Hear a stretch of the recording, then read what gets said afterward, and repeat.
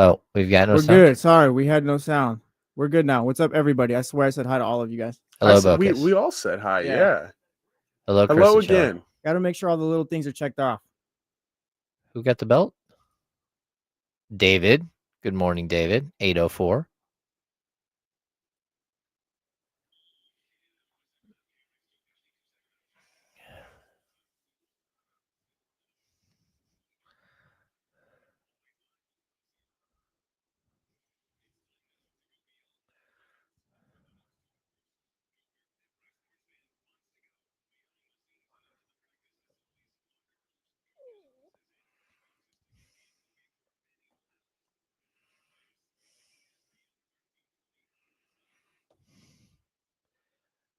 Good morning. Welcome into the Insider Time. James Ham.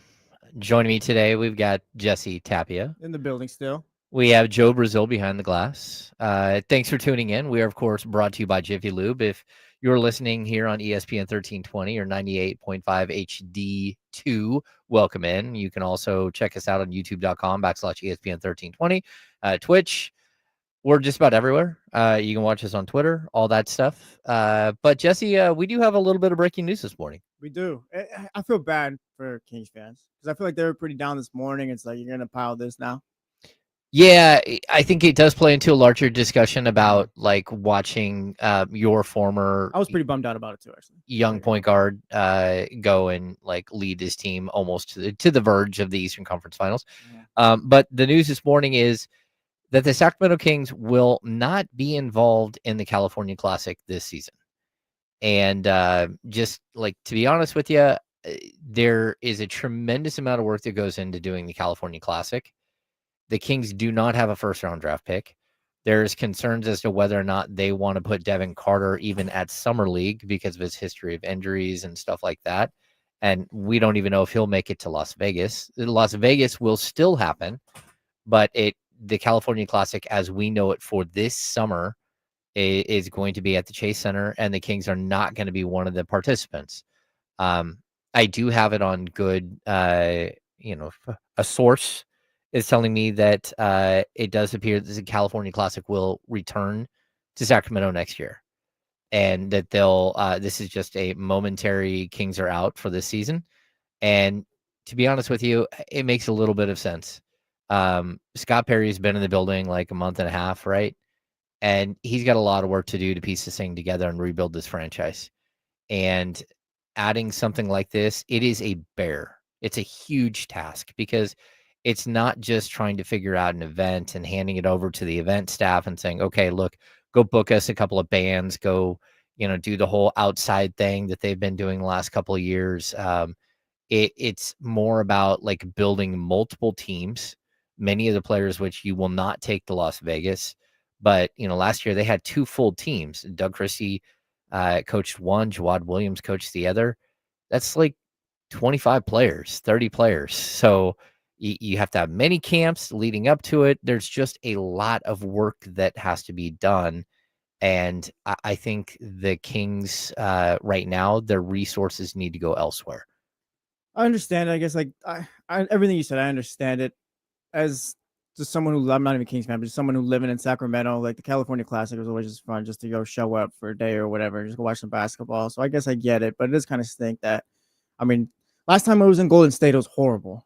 Horrible. It was awful. Nobody showed up. Like, they were coming off a title and all that, but it was kind of just a throwaway. It felt like here in Sacramento, people do show up. I know they're not happy with the team and all that, but you figure some people would still show up this summer and all that. So it kind of stinks that way. But at least that makes me feel a little bit better that it's going to be back next year, at least. Yeah, and last season they did have it in Golden State and Sacramento, so they did like split squad. Yeah.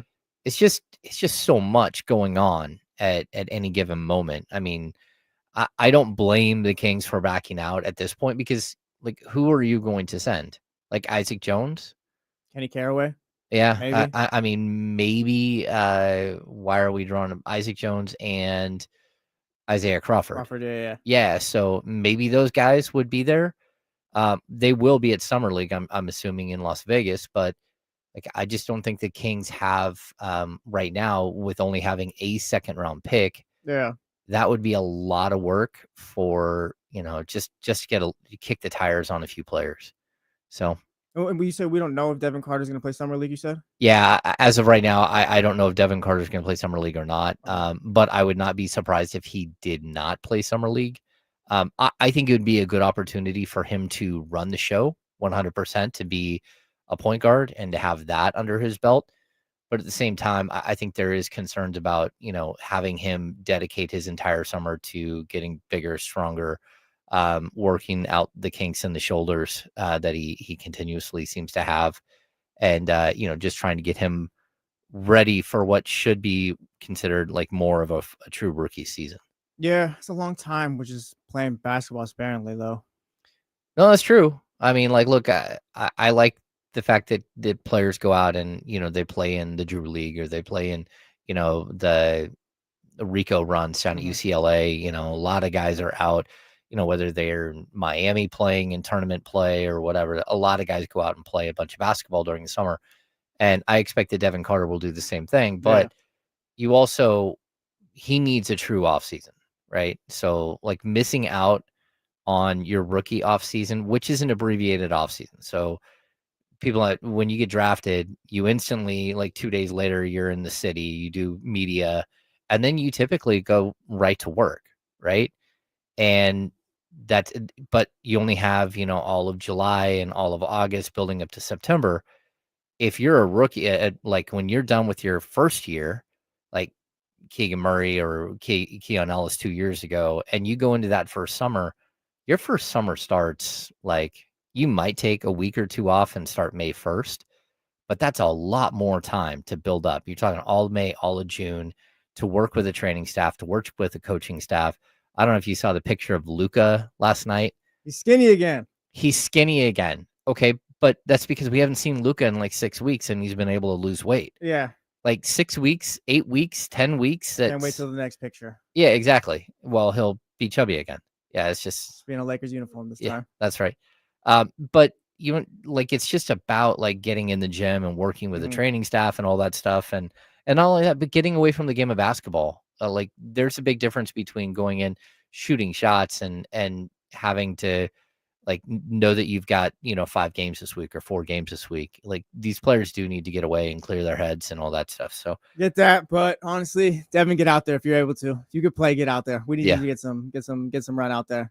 I think it's a bummer that the California Classic won't be here in Sacramento this year. Yeah, because I see like Cool Raw in the chatty house right here. He says, I've seen this a couple times too on Twitter or the chat house as well. But like he says, we started the Cali Classic. Sac not participating is just a reflection of where there is a franchise, and it sucks. I don't know if it's a reflection of where there's a franchise, but there are people like bummed out because like it was the Kings thing, and the Kings don't really they don't really do too much. Like, this was cool for the city, I guess. So I get that part of it. I get you, but my response to a lot of the people out there, this is the exact same thing you have to think about when you're looking at your players on the roster, because the guys who assembled the team that won 48 games a couple of years ago, they're all gone now. Yeah. And every single one of these players is going to be analyzed, and decisions are going to be made based on what Scott Perry believes, not what Monty and West believed. Yeah. And that doesn't always feel good. Like, I know Malik Monk is a huge fan favorite. He might not be a favorite of Scott Perry. And I don't know that to be true or not. I'm just saying people need to have that in their mind. Keegan Murray, Scott Perry might have a different valuation on Keegan Murray than Monty and Westwood. Keon Ellis, same thing. So there are a lot of things that have to go on here to get this thing right. Yeah. And there's also reality that change is coming and change is here. Right? I'm for it, to be honest. I'm not necessarily for like Malik or whatever, but just it's time to shake things up. You want to talk about the other thing that's been bumming people out? Uh-oh. Yeah. Let's go ahead. Go ahead, Jesse. What is bumming you out this morning? Not bumming me out, but Tyrese 32, 15, and 12, 4 steals, no turnovers, and the Pacers are up 3-1. We were talking about it this morning. It's I don't know which way you want to take this, so you could take the lead here, but it's just when you see Tyrese doing that, and De'Aaron Fox is in San Antonio, Domas is still here. You just think about everything that went wrong since the trade. This kind of feels like an alternate reality. Like, how did you feel? Like, how do you feel like as a Kings fan watching that? Well, terrible. Why not like that, but like just kind of like Like, is it just kind of like This- Tyrese should be here, or Yeah. So or is it like for they never me, added, or that's where like it kind of feels like that's where reality's split, and now we're in like an alternate. You get what I'm saying? Mhm. Like the butterfly effect happened. Tyrese should still be here. Things should not be this way. So just seeing Tyrese go crazy like that, like you said, Fox in San Antonio and whatnot, it's like an alternate reality, bro. It's crazy. Yeah. We've come so far from where we were. It's sad. I agree, but like just putting on like the journalist cap, like I don't think it was a bad trade when it happened. I think it was a fair trade. I think it was an even trade.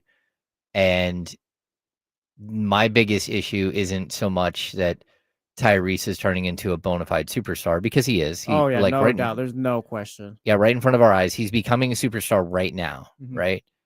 But my biggest disappointment as someone who's covered this team forever is that you built something around Sabonis that should have been sustainable, and then you didn't sustain it.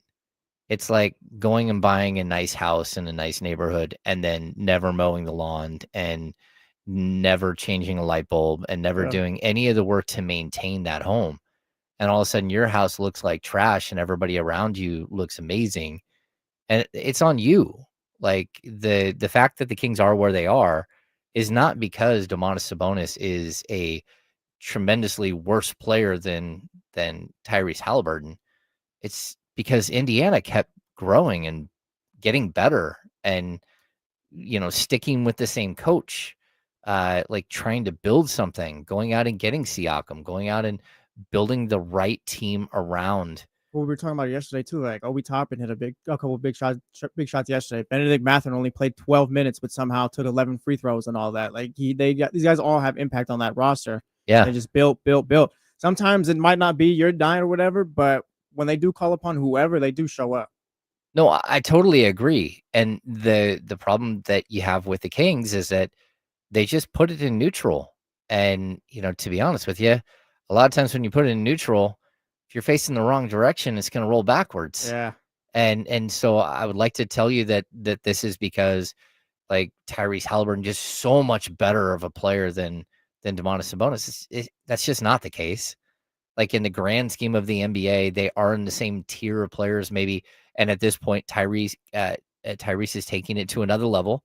And that's what young players do in the playoffs. They continuously, if you're good and you become great, you're taking it to another level the whole time.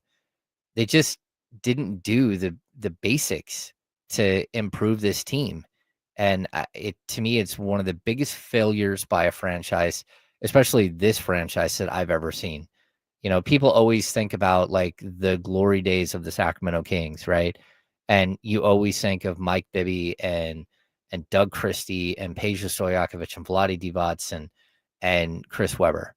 And you forget that the original point guard on that team was Jason Williams. The original shooting guard was Tariq Abdul-Wahed. The second shooting guard was Nick Anderson. Like you kept changing that team the entire time. You added Hito Turkoglu, you added a Scott Pollard, you added a John Barry, you added a Bobby Jackson. You have to continuously, develop a team and try to get better every year. It wasn't until, year 2 or year 3 that they traded Corliss Williamson for Doug Christie. And, the Jason Williams for Mike Bibby trade, like these things happen. Like a team needs to grow organically, but also it cannot get stagnant. Yeah. Well, it's a little bit more salt in the wound too, because Scander Bagley in the chat house right here says Haliburton is so much better. Talking about some bonus, and like frankly, you throw in De'Aaron Fox, like the Kings ended up in this group of 3 with players 2 and 3, and I think that's tough as well. Like Tyrese Haliburton has developed into the best one out of the trio. I feel. No, I think at this point that's just more salt in the wound. Yeah. I mean, I still, just pure scorer. De'Aaron Fox is the best pure scorer of the group, but that doesn't matter. Tyrese is just showing up in the moments right now. Oh yeah. Just whenever there's a moment that Indiana needs, whether it's just the whole game yesterday or just a fourth quarter or this last shot in overtime or whatever it might be, like he's just always there for the moments. I think it was a crazy stat Damian's been throwing out there. He's like 11 of 12 this year, I think, in the last 20 seconds, the last 2 minutes, some crazy stat, whatever, when he's taking clutch shots. He's just there every moment. Yeah, to me, like watching a young player grow and become sort of the player that they should be, And like, look, let's be completely honest here. There's no guarantee that Tyrese Haliburton would be the same player here in Sacramento. Yeah. Especially, he would have fought the same exact problems. Well, I think Warren threw it in the chat house as well. Like, yeah, we don't know that he develops into that too. Yeah. And I mean, one of the other issues is like playing with Sabonis. I don't know if it probably would have worked because they're both really smart basketball players. But there's also, again, Tyrese Haliburton loves playing with Miles Turner and Isaiah Jackson. Isaiah Jackson, Obi Toppin, like true rim runners, above the rim players. Yeah. Kings don't have a single one of them. Not one. Like you might be able to say Isaac Jones, but not really. Like he's an undrafted, free agent rookie who played a handful of games. Like we have no idea. But the fact is, he didn't build the team the right way. Mm-hmm. And so it's disappointing for everybody. But we're going to dive more into where Tyrese Haliburton is as a player and what we're watching in this Indiana Knicks series and how like we know what the finals matchup's going to be. Yeah, it does feel that way. It does feel that way right now. We're the Insiders on ESPN 1320. We'll be back in just 1 minute.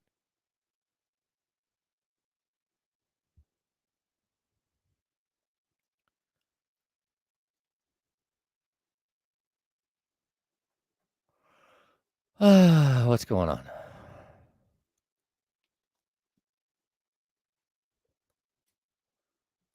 No. Let's see. What's going on, Chatty House?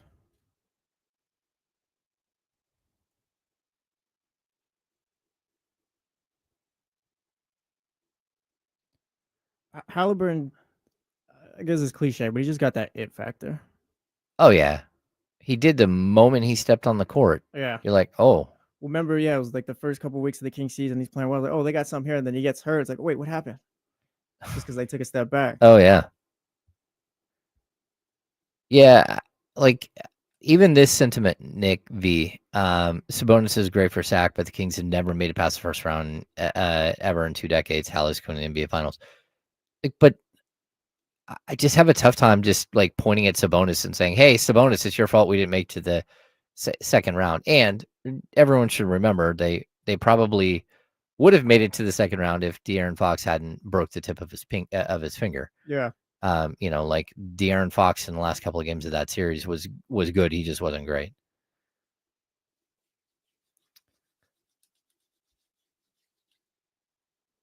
And Will just said, like, talking about the drive and the drive that Fox has compared to Haliburton, or the drive that Haliburton has compared to Fox. And it's like, they're both extremely talented. That's why it's so frustrating, is because it's not like we had a bad point guard. Our guy was super skilled too.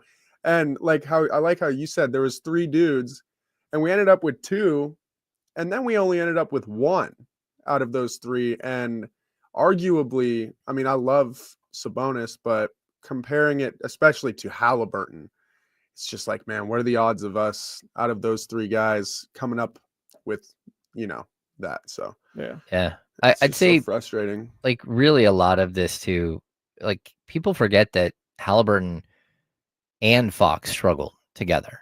Like Haliburton, his numbers, show 45.7% from the field and 41.3% from 3, average 14.3 and 7.4. Like he was good, but you could also see that there was a limit on how good he could be because he was playing with Fox. And it was one or the other. Yeah, no doubt. And Fox had the same issue that year. Fox was not good. He had like a blow up season and then all of a sudden dropped back down to 23.2 points per game. He didn't know where to go on the court. He didn't know what to do without the ball in his hands, and it was really like having to relearn the game. And yeah, I mean, at the end of the day, it wasn't like an either or. It was very specific. It's just a bunch of things, like I was saying. It's just, I don't know. Now you're just seeing Tyrese erupt into the star, and it's just, like I said, it's just more salt in the wound, I guess. It's just everything all at once. Yeah.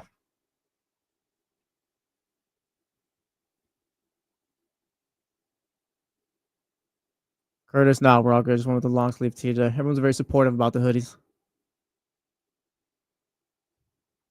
That's one thing that's awesome about working here. It's like you can Facts. you can wear what you want. Yeah. People that wear dress up clothes, dude, whatever you want to call it, whole button spectrum, up, whatever. whole spectrum. Then there's us. Yep. I dig it. I have so many suits in my closet because I wore suits to every game for years. Yeah, my first suit will be the one for my wedding.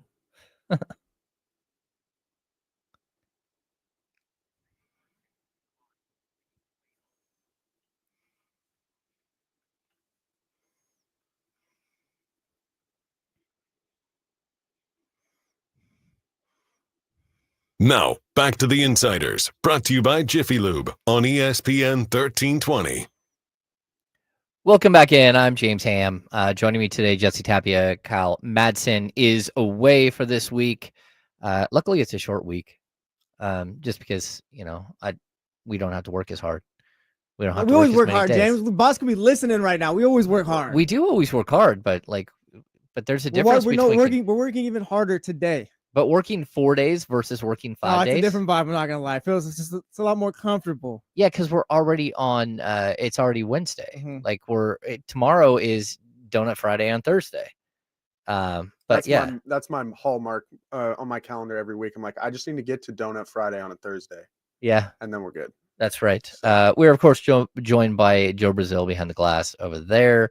And we're diving into this discussion about Tyrese Haliburton and the Indiana Pacers, who they took down the New York Knicks last night, 130 to 121.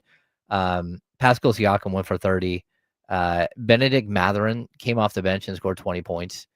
And just once again, just the most efficient 20 you'll ever see too somehow. Yeah. And I think what it does is it once again reminds you of the depth of the Pacers and the depth of OKC versus the teams that they're playing right now. And when you're in a playoff series like this is sort of, for me, it's a baseball thing, right?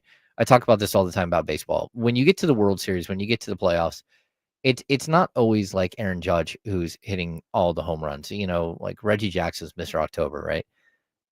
But like think back to all the times that some random dude spoils a pitch and hits it down the right field line for a little dump, and that's how you win the World Series. And it feels like this playoffs specifically, teams that don't have random people, teams who only have like their 5 or 6 or 7 guys, and that's all they're relying on, they're not nearly as strong or I don't know. They don't have the advantage that the other teams do. And we're watching the Pacers sort of like, again, the rise of Tyrese Haliburton. But while it's been Haliburton who gets all the attention, and, his dad who's back in the stands last night and all this stuff, it's also, guys like Mathurin or guys like Aaron Nesmith who have come through, Obi Toppin, and had just like tremendous moments in this series to push it to the brink. The Knicks, they're a great team, but the issue with them is that you get the same punch every game. Yeah. It's not any different. Maybe Deuce McBride goes off that game and hits a few threes, and like that's kind of the random player that you get, but it's the same punch every game, and that's not, unless you're just this dominant team, I don't think that's going to work. Like, because like the Pacers can throw, where if Haliburton maybe only gets 21 games, Siakam can go for 30 or whatever, like he did yesterday. And like I know Haliburton went for 30 yesterday, but the point is like Siakam can have a day or whatever. Obi Toppin hit a couple big shots. Benedict Mathurin only played 12 minutes yesterday, but somehow had 20 points. Like it's just a bunch of different things I can throw at you. With the Knicks, it's just one punch, and you can be ready for that. No, I totally agree. Yesterday, like Knicks didn't play bad. Brunson played well. Cat played well, and it's just didn't matter. Actually, you know what? Like we talked about this yesterday when sort of the idea of starting your best 5 players, right? And of course, they're not starting their best 5 now because they've inserted Mitchell Robinson in the starting lineup. But again, Hart played. I think he played 36 minutes, 12 points, 11 rebounds. He did the whole. Yeah, he's not going to start, but yeah, he's still playing all the minutes he can get. Yeah, but look at their numbers. Brunson drops in 31. Cat goes for 24. 22 for OG. 17 for Bridges. This is sort of like them. That's what you want. Like if that's what you thought coming into that game, that you were going to get all of that production, you would have honestly believed that you were the team that won the game. And that's just not the case. Especially, I mean, Halliburton's stat line is so bonkers. 32 points, 15 assists, 12 rebounds, 4 steals, 0 turnovers. I mean, it's the first time in NBA history, I guess, that somebody has put those stats up with 0 turnovers. And it's just like you're watching him orchestrate something against what really is a good defensive team. They have the length and athleticism all over the place, but they're not as good as a team defensive group as, and again, I don't know what's going to happen if these Eastern and Western Conference finals are going to come to a quick conclusion, like in 5, because it feels like both of them are inevitable. Like Indiana and OKC, everyone should be gearing up for that series. I can't wait for what's next. Oh yeah, I'm excited. Like Tyrese Haliburton and the Pacers, it feels like you kind of go back to the Bucks series, and there's the play where Giannis is guarding him, and he crosses him up, and he gets to the rim, scores or whatever, and that kind of shuts it down. Then he's kind of been tearing up Cleveland, and now you're seeing it yesterday against the Knicks. He's just, I guess, yeah, they are on a crash course where it's just like there's no you're not stopping that right now unless maybe you're OKC. It's just like he's kind of, I don't know what the right word is. Like we've talked about him turning into a superstar, but it's almost like he's unguardable at times, like in these moments where it's just like you're not going to stop Tyrese Haliburton, if that makes sense. No, I totally agree. And we think that now, but I do want to see what he looks like when Alex Caruso is now going to be playing the best defense in the league. Some people talking about historically, statistically, one of the best defenses and all that in OKC. Yeah, like I'm super excited to see what OKC has for Tyrese Haliburton, but there are ways in which, again, watching the Minnesota series, right? Where OKC is, first of all, they dribble the ball too much, like they do, between Shea and Williams. They are dribbling the ball a ton. But I also, like, there are so many moments in their last win where it was Alex Caruso standing underneath the basket in the dunker spot, just going up and scoring a quick bucket because they're able to find him. There's a creativity to that team and a creativity to the Indiana Pacers that the other teams just don't have. And so we're watching, like, at the end of the day, the best 2 teams, it does appear, are going to meet in the finals. The best 2 teams from this season, we just didn't expect it to be Indiana. Yeah, I mean, everyone's saying Boston. In reality, the Pacers are having the run that everyone expected from them. Yeah. Okay. I don't know why this is always a debate, but are we just are we there? Is Tyrese Haliburton superstar? Oh yeah, I gave him superstar status probably last round.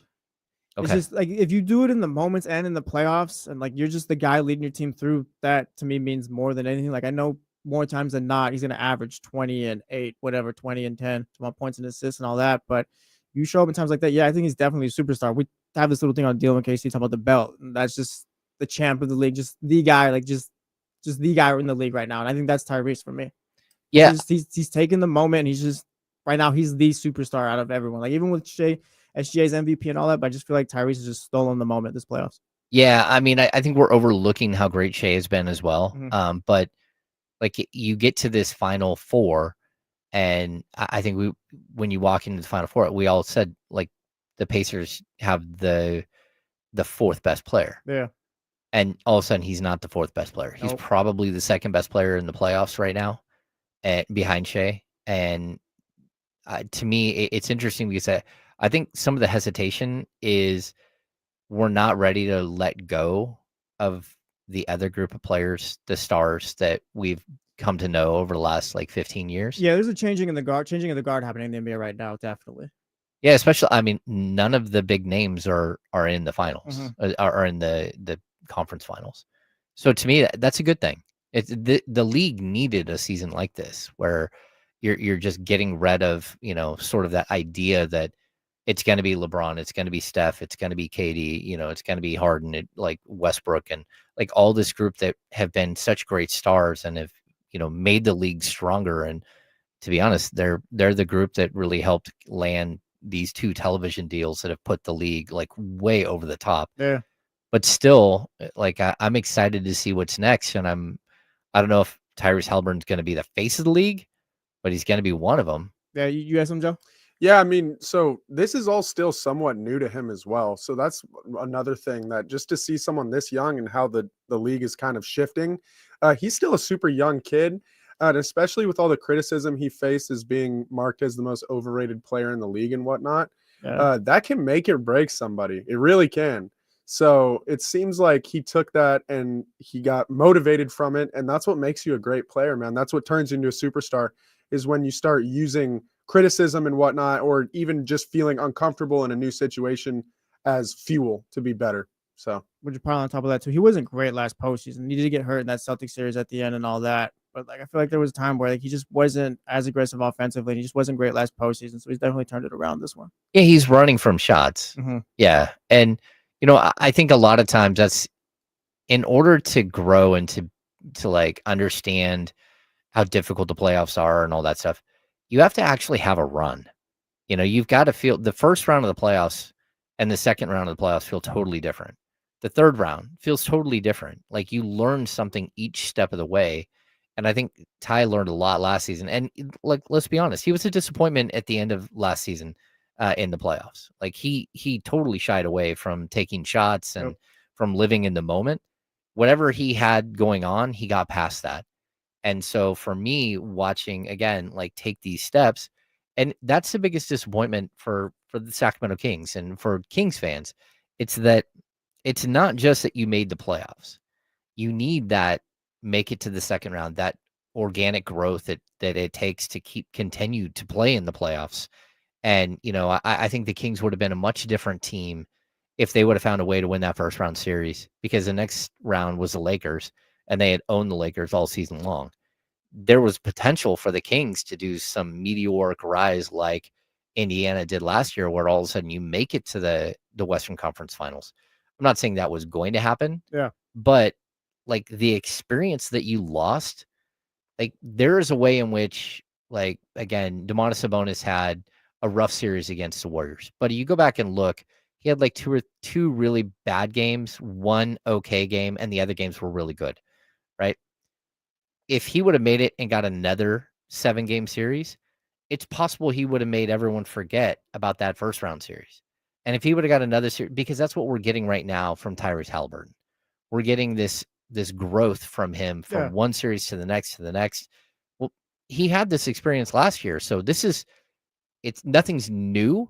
It's exciting and like there are crazy things going on, but he's building off of what he's sort of his failures from last year.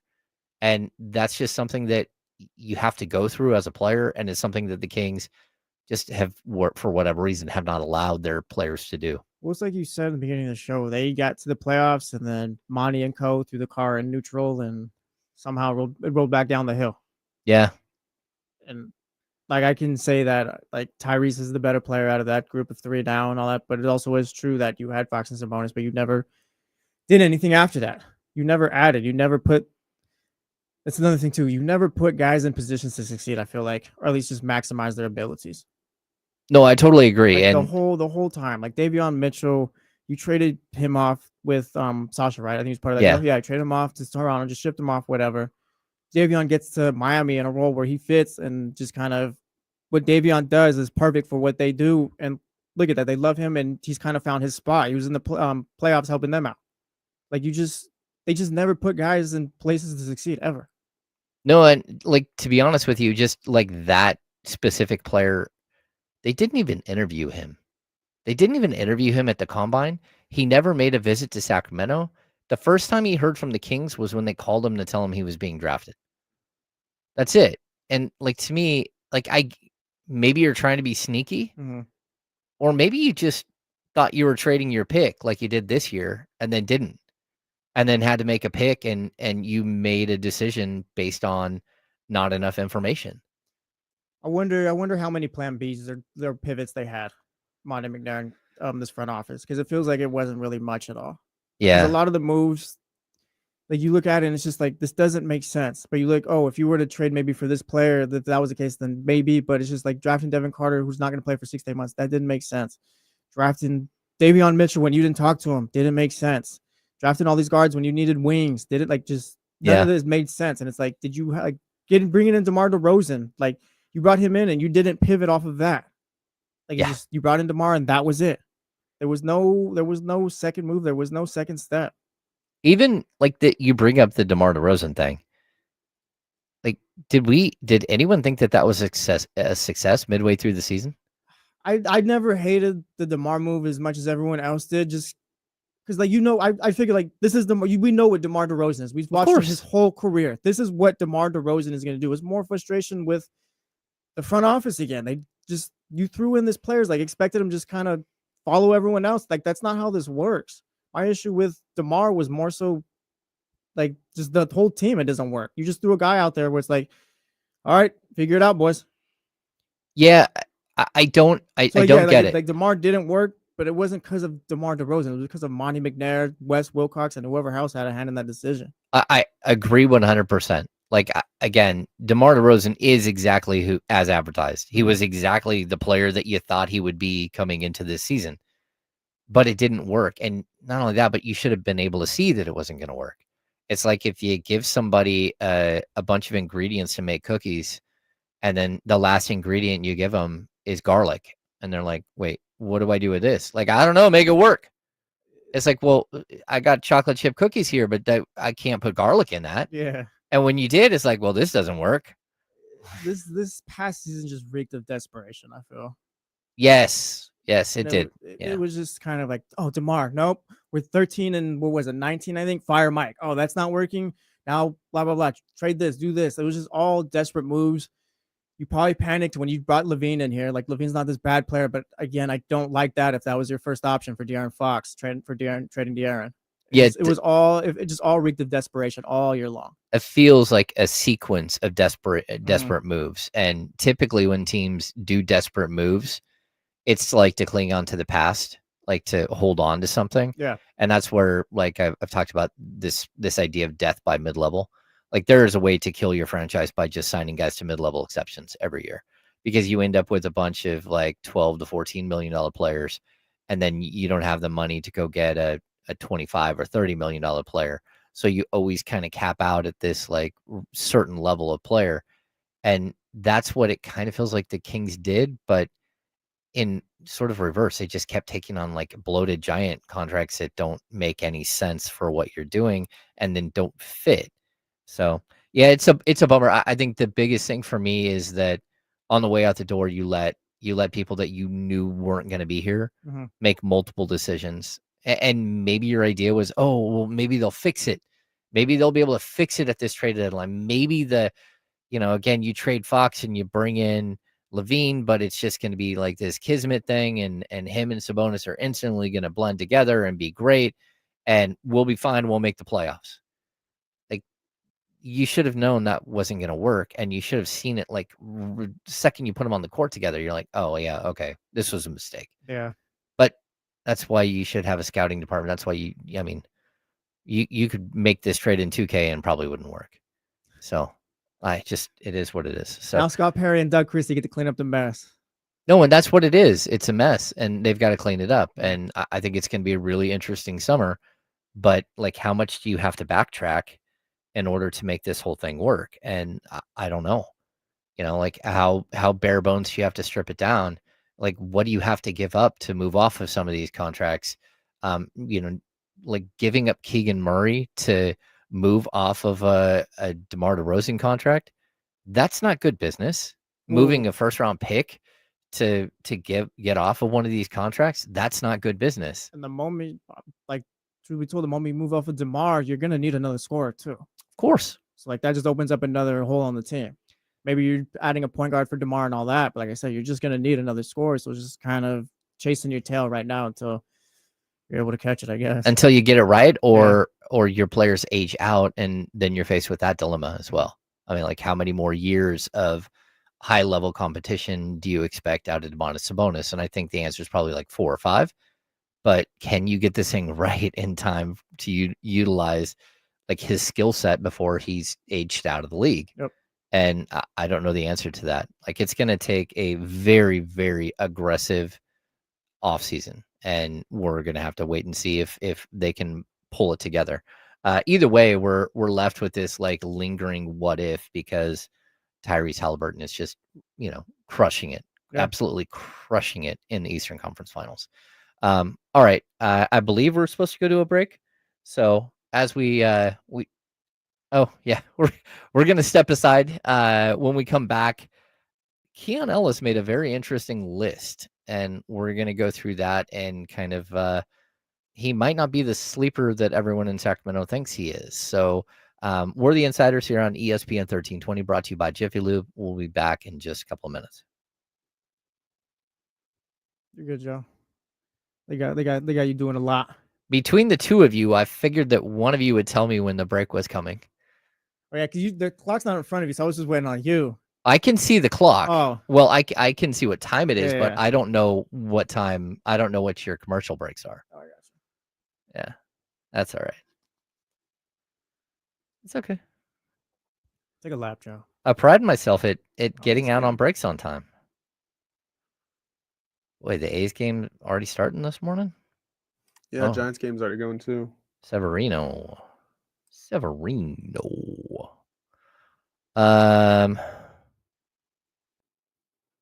Yeah, Aldrin J. First of all, Fox Monk, Barnes, OG, and Sabonis. That Barnes would have been included in that deal. And I don't think Keegan was involved in that trade. It's possible. I know that the Siakam deal, Toronto asked for Malik Monk. The problem that they had with both of those deals, the OG and the Siakam deal, was they did not want to pay him. They didn't want to pay them the max money contracts that they were going to get. So, because they valued flexibility, which is again why they signed DeMar DeRozan to a 2-year deal with a 3rd-year option, because the flexibility there is pretty great. Yeah, I'm just going to say this is one of the most ridiculous statements I've ever seen. Gadite 1914. Mike Brown had an 18-game improvement in his first year and led the team to the playoffs for the first time in 16 years. He has, before his stint in Sacramento, he had a 612 win percentage, and he still has like a 589 win percentage or something. That's just not correct at all. Mike Brown is a very good coach.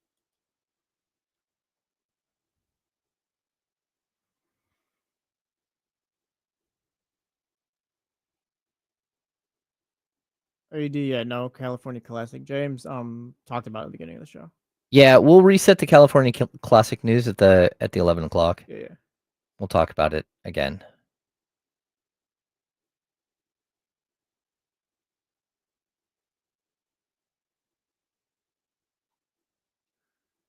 Emmy standards are tough. Mike Brown's not a good coach. He had LeBron and lost in the finals.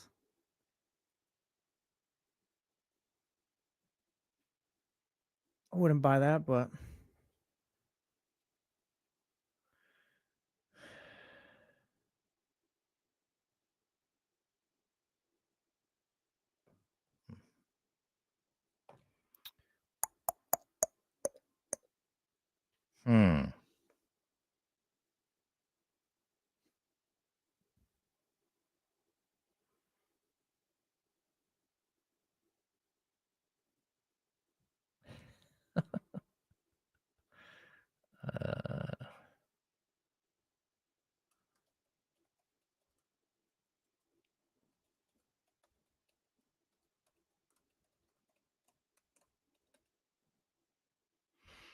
Warren Expostra sucks too.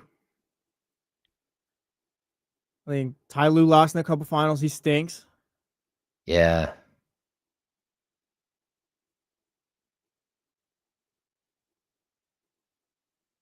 What is this statement that Mike Brown won with another coach's system and team in Golden State?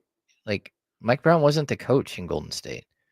He was the defensive coordinator who finished the league with the year they won the title, the second best defensive rating, and led the league in rebounding, even though they didn't have a single player with more than like 7.3 rebounds per game. Yeah. These I could believe in a Siakam, Fox, and Sabonis trio. I think, like, I don't know what the Kings are. Like, the Thunder now aren't where they were when that trade could have happened, I guess. Like, they could have hung with the Wolves, definitely. Yeah. Like if you do that, then who knows? Maybe they build around the rest of that roster and it looks a lot different. But he never did. Yeah. And for every trade that you think that they could have had, there was pieces going out that you guys aren't that people aren't considering. Yeah.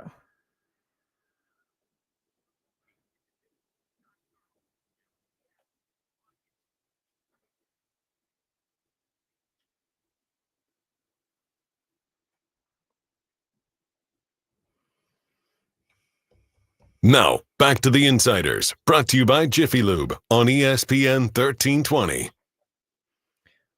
Welcome back into the Insiders. I'm James Ham. Joining me, Jesse Tapia today. Kyle Madsen is away for the week. We have Joe Brazil on the 1s and 2s.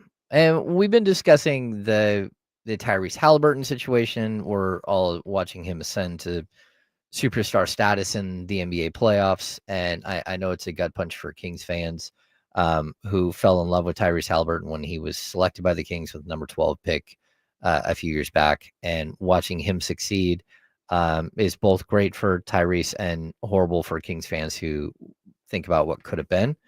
But like at some point you got to move on, right? And to be honest with you, the Kings aren't a team that can afford to lose talent. That's just kind of the way they are. You know, when you're a team that can't draw free agents who don't have a first round pick, sometimes you got to pay a little extra. And that brings us to ESPN's Kevin Pelton made a list of the top 25 free agents this summer. And I think it should be a little surprising for people outside of Sacramento who absolutely adore Keon Ellis. But the idea that Keon Ellis is maybe universally well-liked around the league is something It's a little scary, huh? that Kings fans are probably not going to be super happy about. Yeah.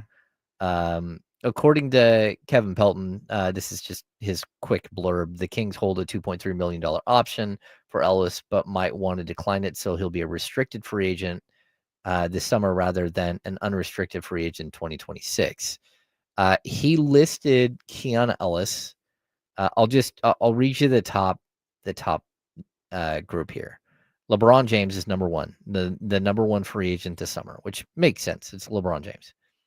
Even at 40 something, he's still unbelievable. James Harden, Kyrie Irving. Now Kyrie, of course, is going to miss a huge percentage of the season, if not all of the season, with knee injury. But that doesn't mean that you still wouldn't look at him as a player. You got Julius Randle. You got Fred VanVleet. So 1, 2, 3, 4, 5. VanVleet's the fifth.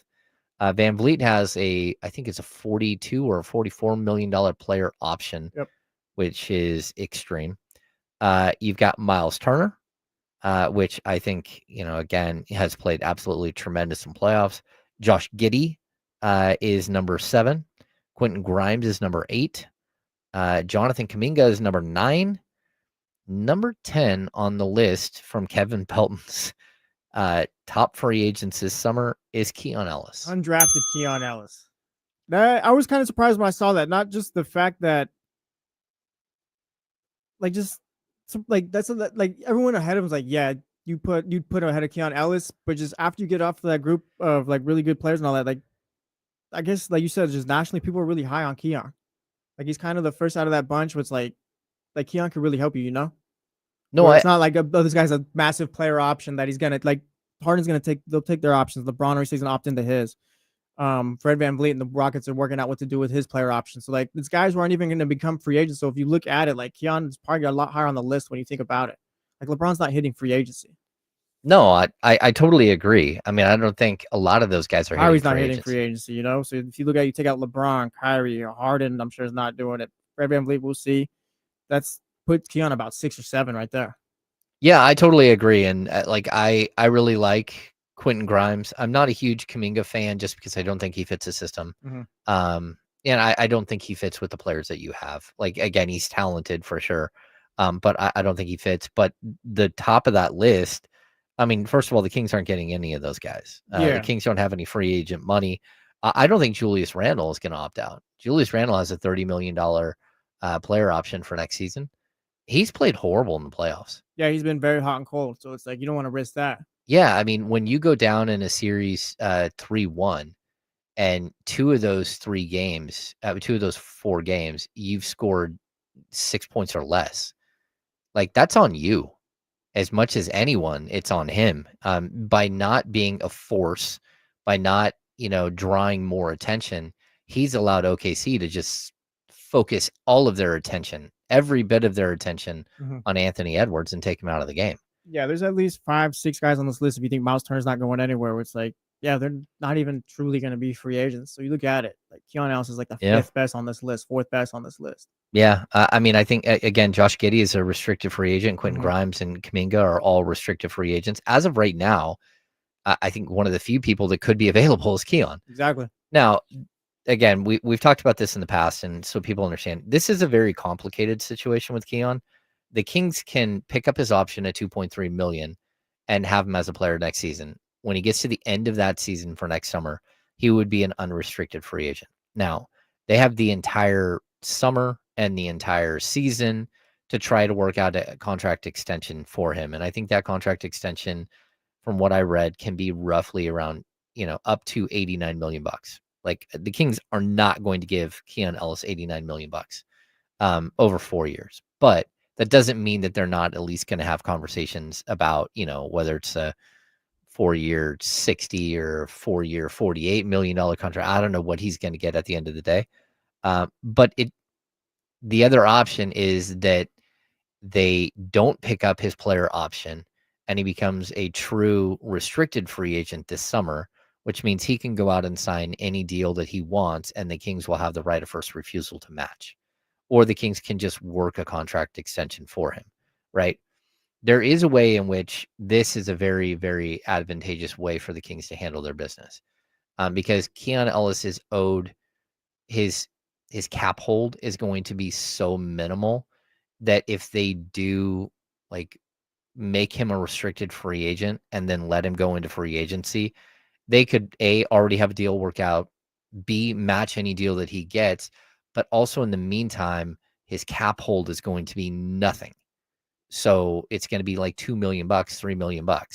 So you can walk into the summer and have a lot more sort of room to play with until it comes time to actually sign the contract. So I don't know how they're going to handle this, but I do know that Keon Ellis showing up at the NBA draft lottery and representing the Kings is a really, really good sign if you're a Keon Ellis fan in Sacramento. You don't let, for what you're trying to build, you don't let Keon Ellis just walk out the door. I think if you're the Kings. Yeah. And I'm not saying you massively overpay for Keon Ellis, so he does today, but Keon Ellis has a skill set that's, I mean, anyone would take in the NBA. He shot 43% from 3 last season, and he's a great defender. Like, you need guys like that on your roster. And I don't think he's going to go for this massive price or anything like that. So I think it'd be a mistake for Keon Ellis playing anywhere other than Sacramento for the Kings. Like, if Keon's able to get a good deal or whatever, and the Kings are playing hardball or whatever, then Keon, more power to you. But yeah, you can't let a guy like Keon Ellis go. Yeah, I totally agree. I mean, Keon Ellis in his 3 seasons, he's played 153 games. He's a career 42.9% shooter from 3. Correct me if I'm wrong. It feels like he's only getting better every year too. Oh yeah. Like, we've seen consistent development each year. D'Lo and KC, Kenny throws out. Maybe he eventually become an all NBA defender, all defensive team type player or anything like that. Maybe, but like I said, he's just consistently developing every year. So why sell short on that now? No, I totally agree. And if you put a bunch of time and energy into him this offseason, you might see a gigantic leap in production. Again, like the last 2 seasons, the last 2 summers, like Doug Christie and Domantas Sabonis have been inseparable. They've sent Doug all over the world working with Domas to make him better as a player. And then they added Leandro Barbosa. Leandro Barbosa is now traveling with them. I don't know that, first of all, you're not going to have Doug Christie flying all over the country, all over the world this summer because Doug is now the head coach. But I do think that you're going to allocate some more assets, the sort of the training assets, to Keon. While he's here a lot in Sacramento and he does work out a lot with, in the practice facility and stuff like that, there's a difference when you're adding more and more and saying, hey, we need a dedicated coach on Keon Ellis. And Keon's done it too, kind of just on a short leash. Like Mike Brown called him a situational role player to begin last season, and Keon just kind of how to do it in moments. And eventually, like, he kind of broke out and was able to start playing. And now I want to see Keon Ellis just with free reign on the Sacramento Kings. Not like, oh, get every 3 up, but just more so you're part of this rotation. You're a guy here, so just like you're expected to just be here every day now, rather than, oh, we're playing this team tonight, so hey, we're gonna need 15 minutes from Keon and all that. Like, no, Keon Ellis is part of this 8, 9, 10-man rotation or whatever, and he's a guy finally. Yeah, I mean, for me, the best version of the Kings is Keon Ellis starting at the 2. I just don't know how you get there because Keon cannot be your starting point guard. Like, yeah, I'm out. If you're not an actual point guard, I'm out on you playing point guard for the Sacramento. Yeah. So what does that mean? Because we still have to figure out where exactly Malik Monk is going to play. And then if Keon is your starting shooting guard, where is Zach LaVine playing? And so that's where I just keep, like, there is a possibility this offseason that Zach LaVine is moved to the small forward spot. Yeah, because you kind of just threw a wrench in things right there. It's like, oh yeah, Keon feels great. We'll throw him in at the 2. Malik need to go back to being 6-man. Wait, Zach LaVine. Yeah, what do you do with Zach LaVine? It just really, as roster building, the problem that you have is if you're going to pay Keon, let's just say 15 million, add that to the 20 million that Malik Monk also gets paid to play the shooting guard position. You're at 35. Then add in the 48 million that Zach LaVine is going to make this year. So now you're looking at like 70 something, almost 80 million just at your shooting guard position. Yeah, because you got guards on this team, but I will say forever, you do not have a point guard on this roster right now. No, it's tough. All right, we're going to step aside. When we come back, we're going to discuss a little bit more on this California Classic situation. The Kings are now officially out of the California Classic for this summer, but that doesn't mean that the California Classic is going away. I'm James Ham. It's Jesse Tapia. Take us to break, Joe.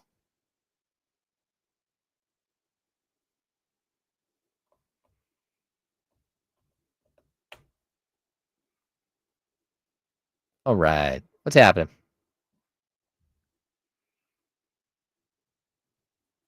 Who's playing in Sacramento then, Tall Six?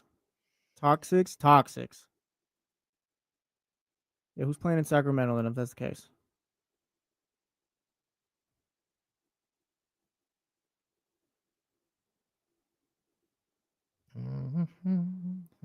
That's the thing, Kieran. It's time to start putting guys where they belong. Figure it out.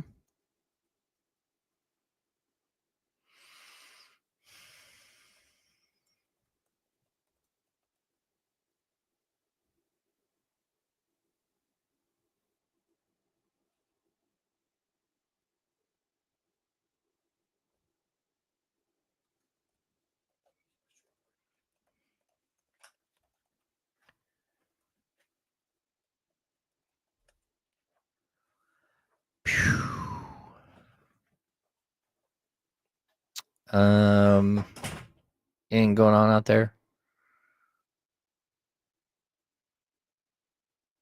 Yeah. This is like the way that Tyrese Haliburton is just crushing it. It's just one of those issues. Just like does not look great for the Kings. Let me see if I can get you the NBA Anthro. And there we go. What year was Zach LaVine drafted?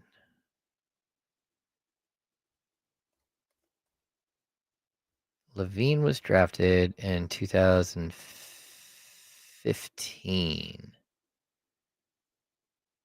So let me see. No, 2014.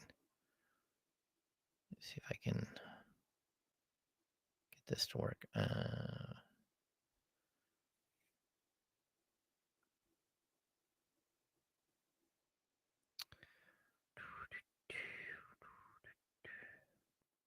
Uh-oh. No, not that year. 14, 15.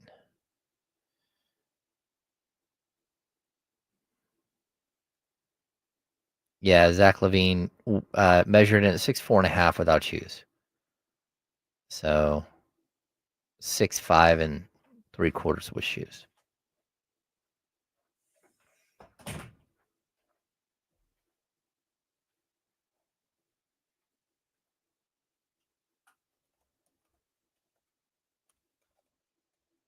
This is me realizing I labeled all the shows yesterday as Monday. Because I almost just went and labeled these as Tuesday. It's all good. I think I was labeling some of the show graphics as 2024 up until like Yeah. March. I got to think about what year it is every once in a while.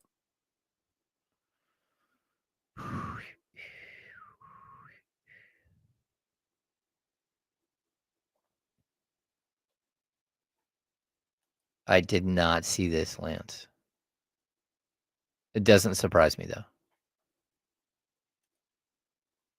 I've never really got into Survivor. I've never been a big reality TV guy or those shows. But Big Brother's one I'll watch with Crystal and all that stuff. That's like the only two I watch is I used to watch The Amazing Race religiously because we love to travel. And I had a buddy who did 13 seasons. So I was a producer. But the other is Survivor. Yeah. I don't know. It's so much fun. Those shows are wild. Yeah.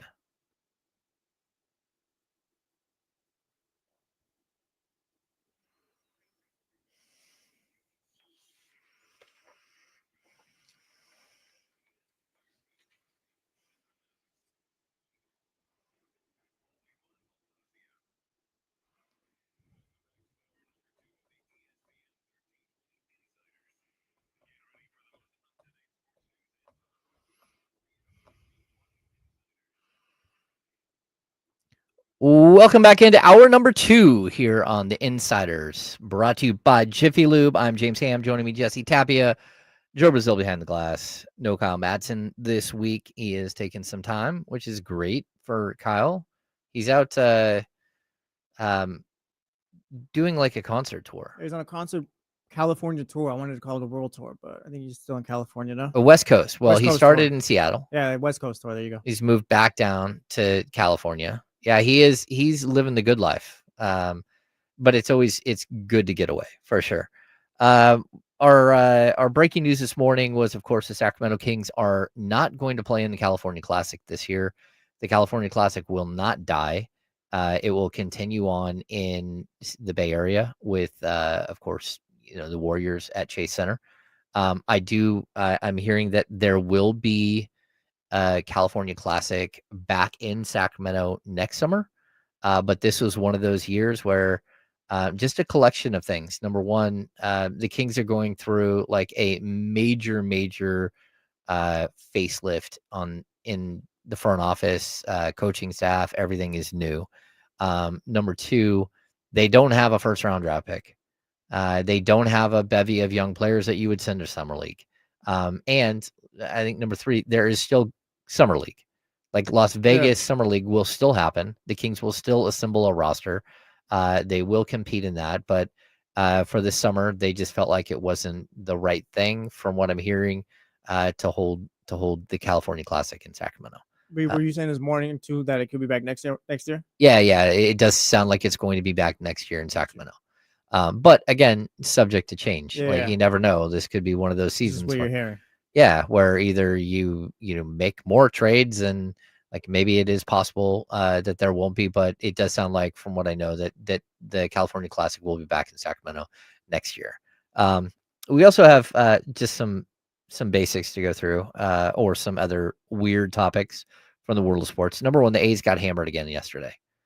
I think they're playing right now or just about to play, but they are not competing over the last, I'd say, 2 weeks. They've lost, I think, 12 out of 13, with the one win coming with Jesse in the building the other day. Facts. I was there. I was the shift. Yeah. So is it 12 out of 13 or 13 out of 14 they've lost? Whatever it is, Either way, it's bad. It's not good. Yeah. It's not good. Their bullpen has been atrocious. Their star young power hitting first baseman, who was all of a sudden on a tear, Nick Kurtz, he is now on the injured list with a hip flexor issue. So they're going to have to figure that one out. They've got a bunch of randos that they pulled up from the minor leagues that, like, I've never. They had like 2 different guys make their debuts over the weekend against the Phillies. 2 different guys have their first major league hit in a game.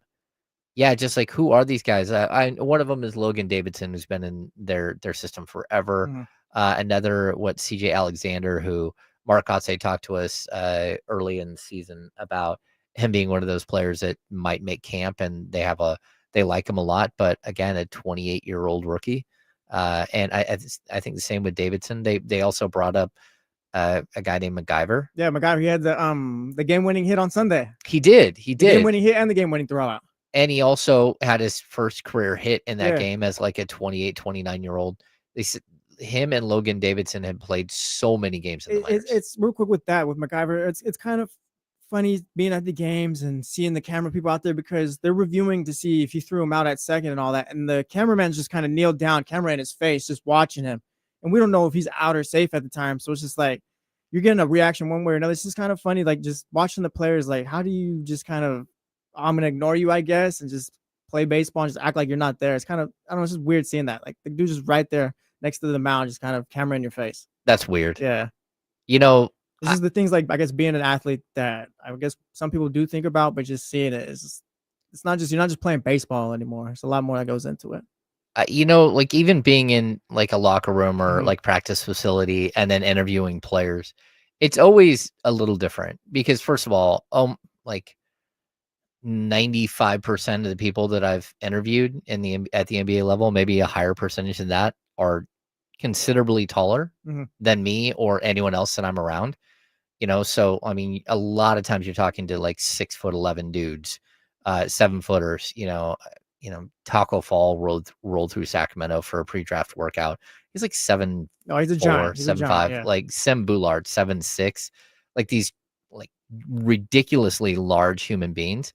But having a camera in your face is really weird. And it's like I feel like you got to know, like, okay, how do I react? Like, do I look at the camera and do a little funny thing or whatever? Or do I go to the boys? Like, it's just, I feel like that would throw me off a little bit. Well, that, and I think the one thing people miss is that, like, a lot of people talk with their hands. You know how many times my microphone or my camera has been hit by a player who like just starts going and moving their hands all over the place and smacking like cameras and microphones and all this stuff. So that's another thing. Like when you're like, a lot of people, to get comfortable, they use their hands to talk. And that's something that is really difficult in a scrum setting. And then like my first year covering the team, they had Samuel Dallenberg, who is like 6'11", but I think his wingspan's like 7'6". And there's never been somebody who talks with their hands more than Samuel Dallenberg. First of all, like super, super thick. He's Haitian, but grew up, I believe, in Toronto. So, and actually has a French accent and would like talk like this the entire time. Like Ricky Bobby, I don't know what to do with my hands. Waving hands all over the place. And like, it felt like the entire time he could just grab the entire scrum of people and hug them. Yeah. So, yeah. It is fun though to watch, right? You're like, it's kind of like how I described The Amazing Race. Just watch The Amazing Race with the eye of somebody who has to edit that film, and you'll be like, oh no.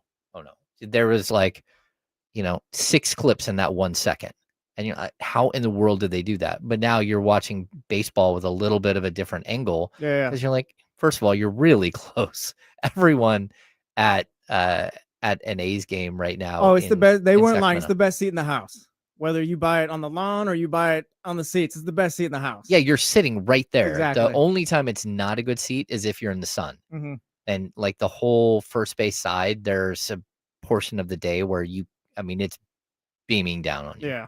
So, let's see a couple of other things. The Rain Man, Shawn Kemp, pled guilty yesterday to shooting into an occupied car. There were 2 dudes in a car and he shot at them inside their car.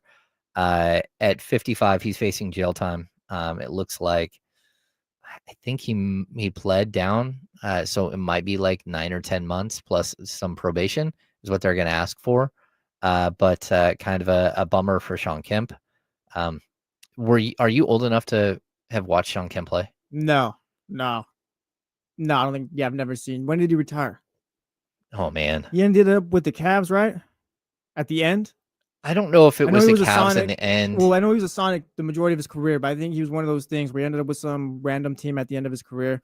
But no, I never watched Shawn Kemp play. Says he retired in 2003. With who? Here, I'll check. I got it. Yeah, I'm not sure. I remember him on the Cavs.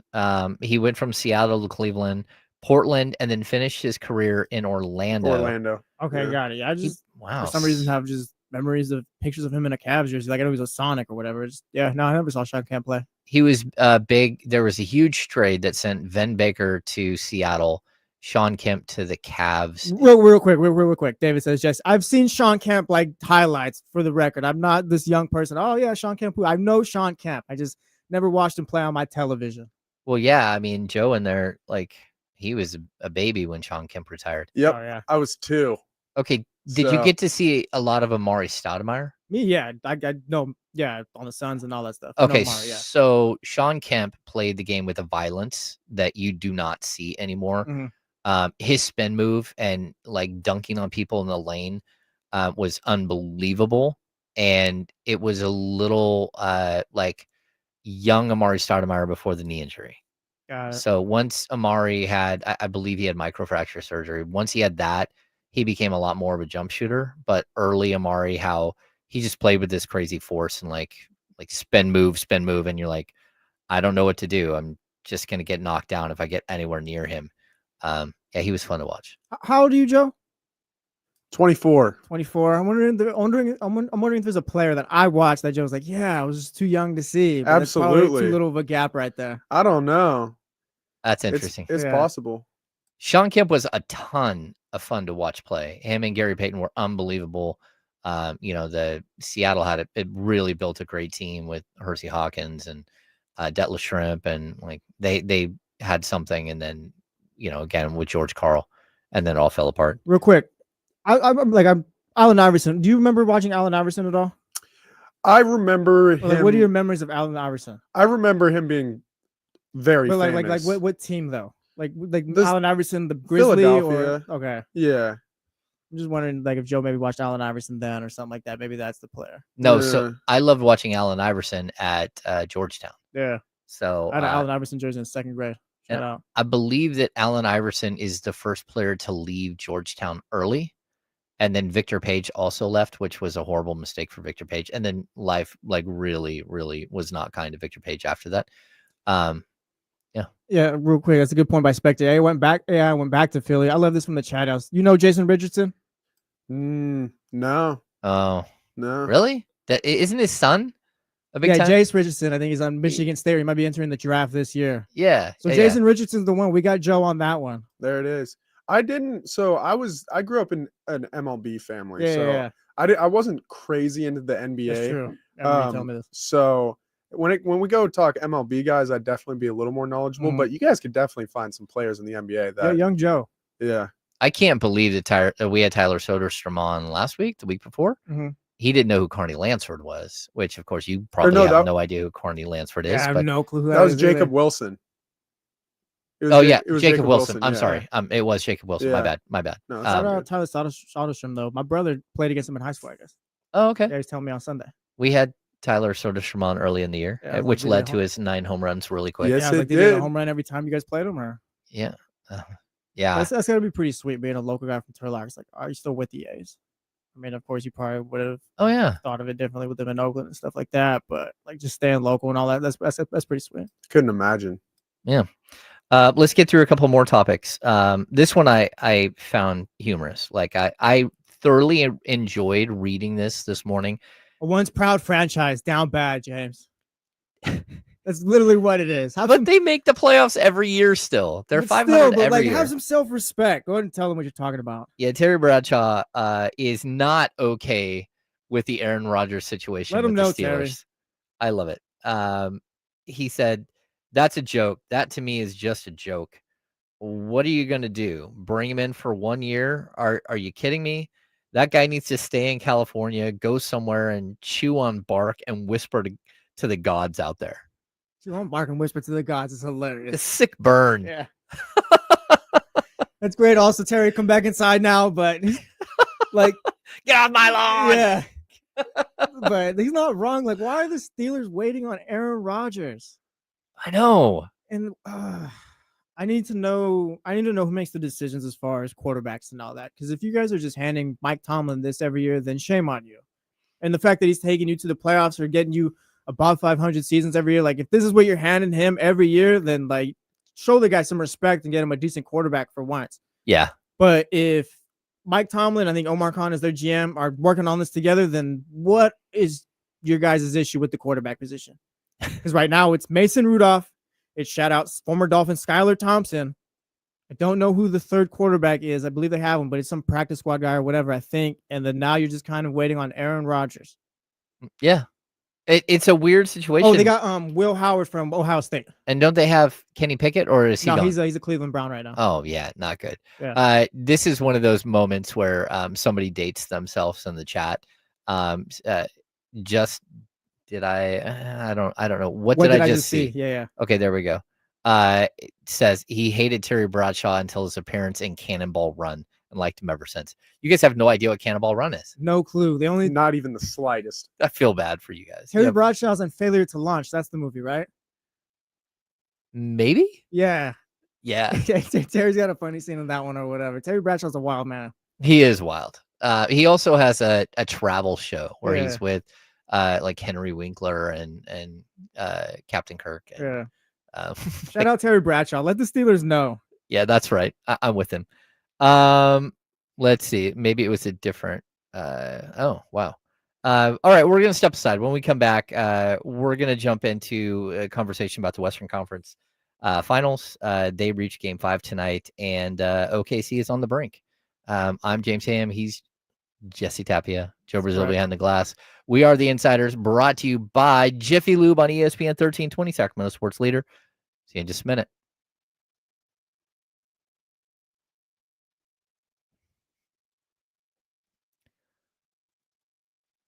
No, Mark, I've never watched Duck Dynasty. I do have some friends, though, that are husband and wife attorney who ended up becoming the attorneys for the Outdoor Network and moved to like the South and were like know all those people. That's an A&E show, right? One of those, I think. Oh yeah, something like that. Farthest I ever got an A&E was like Storage Wars one summer in high school. Oh, dude. Stuck on Storage Oh. Wars. Storage Yeah. Wars. Every Storage Wars day. was legit. I was talking about that the other day. Yeah. Yeah. There we go. This is a funny series. The Winkler, Henry Winkler, the Fawns, Captain Kirk, Terry Bradshaw, and George Foreman. I do Orithos. I do know who the Undertaker is, and I do know who Andy Pettit is. If we talk baseball, I can go before I was born for baseball. Mm. I'm very knowledgeable on baseball players. I definitely like 60s, 70s, 80s. 90s. I can See, talk baseball forever. Zabo knows about Storage. Well, I don't even know what the guy's name was, but he had the hat. Just every time he had a bit, every time, Yeah, dude. Or the old man too, that had the gloves on, the skeleton gloves. I don't know if you remember that. The old man always had the gloves on, Maybe, yeah. and he was cool too. Jalen, the Storage Wars at my house were the summer of 2013, probably. Yeah, Mark Robertson. I did see that Phil Robertson, just I believe that's his name, the dad, the patriarch of Duck Dynasty, passed away. Also, anytime old Yankees get brought up, it's just nope, hate them. Yeah, I mean Pettit was a stud, but They were all plus- were, but shout out to the 2004 Red Sox. But Pettit was also the like one of their crew that was like brought up through their system. Mhm. Pettit, Jeter, Bernie Williams, all those guys brought up through their system. So at least you had a little bit of respect for those guys. I wouldn't call it respect, James. No, as opposed They're to great players, but wouldn't call it respect. like all the A's who just went there and played Yeah. and made a lot of money. At least we can all hate A-Rod. What's your earliest sports memory that you actually remember experiencing? I don't know like a specific game, but like 2002 Ricky Williams on the Dolphins and stuff. Oh, okay. Oh. It was like just The what I- catch. The catch memory. is mine. Yeah. Dwight Gotcha. Clark in the back of the end zone. Oh, wow. I Yeah. guess if we're just going Yep. off moments, it's like a specific moment. Aaron Boone in that home grand slam or whatever, the home run against Tim Wakefield in 2003. Mm. That was like the first How old were you? 7, probably 7 or Okay. 6. Okay. Yeah. Because Yeah. that's when I was around 7 is when I remembered like Yeah. the very beginning of the Giants, for me at least. Yeah. So I don't recall. All I remember is the park they play in now, though, which is crazy. But I don't quite remember anything from what was the other one called? not Pac Bell, Candlestick. Oh yeah, I got you. My Damn, that's first crazy. my first A's game, I leaned over the dugout and Mark McGuire signed an 87 Topps, the wood border Yeah. card Yeah. with the ballpoint pen. Steven Castaneda says he remembers being distraught Gerald Wallace didn't win the dunk contest. Oh, David yeah. says he remembers his dad cheering for Marcus Allen in the Super Bowl. Will Jordan shot on Russell. That's a fire memory. I vaguely remember Bonds when he was on that Yeah. historic run. My I dad- do remember that. My dad used to take me to Sierra College. Me and my brother would go to Sierra College and get autographs from all the 49ers. Oh, that's sweet. I met Jerry Rice after his rookie season, so 1986. He had parked his Porsche like by the cafeteria. I remember being so sad Ricky Williams was going to retire. I was like, why does he want to just smoke? Why come he doesn't want to play football? And it's like they're giving him 400 carries a year. Yeah. that's Like, funny. now I get it.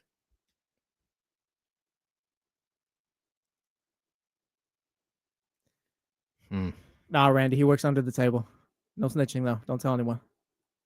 Oh man, here we go. There it is. Shout out to anyone who's ever worked under the table. This is a long break. Yeah. There was an added Sports Center update. He did. Steven Castaneda, he did. Ricky Williams did come up to my neck of the woods. Yeah, he's up there. Grass Valley, and Yeah. then I think Nevada City. I've never seen him. I Never? think he's still up there. He's still around somewhere. For me, he's like, if he just played a regular career and stuff like that, he would have been one of the best running backs ever, I think. Yeah, but he had a lot of like social anxiety issues. Well, that's what I mean. and- If he just yeah. was able to just play football, like just off of his talent, stuff like that. Drew Down, I did meet MC Hammer one time. Or at least he walked by me.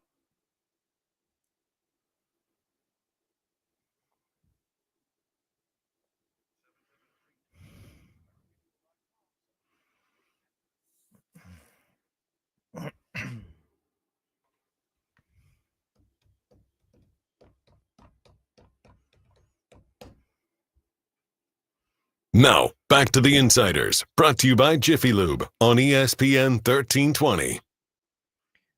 Welcome back into the Insiders. James Ham, just tap you over there. Joe Brazil behind the glass. We've been talking about all kinds of topics today, but tonight is Game 5 of the Western Conference Finals. We've got OKC leading 3-1. You can catch that game on ESPN 1320, by the way. Oh, this is ESPN 1320 or the Insiders. Yes. Jiffy Lube, HD in 98.5 HD2. Hit the thumbs up if Yeah. you're watching. Catch all your on conference finals on 1320. Catch the Insiders there. Catch Stilo and KC. all that everything. stuff. Everything. Check out our YouTube for clips from Facts. from There the we go. video. Facts. Push the YouTube, Joe. If you want short form content of what we're talking about every day, we got 10, 15-minute clips. Tap in there. You can figure out what's going on. Follow us on Twitter at James Everywhere, please. _ Ham at NBA. There we go. Yeah, we've hit all of the things. Is this series over? Yeah. No, yeah, it's over. It was over. To be honest, I thought it was over after game 2, but like the Timberwolves got that blowout win in game 3, but game 4 kind of solidified it.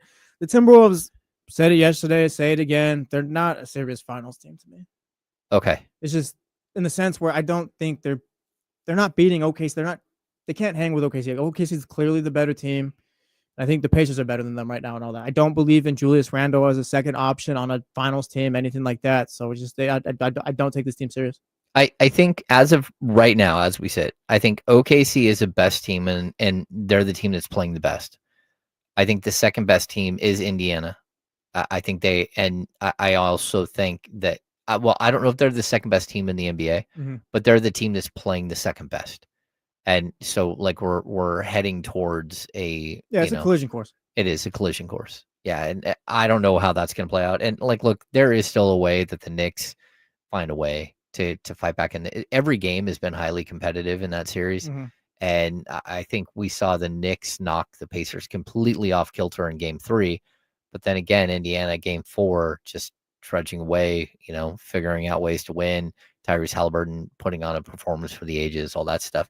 But this other series, it's intriguing to me because I'm kind of the opinion that Minnesota was in over their head the entire time.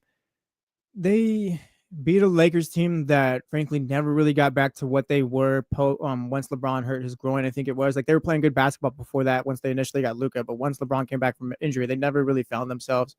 So you get past there and you beat the Warriors without Steph, and Jimmy Butler's great as a second option now at this age and all that, but he's not leading you anywhere.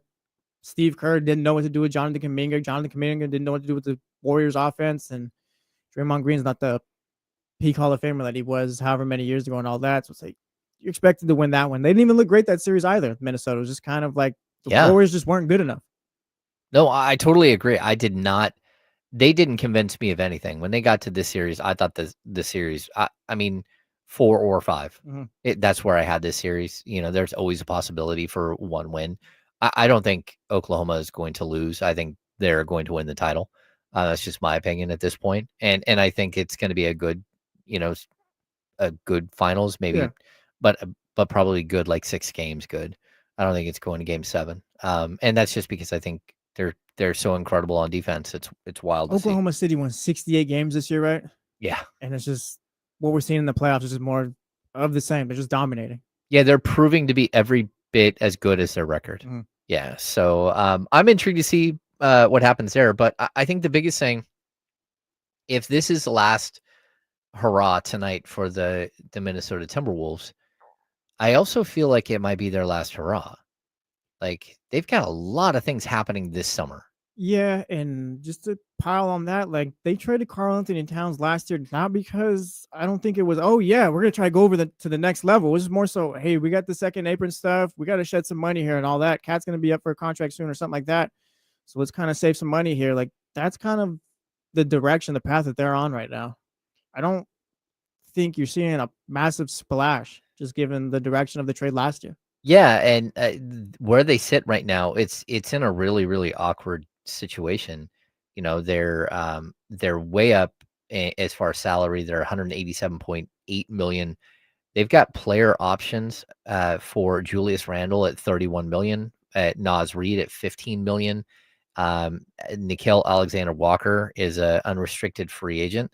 So 3 of their rotation players, including one of their starters, is facing like the potential to leave this summer. If I were to tell you Julius Randle has a $31 million player option for next year at the beginning of this series, I think there's no way he's picking that option up. But right now, where are you at? Because I don't think he's a little shaky. I mean, I know he's going to want a long-term deal, but I think he picks it up because I don't think Julius Randle is making any less than next year than what he could if he were to hit the open market this year. Like, say he throw out a 4-year, $100 million deal. Like, I think he could get that this year and next year. I think he can only raise his value at this point. Okay, Julius Randle is still a good enough player to he's going to make $25 million bare minimum, I think.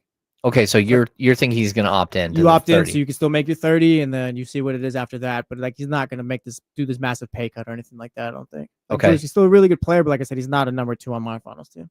What about Naz Reid? Because what we've seen from Naz Reid is him just disappear in the finals. Disappear in the playoffs. I think Naz might pick that up, and maybe the Timberwolves hope he picks that up. Maybe you work these contracts around where you try to make a deal. You got 2 expirings if you're the Timberwolves, and you kind of hope they pick him up that way.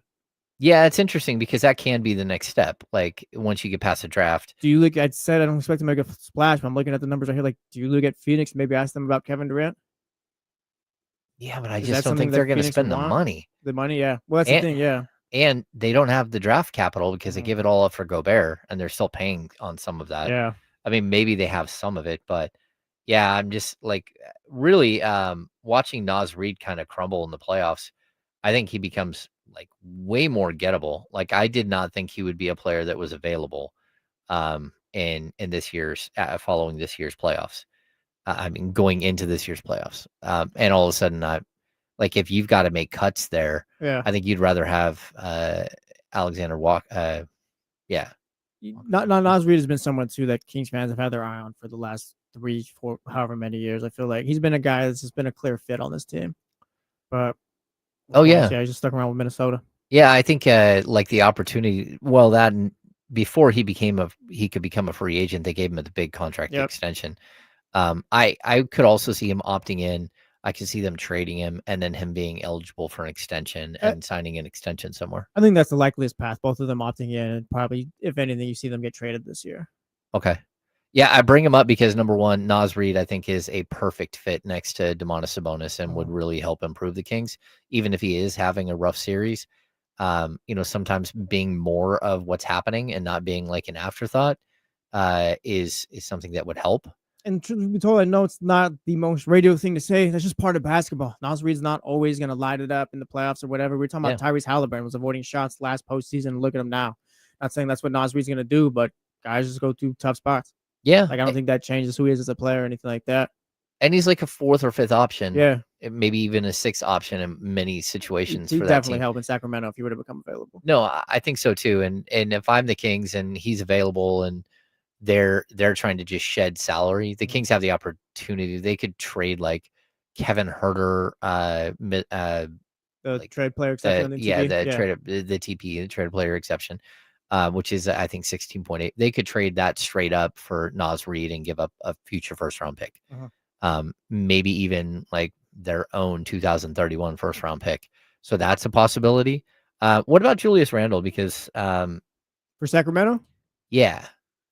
I'm going to point something out. You do know who acquired him when he was with the Knicks.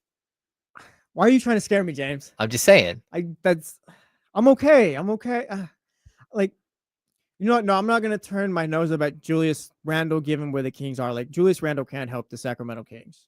And of course, like, you want him on a deal that works and all that stuff. But for the Kings to get back into the playoffs, I'm not going to say no to Julius Randle. And I don't know, looking at these players is kind of tough because it's like, the Kings still have so much more to round out in the roster. It's like, yes, you had Julius Randle, but you also still need a point guard and all that. So you still need to add more for me to believe in it fully. But if Julius Randle was the 4 on this team, I wouldn't hate that. I'm for it. Okay. Yeah, I'm for that. Actually. So you would actually take Julius Randle. Like I said, like for where the Kings are, he could help here, definitely. Well, I think the one thing about Randle, again, I don't love Julius Randle's game, and I think there would be some like issues running him out there with Sabonis, right? Also defensively, I think he's not great. And like we start accumulating like high end scorers who can't play defense, then that's never a recipe for success. But he is a player that, averaged 6 assists a game one time in his career. Even this year, he's a 4.7, 5 the year before. He's a playmaker in the same way that DeMar DeRozan's a playmaker. And so there are opportunities for him to sort of help someone out. But he's also a player who's like, he's a 3-time All-Star. Like he's 2-time All-NBA. I think you would have to at least consider. Yeah. And I don't know what that deal would look like either, because he's on a player option, a 1-year deal. You're not going to get like top dollar for him. And you're giving him a contract extension when he gets here? Yeah, I would give him a contract extension at the same amount. Okay, yeah. I mean, he's 30 years old. He'll be 31 in November. So, I think, again, a 3-year, $100 million extension on top of the 30 million he's already owed. Okay, yeah. That's probably in line with what he's going to get. I'm with Julius Randle. Then if he's coming here, he's going to be here for the foreseeable future.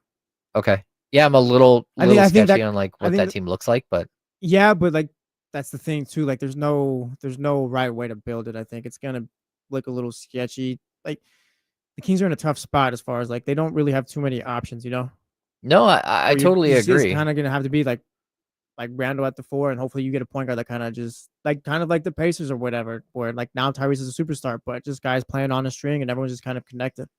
Yeah, my biggest concern with Randle as a player is his usage was 25% this year, which is right in line with DeMar DeRozan's, right? Mm-hmm. But the previous years, 29.9, 29.5, 28.7, 29.3, that's a really heavy, that's point guard usage. That's like crazy, crazy usage. And again, I think you would get into a similar situation where his game does look more.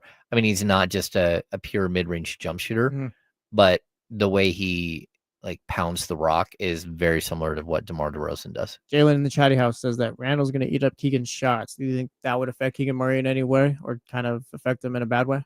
Sure it would. I mean, again, you're looking at a player who takes a ton of shots. He did take a little bit of a backseat in the second half of this year, but he played 13. He averaged 13.6 shot attempts per game this year, 18.2, 18.6, 17.3, 18.6 to 4 years before. Yeah, because if you're bringing in Julius Randle, I'm assuming like he's going to be the second scorer on this team, or like Yeah, he's kind of going to take that role. I know it would be a question like I think, well, Zach LaVine is a more efficient scorer, but you're looking at like if you had those two guys, you'd be able to score for sure, but it'd be a lot of ISO ball, and then at that point, like, are you just going to go full ISO and move away from a guy like Domantas Sabonis and try to bring in like a true, like rim running center, or like one of those guys to try to protect what these guys lack. So I don't know. I personally would say no, but I'm also going to say, hey, like, Scott Perry did make a move for him, and then on top of that, once he made the move for him, that ends up being when Julius Randle has like the best stretch of his career. The other one is of course Alexander Walker, and like we all get it. He is Shay's cousin. But he's also, like, for me, really played well. And it's not every game, but the Kings need players like him. Well, it's kind of like what I was saying with Keon Ellis earlier. You don't let guys like that go. Yeah. And like the Timberwolves, like, hey, let him go so the Kings can work on that. But like you want players like that in your building. No, I totally agree. And when I'm looking at him as a player, I think, again, he only averaged 9.4 points per game this year, but he shot 38.1 from three. He shot 43.8 from the field. He's not a big assist man. He's not, he's not a primary point guard. If you thought you were going to bring him in and make him a point guard, you're going to have trouble. I think he's more of a 2-3 than he is a 1-2.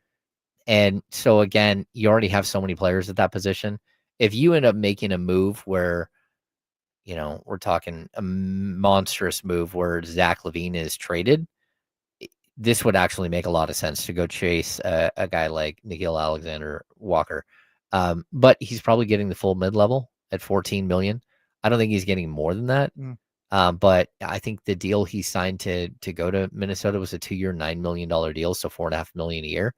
I would not be surprised at all to see him make between 10 and 14 million a year. Yeah, he's kind of, I don't want to say played above himself, but he's kind of showed what he can be on the national stage. So he's got definitely more eyes on him. Where it's kind of like we were talking about Keon Ellis, where he's like a top 10 free agent on Kevin Pelton's list now and all that. Yeah, and again, Nickeil Alexander and you think that Walker, these guys are just, oh yeah, we know these guys only. It's like, no, now they're like the league's taking notice. Yeah, and he's on that list, but he's like 17. Yeah. And I mean, that's wild to consider, but we're looking at two guys that are like 6'5", and two guys that shoot the three ball well and play defense well. I just like his defensive acumen, and I Kings need. The Kings need a bunch more of them. They just have to have a guy who can like organize the whole thing at the point guard position. Yeah. So if I'm the Kings, I'm at least calling and maybe picking at the carcass of the. You've got tradable assets and like contracts, like with like DeMar. You've got money. Like DeMar is more than likely to be gone. I'm assuming. Just we see so many rumors and everything around. Like I'm just positive he'll be gone and all that stuff. We'll see, things could change and all that. But like you have big money contracts where if you didn't need to move a Zach LaVine or like I said DeMar, like it's possible to bring these type of players in. Yeah, I think so too. Who's gonna win the series? Is this it? Is this the last game of the series? I'm so excited for the Pacers and Thunder finals, James. That's my answer. So you think this is it? Yeah, this is it. It's over tonight, I think. I wouldn't.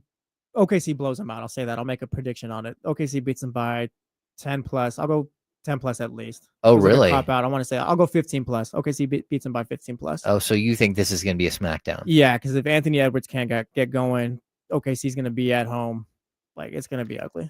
I feel like this is one of those games where Minnesota comes out and plays really well early, and then they just claw their way back in and beat them. And I think they'll beat them handily. But I do think that there will be like an uh-oh moment early. Yeah, because I feel like we see that with every team kind of playing with their season on the line. It's like, oh, come on, guys. Like, this is last shot, blah, blah, blah. Yep. You always get that initial punch. But if you weather that, then, yeah, it's done.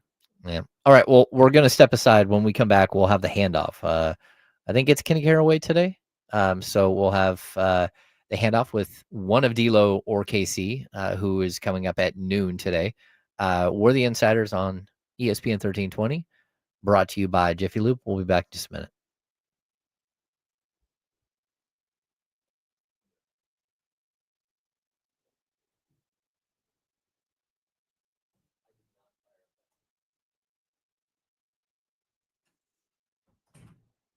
Yeah, Randy. I think the Timberwolves have gone as far as they can. It's over.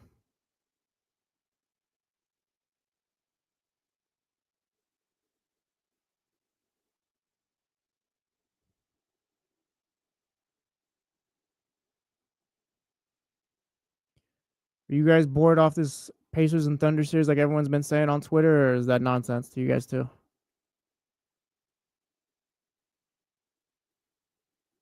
Damn, Nick Stowski's gonna be brought up in the chat. That's tough.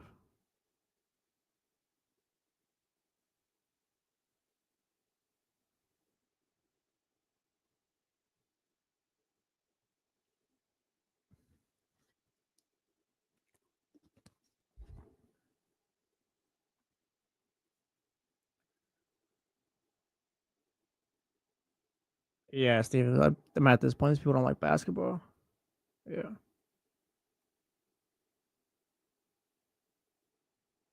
I asked James about this yesterday. He says it's unlikely. Says it'll be too much to kind of just buy your way back into the first. So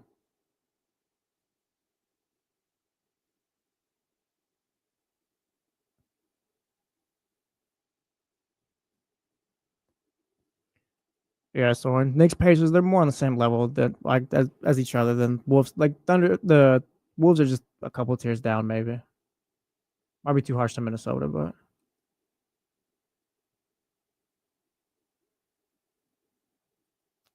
I don't know. I don't know. I think Indiana's gonna have something for him, Payne. I wouldn't call it a sweep just yet. You still got 3 minutes. Yeah.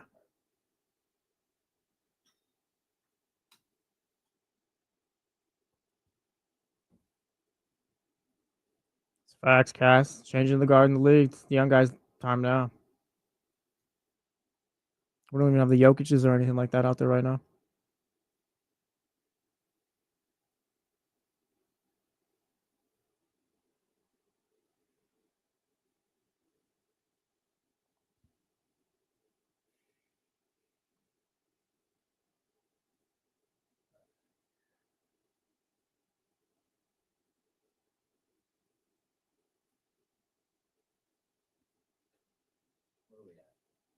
Michael Porter. That's Michael Porter Jr.'s because you just brought up Denver. That's the other team that I think we're going to see. Movement or activity. Yeah.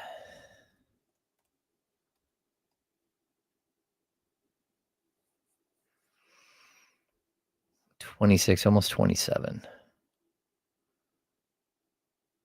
He's played a lot of games the last 3 years. 62, 81, and 77. And PJ? Yeah.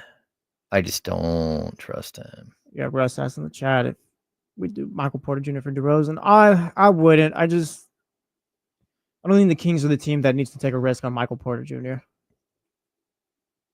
Yeah, he's owed 38.3 and 40.8 over the next 2 years. It's like if that doesn't work out, then it's just kind of like, why did you even take the risk knowing where you were as a franchise? Yeah. I'm out. So the Kings loved Michael Porter Jr. during the 2018 NBA draft. They would have taken him number 2 overall instead of Marvin Bagley. But his x-rays came back, and I was told by someone that I trust in the organization that they would not have taken him in the second round. His back was so bad. And he ended up having 3 back surgeries before he's 21. And Well, he could barely walk, it looked like at the draft, right? yeah, I mean, he was hurting. So it's tough because, again, he's played. He has like the talent and all that, but it's just injuries aren't going to let him fulfill that potential. Yeah, but I mean, if he played 77, 81 games, and interesting enough, he averages around 13 shots a game. You talk about players who would come in and not take away from Keegan Murray. I would probably. You, if it was between him or Julius Randle, what would you do? I would take Porter because I think he fits the system better. Gotcha. I think he can be a straight up corner 3 guy. Now, he's not going to pass at all. Like, and not a great defender. Yeah. 15 seconds.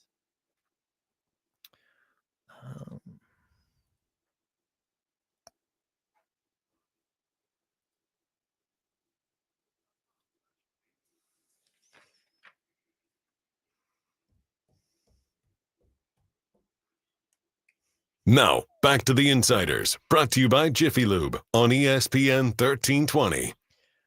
Welcome back into the Insiders. I'm James Ham. Joining me today, Jesse Tapia. He's not wearing a hoodie today. This is weird. Yeah, no, I honestly thought about that leaving the house today, but we went to long sleeve white tee. Okay. The hoodie is just comfortable too. All right. Like, just comfortable, just kind of. I'm wearing a hoodie today. Yeah, I love a summer hoodie. Yeah. Yeah. Ooh, so, see, that's what I was gonna say though. Once it starts getting really hot, are we ditching the hoodie? Yeah, real ones keep the hoodie on. Even when Okay. it's 105? I'm not outside when it's 105. It's true. That's true. Plus, All right. I'm just gonna tell you, like, I run straight to my car. Are you gonna jump in? He's good. I'm just here. We got him set up. Yeah. I add him to the screen. We're good. Oh, got it. Yeah, like I think, I'm just gonna sprint to the car, and I do have the ability to cool the car down before I get there. If I'm going out, by the way, during the summer, I'm not wearing a hoodie like out to the river or anything like that. I'm not No, a crazy no, person, but if no. we're coming to work, I'm probably gonna have a hoodie more times than not. Yeah, it was It's work like related. it's like when DeRozan had his press conference. It was like 104. He had the big Exactly. old Oh, sweatsuit on. It wasn't outside for no more than 10 Yeah. seconds. Monty Doesn't McNair matter. showed up, long sleeve shirt and a puffy vest. You're like, If you man, don't- it's 106. What are you doing? Now, I mean, it depends on the day and how you feel. But like, if you don't have to be outside, you can wear whatever. If you're spending 90% of your time in an air conditioned place, Exactly. it don't Yeah. matter. I'm with you. Now, if you're going to concerts in the park, and Oh, it's no. 100, there's no hoodie going on that time. Shout out to my dog Coco too. If it's around 8 o'clock and I'll throw a hoodie on, he gets so excited because we're going outside. That means we're going on a walk. Oh, He knows what the hoodie means. He knows the vibes. Yeah. do we have intro music to welcome in Kenny Caraway? We do, I think, but Do we know how to press? No, this is on Damien's page, so you got to give me a second. I think. I don't know. It's okay if not. You know what? Yeah, we don't, because I got to log into Cos. It's a whole thing. Okay. Well, We got it welcome in. tomorrow. The music I'm is back here. tomorrow. I'm just here. That's all we got to say. Yeah. We do have Kenny Caraway joining us here for the handoff. What's Yeah. going on, man? Not much. I saw your tweet just a second ago about the California Classic not Yeah. being here, and you have more details and stuff. I think I know what you're gonna say, but how people feeling about that? Are they a little upset about that? Yeah. I think Very fans upset. are bummed out. I get it. Yeah, I wouldn't say like very upset, but like James said, like kind of just bummed out. Just like it's just another thing. I feel.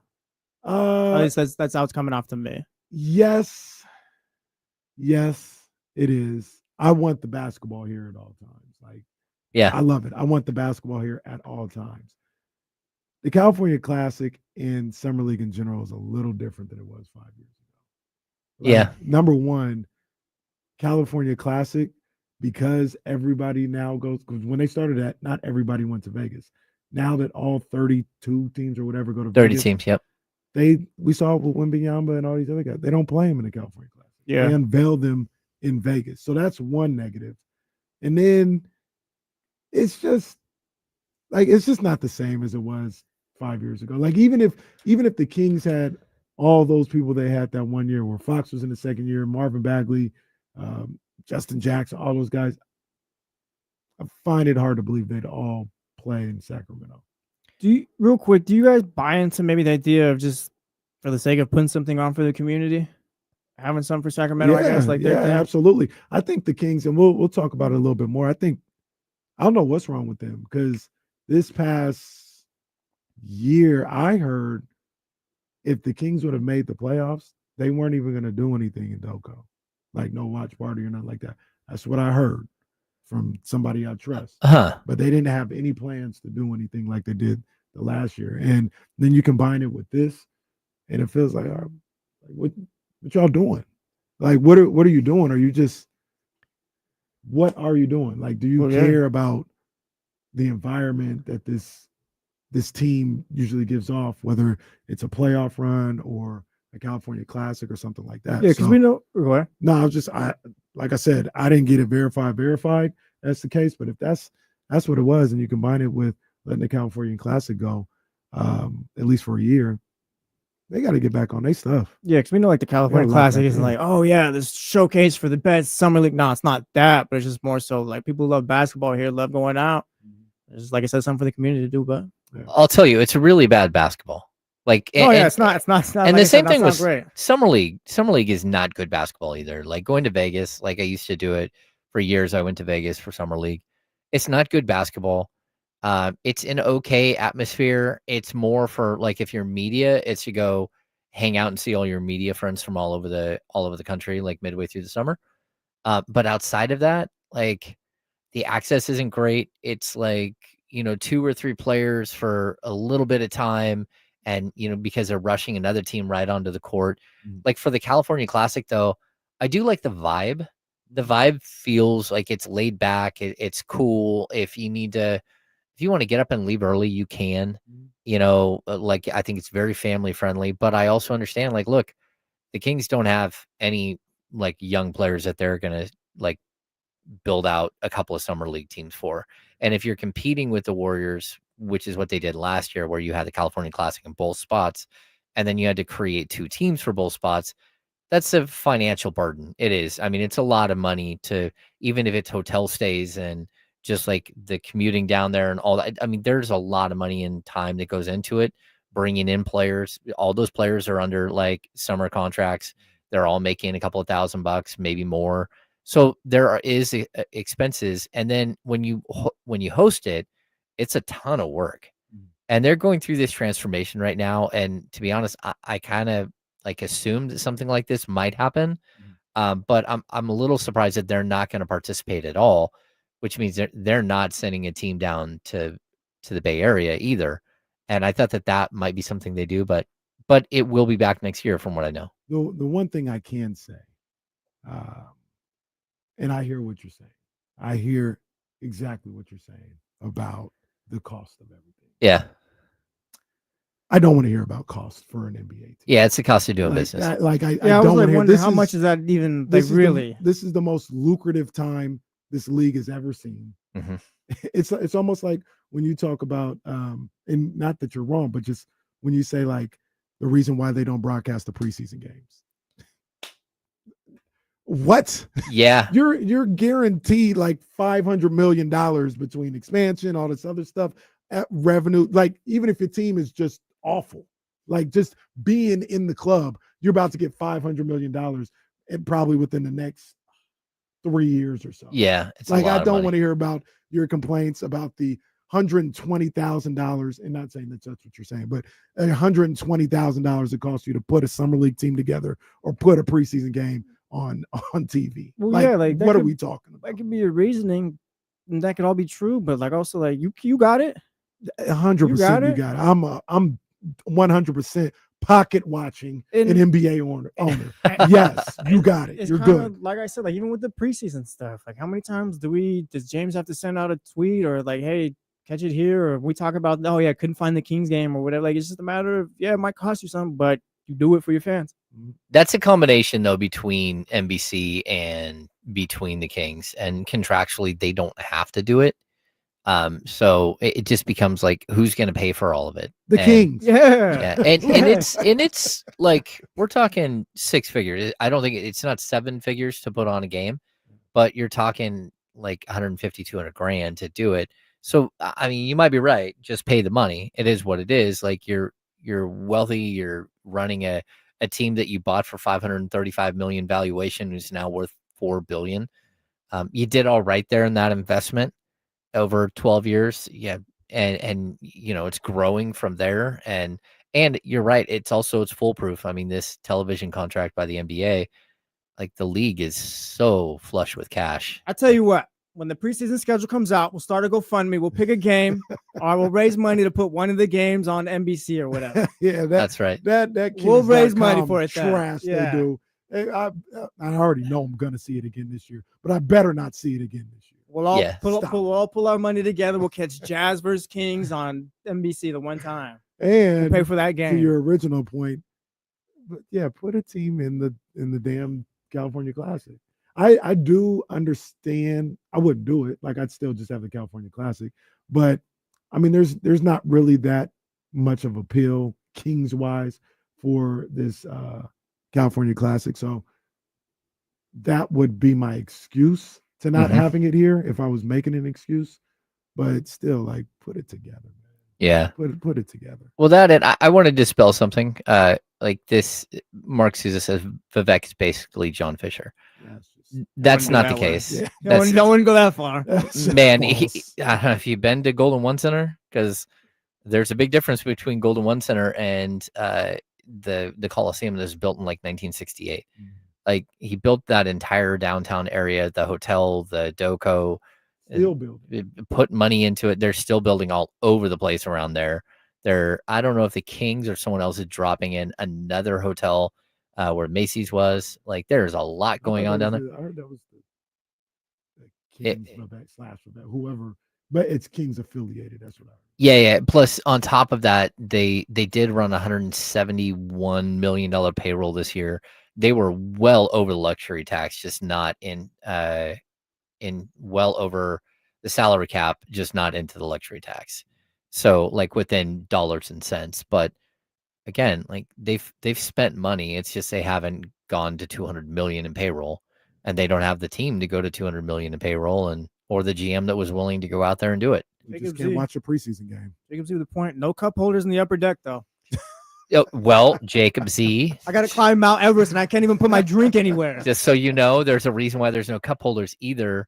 By law, the walkway isn't wide enough upstairs for them to put cup holders on the back of the seats, and they became trip hazards, and they had to nix the cup holders. Well, Damn. That's because it's too steep, and it's because they're trying to give you a better view of the game. that is high up there. I do Oh, hell not yeah. like going up there at all. I High don't. up Yeah, there. no. That's where I spend my time. But yeah, I'm sure cup holders are less of a tripping or more of a tripping hazard than things all over the ground. So I don't know. I think we have to go, don't we?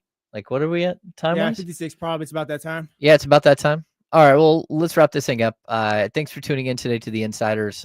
Jesse and I will be back tomorrow. Joe Brazil will be behind the glass tomorrow. We keep him at arm's length so he can't get to us.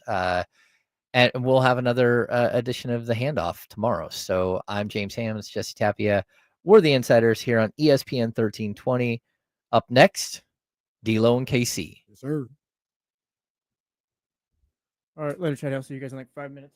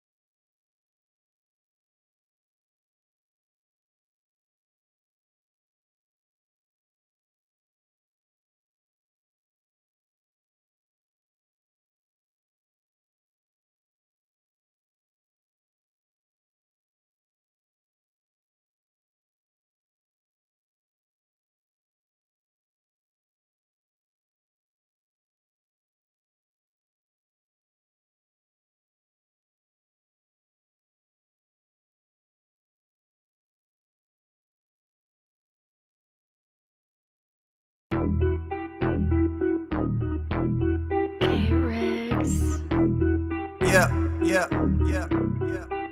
We got them screaming D-Lo, KC, D-Lo, KC, D-Lo, KC, D-Lo. We got them screaming D-Lo, KC, D-Lo, KC, D-Lo, D-Lo. We your number one spot. We your number one spot for some sports, huh? Got the city going crazy when we work, huh? We top 2, but we ain't 2, we in first, huh? And when you need the real, we is who you search, huh?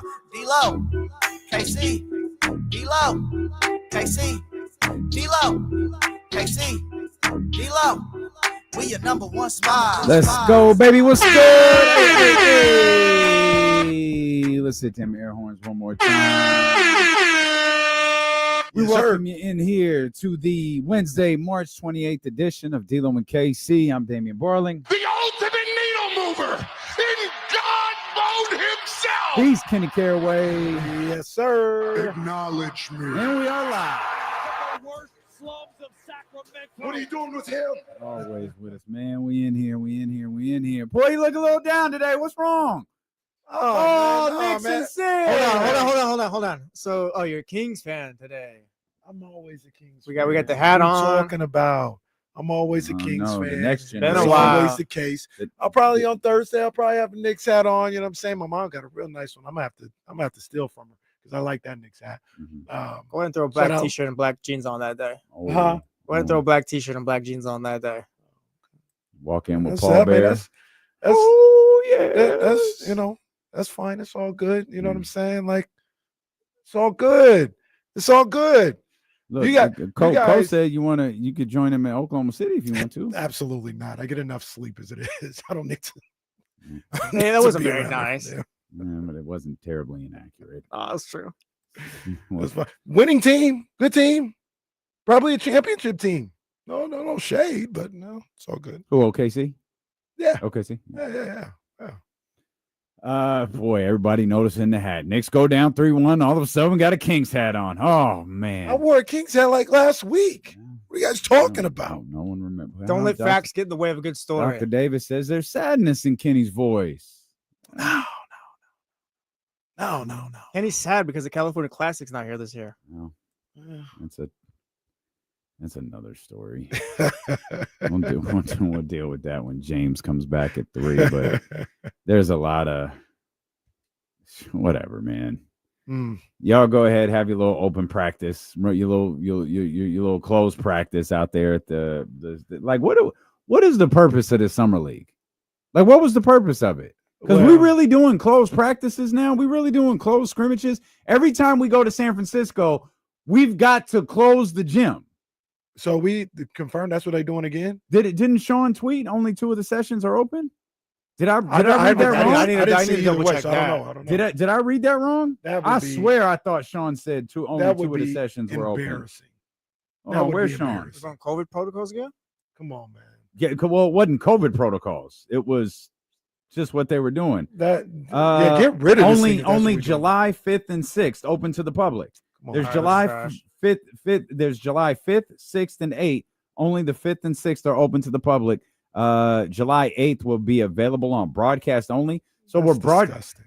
That's disgusting. All right, man. I was All right, man. I was willing before I heard that moment right there. I was willing to be like, hey, it's all good. Like, Chase Center, they get the California Classic. Basketball's popping off. It's all good. Like, cool. And now you're telling me you're doing this again, where you shut off one of the days to the public. Come on, man. What are we ridiculous. doing? Are we all just trying to save money here too? Is that the case? Is that why? This is what it is. The organization are a bunch of bitches. That's what it is. They just rolled over and died for this. Like, own it. Yo, this is supposed to be ours. 16,000 packed that arena to watch that sorry-ass basketball team play. And then 16,000 packed it again. And what we do? Let's go to San Francisco. Nobody showed up and they started this. Oh, we're going to close the final day. No one showed up. Hey, don't fault them. Y'all won a championship like 2 weeks earlier. Who's going to want to go watch random ass pre-summer league basketball? Nobody. Y'all just won a championship. No one shows up. They start this whole, we're going to close it out. All it's protocols. Then we get the 40 wins baby is born at the Chase Center. Then what do? Come back to Sacramento. pack it out again. Keegan Murray scores 100 points in a game. That's how I saw it. That's how I'm going to tell my kids is that Keegan Murray scored 100 at the California Classic, held the paper up and everything. Then what do? Oh, we split it. Bruh, what are we doing? It has failed everywhere but this city. Everywhere. How many people showed out for the Chase Center portion that weren't Kings fans last year? What is the purpose of this? What is that drop you used to play? Y'all is weak. Stand up. Weak in the knees. And that's why I don't know whose call it was, but whoever said, oh, Chase Center, cool. We're out. Salute. Because you know what they could do? I don't even know if they're allowed to do this, but you know what they could do? It's all good, Kings fans. Go to when Center's open on July 5th, 6th. Come watch us practice. Come watch us play each other. I'd bet you your house that they draw more people in that very literal practice than they would at the dental office. This is just bad business. This isn't even basketball, Warriors, King stuff. This is just dumb ass business. Somebody stand up and say, nah. And again, whoever's decision it was, Vivek, Scott Perry, Doug Christie, whoever said, oh, yeah, we're out. Yay, salute. That's the way it should be. We're out. 100%. That's the way it should be. But to your original point, should have never let it go out there in the first place. There it is. Like, once again, stop being so weak in the knees. Stand up and fight for what you created. Y'all, you created this, and you just let it. You're just letting it go all over the place. And the Kings organization that I rock with, and we know people within those walls, and we're good with them. It's good. We know how it is. But they're getting a little lazy. They're getting a little lazy, man. It feels like they're getting a little lazy. And my judgment may be clouded on that a little bit, but I don't think we've ever talked about this. But them letting that go to Golden State or Chase Center for a year, and they alternate and all this other stuff, it reminded me of something that I heard right before the play-in game. Down in Doko, right before the play-in game is going on, I heard they weren't even going to do nothing if the Kings made the playoffs. And what I mean by that is watch parties, put something on the big screen on L Street, all that stuff that they did before. They weren't even planning to do that. And now you got this situation here where you're not even looking forward to taking ownage of a summer league situation that was yours, that you created. It feels like they're getting a little lazy over there. Getting a little lazy, man. Fight for what you created, man. Scott Perry said when he got here, I got to evaluate this organization from top to bottom, at least within his, parameter. Man, I really hope he's doing that. Because it's certainly not his fault that this is happening the way that it is. But there are people who need to be accountable for allowing this to happen the way that it is. And if it's Vivek, it's bad business on Vivek's part. I can't imagine he would let something leave this city that he helped put together. But this is, this is whack, dude. It's such trash. It's like, let's go back to the place that it's failed at twice. Let's do that. Let's do that. What is the purpose of this summer league? Is it really to get running? Is it to create business? Like, what is it to do? Because there's business happening in one place, and it's Sacramento. There is no business happening at the Chase Center. No. On July 5th, 6th, 8th. Talking about broadcast only. All right, man. That is. Right. I didn't even see that till you just get your stuff. Put that out there, man. That's trash. And I talked about it earlier. Like, I'm not really tripping off the California Classic and Summer League because I wasn't until this show started. Now I'm angry. Summer League has changed since the inception of the California Classic. Like the NBA Summer League. Before the very first one, you got Bagley, Harry Giles, Justin Jackson, De'Aaron Fox, all that. Those days feel gone. Like you're not getting that type of experience and go to one. At least I don't believe anymore, because we saw it with Wembanyama. I think Brandon Miller played one game, but then didn't play the other game. Yep. These guys they're debuting him in Vegas. Well, Wemby's big money. Yeah. Wemby's marquee game on, Friday night or whatever in Las Vegas in the big arena. Did Stephon Castle play last year? I can't remember. I don't feel like remember. he did. I was buried in DeMar DeRozan text last year during the California Classic. I cannot remember. I don't feel like watching Vivek wondering, he's not courtside. What's that mean? Well, there goes the signing for the summer. Well, ain't happening. Well, Kings are signing no one. It ain't happening. They saying Castle did, man. I wasn't here, so I can't remember. Mm-hmm. But it's just a different environment with the NBA in general with Summer League. But still, like, this is yours. This is yours, Sacramento let Kings. it go. Y'all just let it go. Letting it happen the way it's happening is they gotta tighten up over there on what is it, 500 David Stern way or whatever. They gotta tighten up. They've got to tighten up from top to bottom. They've got to tighten up around there, man. I think they're getting too loose over there. Maybe it's too many things around flux or whatever, but they got to tighten up over there, man. It's looking bad. Yeah, tough look. Again, I did not care one second. All I thought was, all right, 4th of July, cool. Like, I'm gonna take some time off then. Like, I was thinking, I ain't going nowhere. California Classics here, free agency. Now it's like, cool, man, the hell with it. We'll take some time off. Let D'Lo and KC get some rest. Y'all hoes out here. Or if the Kings are listening, run that black and purple scrimmage. Do that. Open up the Golden One Center and show the NBA something. Y'all want to jump this thing back and forth between Chase and Golden One? Okay, cool. We'll open this up. What are tickets to the Classic? Like $10? Yeah, as low as hell, that, just yeah. make it free. Do that. Come in and watch practice. Well, then the whole other thing. So James got into it, and this isn't James's fault. James just spoke about the reason why certain things might not happen, and he started talking about money, right? And I don't want to hear, and James, it's not him, it's the Kings, and we'll talk to James at 3:00 about this. I don't want to hear the Kings or any NBA team talking about it's too expensive to put a team out there or put something on the floor. We're talking about 6 figures when you're about to just get a free $500 million coming up. Each team damn near. They ain't even do nothing. You're just a part of the club in between TV contracts and 2 expansion teams. Fees. You're about to just get a free $500 million. So I don't want to hear, that ends up being like $200,000 to put a team out there in the summer or broadcast the preseason game. Do it. Do it. You got it. The hell you talking about? $200,000. Comical.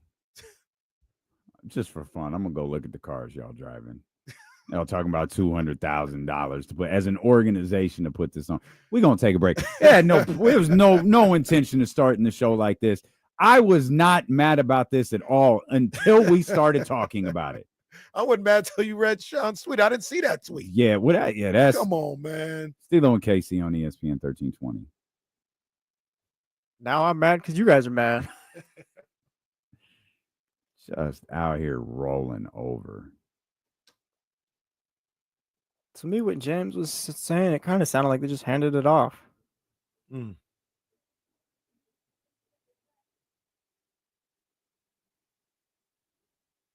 over there listening to Drake? What's wrong with you? Well, I was looking at a video. Elliot Wilson. This video's from, I don't know why. This video from February when we talked about LeBron at the concert. So I saw something. I don't even know if I want to go down this road. All right. Let me ask you a question. This might start something. Damn. I'm just trying to ask a question though. All right, man. If LeBron is the greatest of all time in basketball, why isn't Drake the greatest rapper of all time? And I'll tell you where this comes from real quick for you answer. Yeah. I saw today he like set I don't know if it was a hip hop record or just a music record, getting his 10th diamond certified song. Mhm. He's definitely the only rapper that has Mhm. that. I think I I read don't that. think he's the only artist. I don't think so remember. either. It's a short list. It's a single digit list. Yeah, and It might even be a one hand list. and one of them didn't include Best I Ever Had, right? Because I think that was a mixtape for a long time. So somebody was like, he could have like 12. I'm just looking at the resume. I don't think he's like the best rapper, like talented rapper or wordsmith or nothing like that. But the resume is, we ain't never seen nothing like this in rap. And it's the same thing we say for LeBron because of the numbers he accumulates. Mm-hmm. And we don't look at, like, we get upset. I get upset too when people are like, well, Jordan was 6-0. Like he's the best because of that. And it's like, well, hold on, man. Look at all that LeBron has accomplished. How can you dismiss that? And I just asked the same thing about Drake. So you willing to admit LeBron's the best ever? I don't know if LeBron is. I still say is Mike, but when people have the argument of LeBron James, they talk about the resume and the numbers. And if when do we not talk about resume and numbers, right? When we talk about Drake. Yeah, but it's, I don't know. It's music. I guess music's different. So it just depends how much you put into stock the numbers and all that. It's subjective as to like what you like. Mm-hmm. Like if you made an argument that he's the greatest of all time, like, yeah, you got the numbers to back it up. And mind you, I don't think he is. I still say Jay-Z. I still Jay's the best of all time. But this was kind of the original argument we had like years ago. It's like the numbers like that he is accumulating. It's like the Michael Jackson Prince argument. There are people who will argue with that Prince is the greatest of all time because Prince played all of his own instruments. He was an actual musician. Michael was a performer. He was a singer and a performer. And it really depends on like what you hold weight in. For me, Drake doesn't say anything that I care about. Like, I get it. Bend that ass over. Let that cooch. Like, I get why people like that. Like, I understand. Shit, SZA's doing it on the tour. Like, that's one of the biggest moments of the show. And it's like, I get that. But for me, like, someone's got to talk. Someone's got to I'm the opposite of you. Sometimes when I listen to it, I want to hear the story of either the album or the song or the record. Like, I still pick up on things that I didn't pick up on the first 20 spins of an album. You know what I mean? I did that to Pimp a Butterfly like 2 weeks ago. Mm-hmm. I told you I was listening to that. Like he went from You that ends with him like battling the thought of killing himself. Like, that's the record. He's talking about fighting the urges to end his life.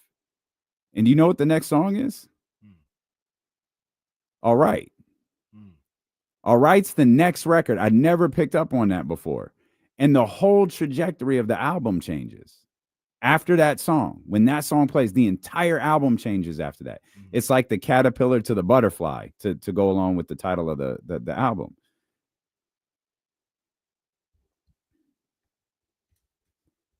I don't know why you did that. Well, I kept throwing me off because I felt like a radio conversation. The break was hella long. No, it's a good conversation. So the whole thing, and I know you guys hate this, but things pop up on the drive up here, right? So I'm getting ready for the show or whatever when I'm at home, and I'm like, all right, I'm ready to go ahead and talk about this.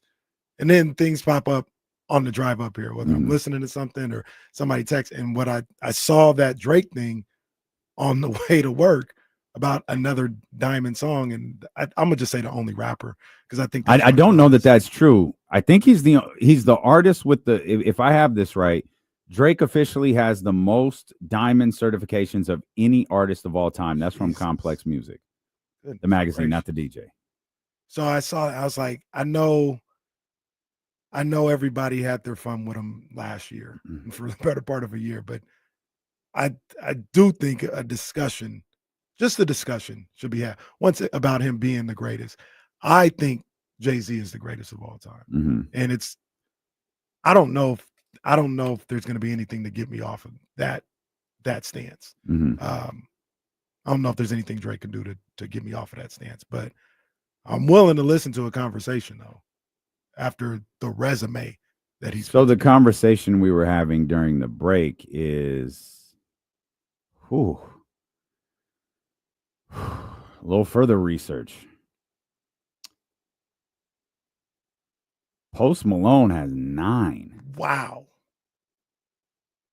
That's crazy. Wait. That's crazy. No. Hold on a second. Diamond certified. No. The artist with the most certified diamond records is Post Malone with 9. No. He's also the first artist to receive 10 diamond certifications because Sunflower is double diamond. Sunflower is 20 million or 20. What is that? I think so. Okay, so it's 20. Diamond is 10. So a double diamond is 20 plus. Jeez. Ree has 7. Drake just got new ones. That's why this is a story. Best I ever had. And they did include Best I Ever Had. There was one other one. I forgot what it was. That took him from 7 up to 10. So I guess it's him and Post Malone. I'm a little confused by the wording of Post Malone. But if you want to go see Post Malone, tune in to D-Lo and KC at 3 o'clock. Well, never mind. Forget it. I don't know. Tune in whenever you want. I don't care. Listen on. Wait, what do you mean? What's going on? But like with you, I like the comp that you brought up. Like when we talk about LeBron, his numbers, his longevity, we talk about his greatness. We use these numbers. Why don't we do the same with Drake? Like you can make music is so subjective, right? And it's really just what you like listening to. I have made it clear for a couple of years, leaned into it pretty hard the last year. I just don't like listening to Drake. He has songs that I like. It's not like, oh, I hate this dude. Like he'll have a record that'll pop up on my, curated station. It's like, oh, when he raps, that boy can go. It's just not my preference to listen to him. Like, I think Kendrick's a better storyteller. I think Jay-Z's a better storyteller. I think Jay-Z's a better rapper. I think Big, probably the best rapper out of all of them, but he can't really be in the conversation anymore. Like, I think I'm real enough to be, he can't be in the conversation with really 2 albums. I don't count Born Again, and I don't count all of the trash that Shawn put out after that. Duets was okay. But it was garbage. Well, like, it was one song was okay. That song was extreme trash. Was it? I don't care how many people played it, that song was trash. But he has 2 of the greatest albums that were ever composed. But he can't be in the conversation. Drake is absolutely, it's no different than the Jordan LeBron conversation. If you're having an honest conversation about the greatest rapper of all time, the list isn't very, you're not open. Well, man, Bun B could go. Like, no, man. Like, with all due respect to the Rakims and the Run DMCs, like, you can really drop this list down to a small handful of guys. Hove is one. There are people who are going to want to work Lil Wayne in there. I'll listen. I don't know that I wouldn't. I think I could fight for any person in a debate class. I don't know. Wayne is one I wouldn't want to fight for. I'd rather fight for LL than Lil Wayne. Yeah. But yeah, like Wayne. So here's the other thing about it, right? Is not only is music subjective, but it's also, how do I say this? Probably a little generational too, right? Yeah. Because, what do we talk about a lot of times with Jordan and Jordan versus LeBron? We're like, yeah, I know these numbers say this and all, but I was there for Michael Jordan. Yeah. I was there for his impact. I was there for what he did to the league and what he did for the culture and society and all this other stuff. And you can't put that into points per game. You know what I'm saying? Like, I was there for that, and I'm here for LeBron, and I see there's a difference. But you talk to, I guess, Reese, maybe even a little younger than him, his introduction to sports, to basketball, is LeBron James. And the impact LeBron has on him is the same that we say Jordan, the impact Jordan has on us. Yeah. Then you talk about music and I talk about Big or Jay-Z and all this other stuff. And I was there, once again, no disrespect to anybody or no insensitivity, but I was there when even on 9/11, lines were outside of Best Buy to go get the blueprint. Yeah. Like that's crazy. We didn't know what was going on. Yet people were still like, I got to go get the blueprint today. I was there for that. But you find somebody, the age range is probably like 27 to 35, who Drake is the soundtrack of their life, damn near. And they're like, I remember where I was in junior high when this Drake song came out. I remember the feeling I got in high school when this Drake song came out. I remember the first time when I turned 21, this was the Drake song that was playing in the club. And it's much like somebody with LeBron James and the impression that he left on that generation, because it's tied into so many emotional moments and so many firsts and all this other stuff. Drake has that type of impact. Kendrick has that type of impact. Well, and it's just, they would say that's their GOATs when we say Jay-Z and all this other stuff. Yeah, but there's a wild card in all of this. If you really want to talk about numbers, Slim. If you really want to talk numbers, we're talking diamond singles. What was the number? 10? Yeah. M's got 4 diamond albums. No what now the only other hip hop artist with multiple diamond albums is Pac. They're both double discs, and we know that that's not really it is, but it isn't. It's All Eyes on Me sold like 5 or 6 million, but because it's 2 albums, it counts as 2 sales, so that's 10 to 12 million. Same thing with the greatest hits joint, but 4 diamond albums. No other artist has more than 1. And the other diamond hip hop albums, like, this, it's going to take you back. These are actual album sales. These aren't Spotify's and all that stuff. Spotify numbers are crazy. Shout out to, AMA's hip hop artist of the year, Eminem. But like 10 mil, like dude drops an album, 10 to 12 million people are buying it. Yeah. And that's those are Wilt numbers in the Jordan era. Yeah, right. Like, you know what I mean? Like, like he's playing on the same field. Right. The rest of these guys are, and is just dropping, stuff that everyone is buying. The other thing that I would always say about Drake that goes in his favor, and it reminds me a little bit of LeBron, is I don't think the man is made in with the. Sorry, I'm so sorry to interrupt you. Yeah, the death of Slim Shady that won him hip hop artist of the year and album of the year. All right, well, see, now it did. He beat Kendrick's having a terrible week. He's gotten his ass kicked by Eminem. He's gotten his ass kicked by Billie Eilish. Luther fell to 5. Oh no! Yeah, I didn't see that. You missed it. Like the charts dropped today. You missed it by 2 weeks. You predict? Well, he got to 15, and then I changed my prediction to 20. Right? No, he didn't get to 15. I think it was 13 straight. It might have been 14. So you got within 1 or 2 weeks. I don't remember if we ended at 13 or 14 straight. But the racist country artist came out. Yeah, right. Morgan Wallen. He got like 3. Like he's got songs 1, 2, and 3.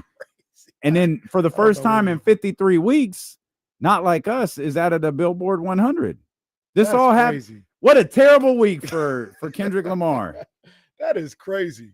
I think Billboard, because of the holiday, I think they came out today. I saw it this morning that Luther finally was dethroned, and for the first time in 53 weeks, Not Like Us isn't on the charts. Luther will probably be back in a week. It might be. Yeah, it might be. You can keep Not Like Us though.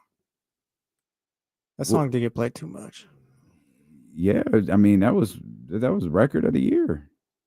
Like that song got run. It was everywhere. I was at like people still get excited when they hear. I was at a barbecue on Monday. Well, I wasn't at a barbecue. It was at Reese's practice. They had a barbecue in the park.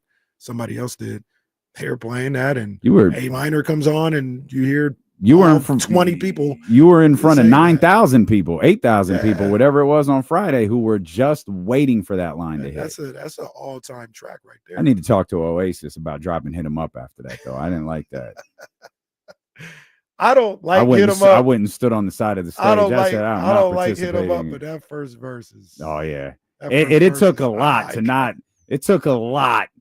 Oh, it took every bit of willpower to not go into the mic and start. Nah, But you see how it be like. I like Big. I didn't like that Pac did that, but that first verse come on. Mm-hmm.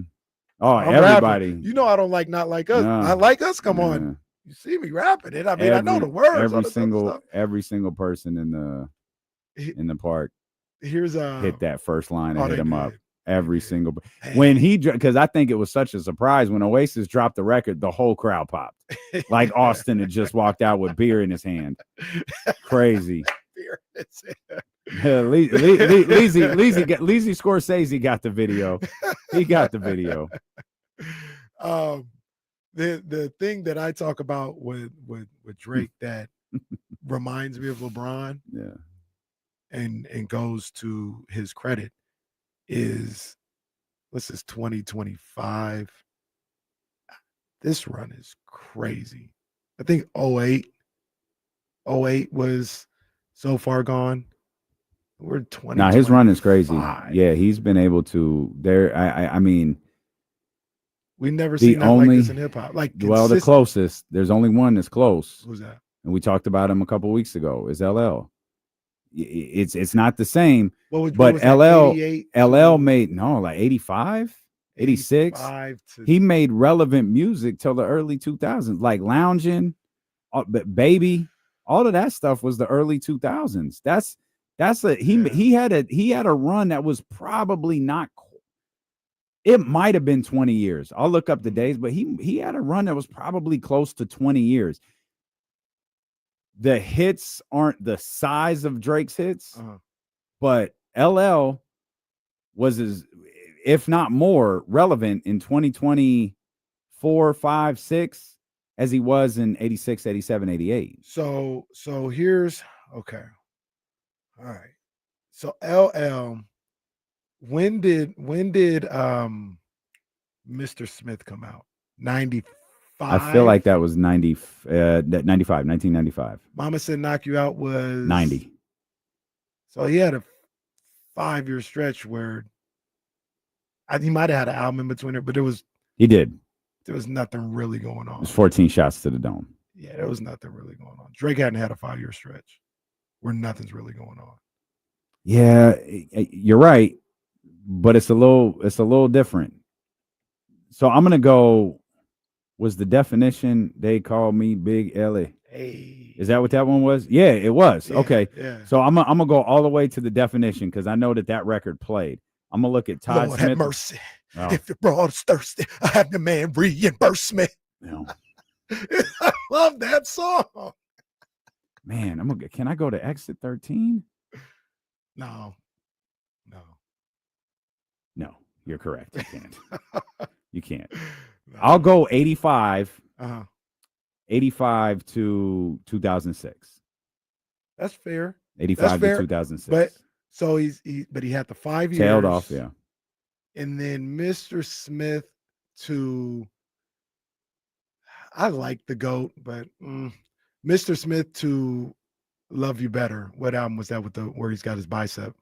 That's GOAT, isn't it? No, GOAT's the one with the white FUBU beanie. Well, what's the hit on that one? GOAT had Imagine That on that. Yeah. Yep. So I liked it, and there was album number 10 is the one with Love You Better, and, Paradise. Yeah, I like GOAT. Niggy Nuts. Remember that track?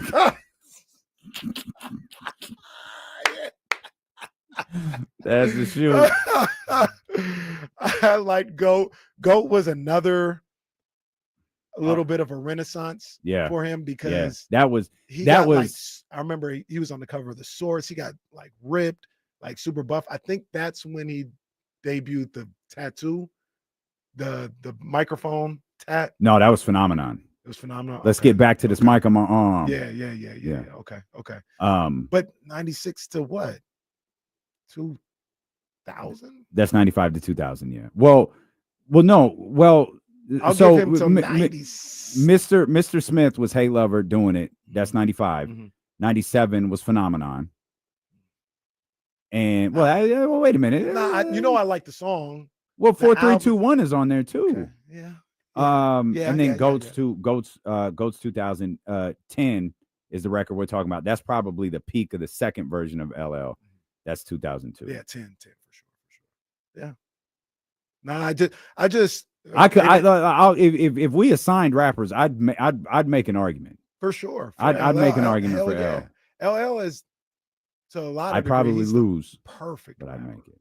He is the rapper that you would create in a lab. So he's, okay, here's probably maybe one of the best ways. Drake's a better version of LL.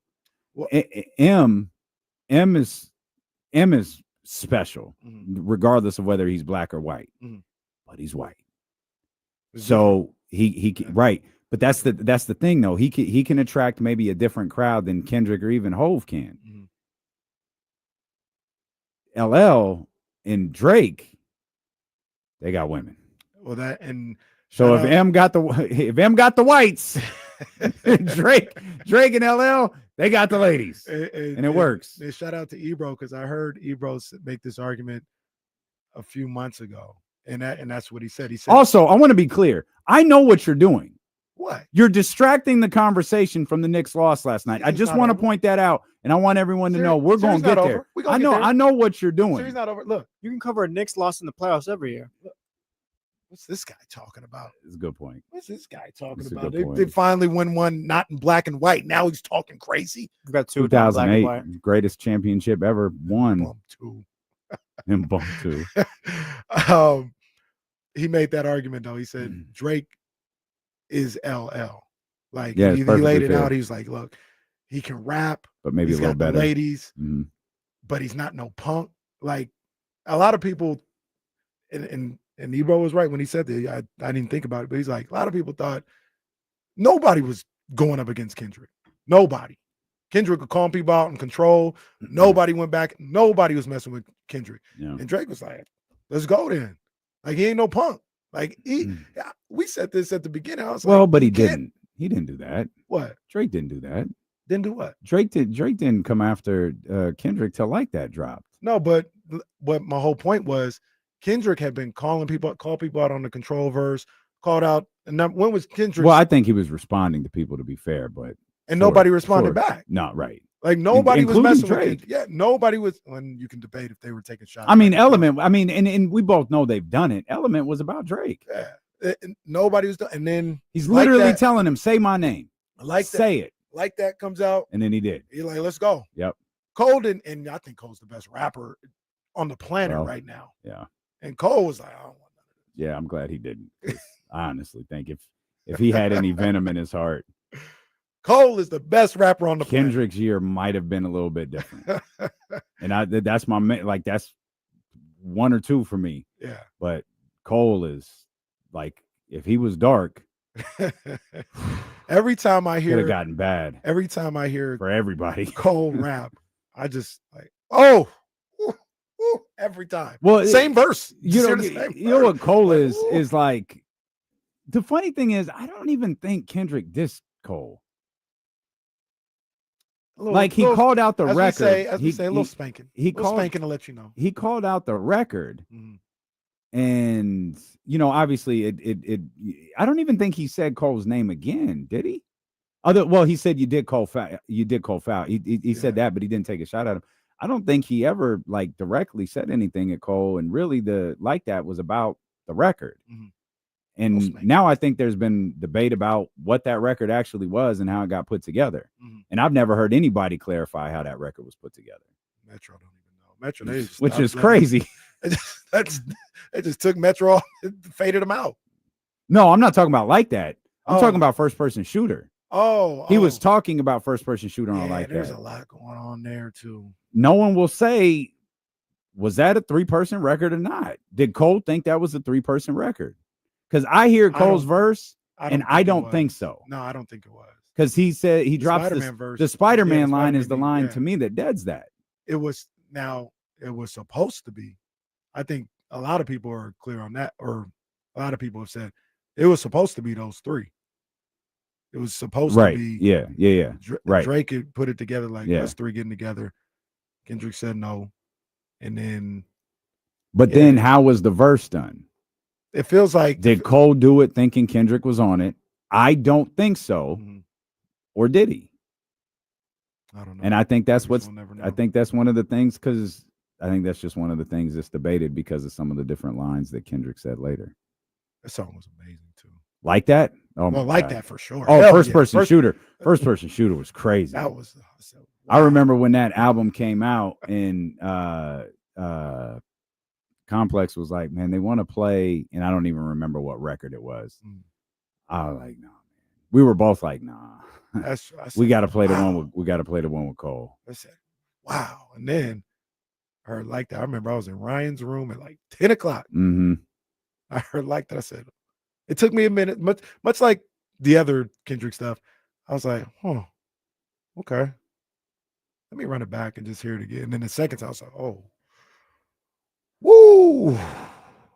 Okay, it's on. I was listening to the album for the segment the next day and just opened Twitter, and all I saw was Kendrick. I'm like, what? Where? I had to find where it was because it wasn't listed. It didn't say, Future Metro Boomin featuring Kendrick. Yeah. So I found it was like that. And then when I heard the Rodney O and Joe Cooley hit, that was one of those. Metro went crazy. That was one of those earpods are coming out. This has to go into the home stereo. And we got to hear what this sounds like. Man, oh man. All right, we can talk about them Knicks when we come back. So once again, I apologize to you guys. There are some King thoughts. So Eminem is the greatest, right? Well, I guess we settled on. King's thoughts that happened on the drive-in. I apologize, but we got time to get to that. Okay. We can talk about the Knicks. We can talk about the greatness of Tyrese Haliburton. Oh yeah, and this is just a heads up, Kings fans. If the Eastern Conference Finals continues the way it's going. Just turn it off till game one. Y'all are not going to want to watch the origin story. It's going to be bad. We're not going to look good. You're probably going to get your feelings hurt. We'll talk about it. There's a lot more ahead. Yeah. Appreciate you being with us. Dealing with KC on Sacramento Sports Leader, ESPN 1320. That was such a great reaction. What? What's going on here? That was perfect. Shout out Kenny. Another I got a segment for the I got something for the commercial break that we spent half hour on. We had a lot of sports to talk about out there. Let me just Well, I don't know that we do. Not that there's anything wrong with what you wrote. I feel like we're forcing that 147. I put it there because I was like, I don't know. I think yours is a lot better than what I wrote, but it's the same conversation that can be had on July 11th. Right. Yeah.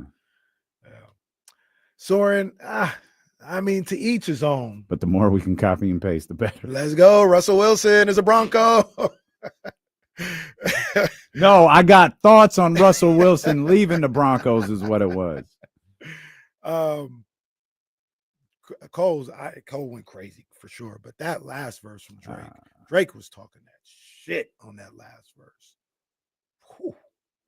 I actually don't like the last verse. I like the first one. I like the first. I thought he killed the first one. He said, but the problem, Cole's verse was, I don't think he should have come back. That's kind of what it boils down. First verse was hot.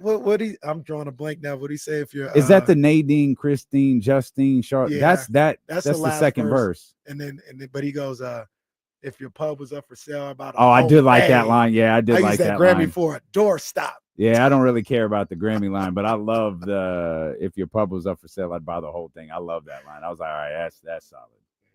That's solid. Aldrin J is right. Kids in 10 years are going to be like Playboy Cardi's the GOAT. Oh, man. Oh, man. Oh, CJ, that's kind of funny. You'd sue for it.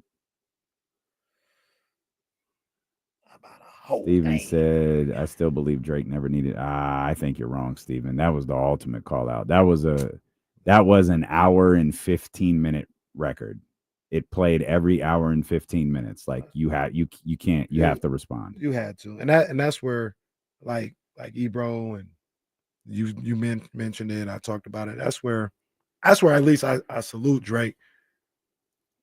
Punk, man. The only thing I don't think let's go. The only thing I don't think Drake should have done in all of that was the Heart 6. That's the only one, because that was ass. Yeah, well, I didn't like it. I don't play it back. Good. He was actually rapping pretty cool in that, but you could see the defeat, the effects of Not Like Us. You could hear it, you could feel it on that track. It's also the only song that was rushed. Like that was a in the moment record. No other records that I think either of them dropped were in the moment. That was the only song not already pre-recorded. That's what I mean. That's what I'm saying. I think Family Matters first verse was already written. The second and the third verse.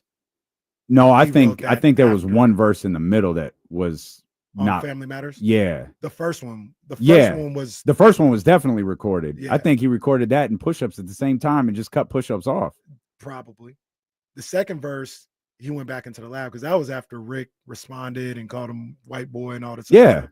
So he went back and responded. And then the last verse, going back to Kendrick, I think he kind of wrote that. I don't remember the last verse very well. I remember the second one. Well, Like That, Euphoria, Not Like Us, and Family Matters was Not Like Us was recorded too, except for the last verse. Those three songs are, and depending on what you think of First Person Shooter, that was the height of this whole thing. Lazy got me just standing over there on the side of the stage.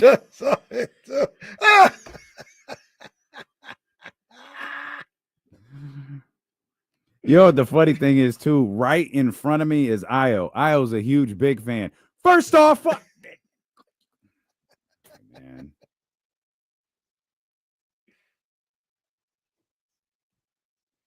Did you see we'll talk about some, but did you see poor lefty gun player or whatever couldn't get on stage? That's cold. That man has 4 of the most impactful words of 2024, and they won't let that man on stage. Oh man. Mark Dub says Vivek kind of ruined the song with that shirt, though. Not for me, Mark Dub. Not for me. Not for me. Man, it is 3-1 in the Eastern Conference Finals. The Indiana Pacers are 1 win away from a trip to the NBA Finals. Their duo that they've built around worked to perfection last night with a triple-double from Tyrese Haliburton, first Indiana Pacer with multiple triple-doubles in the playoffs. Well, I think in history. 32, 12, and 15. Wow. For the former King. 30 points for Pascal Siakam and 20 points in 12 and a half minutes from Benedict Mathurin. I mean, I'm not necessarily saying it's a team of destiny, because that feels like it's taken away from their actual performance. But the Indiana Pacers, everybody's playing great. It doesn't matter when you. But that's the way they're built, no? Like they're built for they're built for their guys to be impactful. That's what I was talking about with James yesterday. They have the depth. I think they're the only team that has like the 1 through 8, 9 depth that Oklahoma City has. No, that's true, but everybody's playing great. Like OKC's got the depth, but Jalen Williams will have a 6-point game. Sure. Like everybody's. It feels like anybody that steps on the floor is just playing top notch. That's a credit to them. Yeah. But that's also, timing is everything. You know what I mean? And everybody wasn't playing great for Indiana 5 months ago, but they worked on some stuff. They've got it together. Got healthy, and now they're just clicking. Yeah. They are absolutely clicking. Everybody's playing at a top level. Aaron Nesmith is a hell of a ball player, but this guy doesn't miss anymore. You know what I'm saying? He don't miss no more. Benedict Mathurin, wild card, he comes in, puts up 20. But You see, know? that's the thing. Even without the 20, and the 20 was really important yesterday. He's like, you look at TJ McConnell, you look at Tony, any of those guys. Tony Bradley played 10 minutes. His box score isn't tremendous, but if you watched him, like, oh man, that dude out there, these dudes. What's the line they used to use? Playing on a string. It was that the line the Kings used. Well, They actually do it. yeah. Like this is a basketball team that has just meshed together so well over the course of this season. Yeah, they are playing damn near perfect basketball right now, and you got to salute them for that. And Tyrese Haliburton, I mean, jeez, I gotta salute. I gotta salute one of the former and fallen Chatty House members who may be the only person I see get under James Ham's skin. And that's our man Rory. Yeah. That's our man Rory, RIP. I remember drove James nuts. Drove him crazy. Absolutely drove him nuts. I remember one time we were talking on Twitter and going back and forth. And I think it might have been Beam Team 1 year or the summer going into it. And he was just venting about the Kings. He's like, bro, like, they should have traded Fox. They traded Haliburton. And I'm telling you, they traded a taller Steve Nash. And I said, settle down. I said, settle down, bro. He's like, I'm telling you, all the metrics line up. Like, he's a taller Steve Nash. I said, all right, man, just calm down. It'll be fine. They didn't trade away Steve Nash. Lo and behold, shout out Rory, man. He looking like he right. He looking like he's spot on. Can I ask something? Is Tyrese better than Steve Nash? I think he might end up being there. I mean, Steve Nash, right or wrong, fair and foul, you want an MVP in this. No, yeah. I mean, that's not like, I'm not trying to take away from his MVP. Steve Nash was very good. He was extremely impactful. The league is a little bit different now than when Steve Nash won those awards. Those will be two of the most discredited MVPs ever. Like, I get it. If you lived it, maybe it's different. Like you talked about that earlier. Like if you lived through what Steve Nash was doing with the Phoenix Suns, maybe it resonated a little bit differently with you. But I was watching Tyrese last night. I feel like this entire postseason, I've been watching a player that I didn't think existed. Like I did not think this Tyrese Haliburton existed. I agree with you, man. And what year is he in? 4, 5? Because he's in the first year of the extension, right? Yeah, I think 5. Okay. I think 5. Could be wrong though. Man, he was unbelievable last night. He's been great the entire playoffs.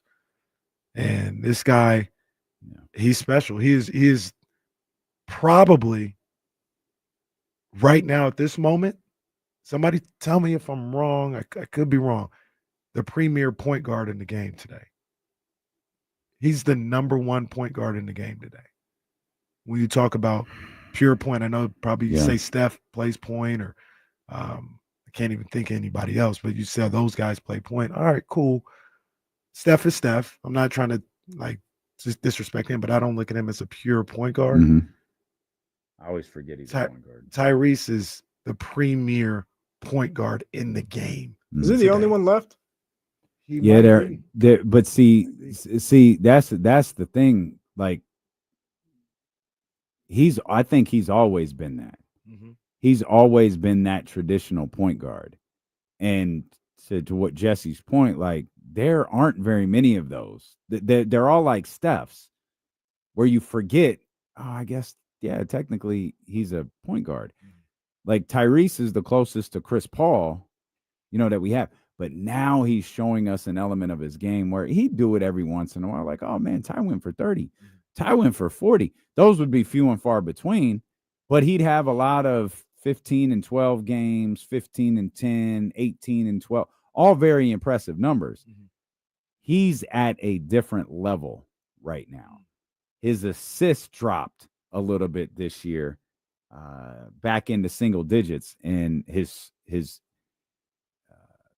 scoring, I'll have to look to see what his postseason numbers are, because I feel like his scoring is the highest it's ever been. It feels like it. It feels like it. Let me ask you guys a question, and this isn't for shade or nothing like. I'm just thinking. Do you? Because I'm thinking of pure point guards right now. Do you think Trae Young could do what Tyrese Haliburton is doing? Like if you traded Tyrese and Trae Young, and you put Trae Young on this Pacers team under Rick Carlisle, who allows him to play a certain way, do you think Trae Young could do the same things? I don't, not because I don't think Trae Young is good enough. I just can't envision it. I think so. I also think, I mean, Trey's a lot shorter than Ty, no? He is. I mean, and there's certain things. I think there are advantages to being. Yeah, there's certain things such as like Tyrese isn't this great defender, but he can play the passing lanes and long arms and all this other stuff. He can get to certain deflections. What's the line you used to use? He's a willing defender. Mm-hmm. That's absolutely what Ty is. Yeah. I don't know if Trey's willing. Trae is so tough because we talk about situations, right? And I don't know if we've seen him in the right situation. And that's perfect. And that's what I'm saying. Mm-hmm. Like, it's not Trae Young the player, it's Trae Young the situation. Can we say that the only time we did see him in a fair situation, he got a team to the conference finals? What was that situation though? Because that team didn't have an all-star. That coach, Trae, like this Pacers team has like Tyrese, that's their superstar, but like Siakam's just always generally been like a number 2 guy and all that stuff. Like they're not a team full of superstars; they're a team full of just guys who just do their job. They're a team that fits. I don't know. They're an actual basketball team and not a collection of individuals. Well, the point is, like, did Trae show us anything that year? Right. Like, because not me. To that point, I guess I don't know. I could be wrong. I'm trying to think on the fly. Has Trae ever played with somebody as good as Siakam? No. Siakam's an all-star. Trae's never played with that. Yeah. I think Trae's good, but I'm trying to answer your question, and the answer is no. And one of the reasons I brought up Trae, I also feel like that kind of diminishes what Ty's doing. No, because I not for me, because I'm thinking of that he has to see the last pure point guard left, and I'm like, there's not many of them, right? And Trae Young came to mind. He led the league in assists, and he can go for 30 at any point. But don't you think Trae more like the Steph version of a point guard than a Chris Paul version of a point guard? But I mean, I don't know why he was doing it, but I can't sneeze at 11 and a half assists. Nah, he did that this year. It was really weird. That's the weirdest stat of the year. Yeah, okay. I mean, he went for 24 and 11 this year. And really? Yeah. Wow. And I don't think I realized he averaged 24 this year. Yeah. So, and the only reason, once again, not to say anything about Tyrese Haliburton, I was just trying to think of other point guards out there, and maybe it's just those two. And Tyrese is, you can do more with Tyrese on the floor because of his height and because of his length and all this other stuff. So he is the premier point guard in the game to me right now. He's having an unbelievable playoff, and he's on the verge of leading his team to the NBA Finals. Fantastic stuff from him, man. The Pacers could win the championship. They could beat Oklahoma City. They could beat Minnesota. They got to beat New York. I'm not of the belief that this series is over because it's 3-1. They could sweep Minnesota. Hold on. They can, but if Minnesota came back and won this series, I would look at Minnesota. Minnesota came back and won this series, then damn, how did SGA or so-and-so get hurt? Maybe, but if they didn't and they came back and went, because I didn't even mention Minnesota, you brought them up because the series is done to me. Yeah. But if they won this series, is the Eastern Conference Finals done? No. Okay. No, not yet. It's on life support. Okay. But it's not done yet. I don't think it's done either, but I think it's fascinating that you think the West is done, but not the East. Well, to me, it's just the virtue of Minnesota's got to win 2 games in OKC. The Knicks have to win 1 game in Indiana. I got you. Assuming they hold home court. I got you. If Minnesota were to come back and win this series, winning 2 games in OKC, I would say they could do anything. And that's not what I'd say. I'd say, well, there was their upswing. Here comes the down.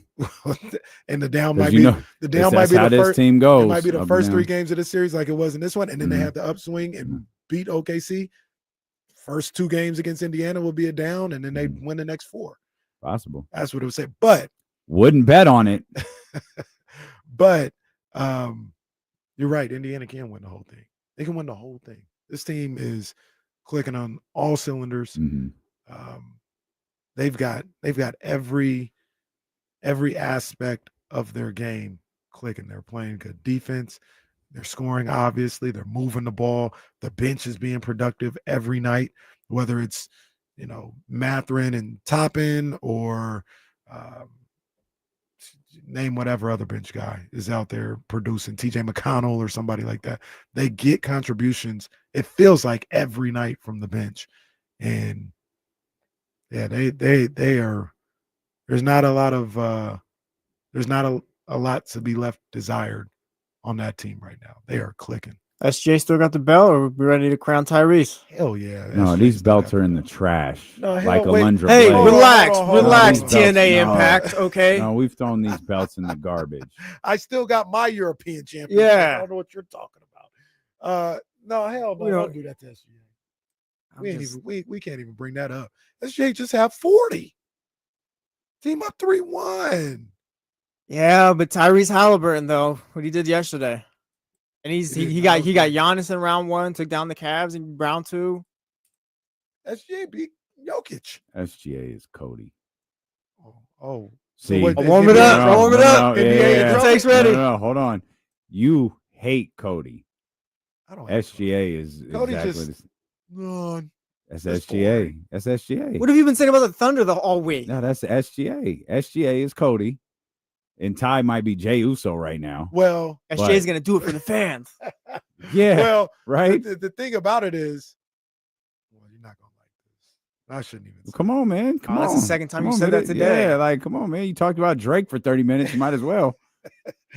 SGA is a deserving champion. He is the best. He is better at what he does than Cody is. That's stupid. Stop it. SGA is better at what he does than Cody is. No, he's not. But they're on the same. They're on the same. They're on the same length. They're like right there with each other. SGA is Cody. SGA is Cody. Ty might be Jay Uso. Oh, I hate that. I'll put since you guys don't think Jay is deserving. It's not that I don't think Jay is deserving. It's like, no, like you have more to do with Jay. He's not there as like, he's not to carry the company. He's not Roman. He's not Cody. He's not pull the company along guy. He's that's what he's Daniel Bryan. You see how he tried to Jesse there, he tried to sneak that in there. Yes, the problem. Cody's not a carry the company guy either. No, he very much. No, yes, he is. Hey, When was the last time you watched wrestling? But that's not because of Cody. Cody's not even there anymore, I don't think. He came back on Saturday Night Main Event. Oh, did he? Yeah, I saw that clip. Yeah, I'm sorry. Dwayne and the John Cena heel turn didn't really get me revved up for WrestleMania. If they would have done the same thing, if The Rock and all this other stuff would have done the same thing with the Roman, energy would have been different. Well, maybe, but you had like 5 years of equity with Roman. Even if there was no losing streak or no streak anymore, and it was just Cena that's versus not Roman. True. That's not true. Don't act like Roman wasn't floundering before the heel turn. Roman wasn't that dude before the heel turn. You mean like The Paul Heyman heel turn 5 years ago. Yeah, that's fine, but he's there. He's there. Cody ain't there. Cody ain't there. Well, you got to get him there then. Like, first of all, he is. Every metric shows that he is, but he ain't Roman. And SGA isn't LeBron or Steph. So SGA's Cody. I don't do my original point is if you don't believe in Jay, I think Ty is a little higher than Jay. I think so too. I'd give him Punk. Nah, that's too high. Seth? That's too high. Okay, that's fine. Punk's way too high. Who's Punk? Ant. Nah, you won't like this. To me, Punk is like that's the LeBron and Steph. Like if LeBron and Steph, that's Roman and Punk. Like Punk is at that. I know you don't like that, but Punk is. No, I mean I don't have no that problem. dude. I don't like, have no Punk problem is with it. Steph. I don't have no problem with it. Yeah, He might mess around and go on a little title run in 2022 or whatever. When he has Right. no business doing it, but hey, Okay. he's that good. All right, get it off your chest. What? I gave him props. That's who. Yeah, I don't have no problem with that. That's who Punk is. But yeah, it looks like it's gonna be Seth and Cody in the finals. Well, I mean, and that's how you, and that's the thing, with all of this build the stars and build the face, like who's the face of the league. You have to create one. Like Roman's heel turn and that run made him the face of the company. He was not the face of the company.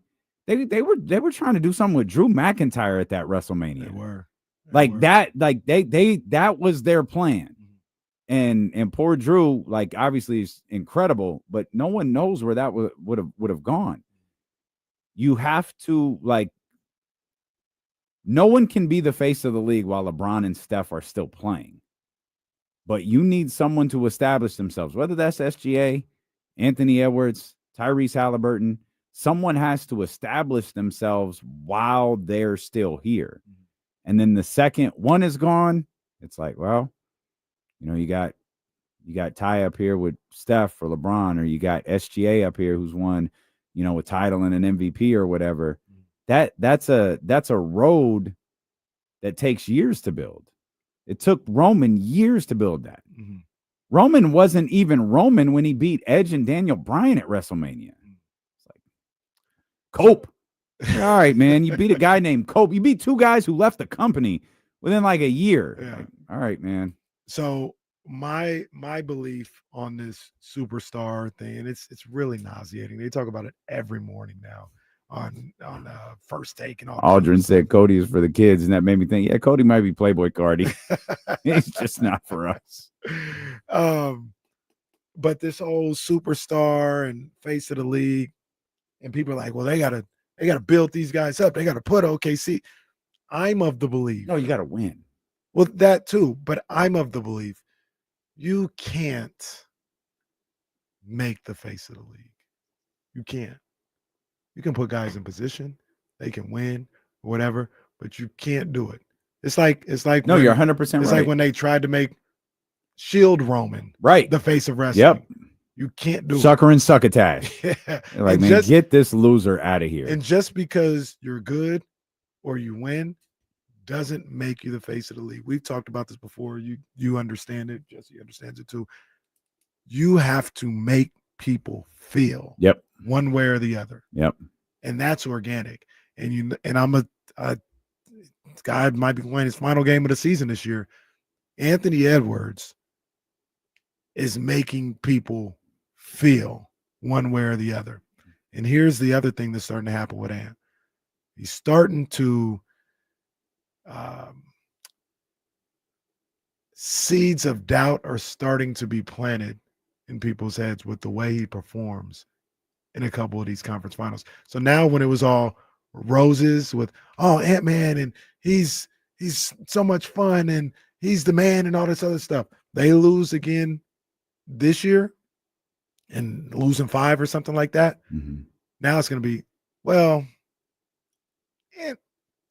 he's good, but when he goes against his peers, he ain't got it. And then there'll be the people who believe it.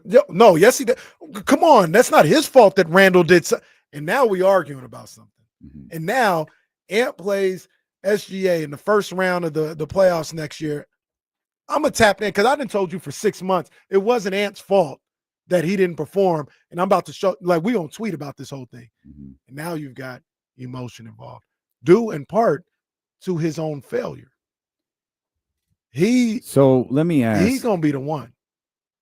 Do you think Anthony Edwards makes people feel that, or does Anthony Edwards make you feel that? Because Anthony Edwards doesn't make me feel any of that. I'm watching Anthony Edwards like I'm watching him like not the same as Trae Young. Mhm. But it's like, all right.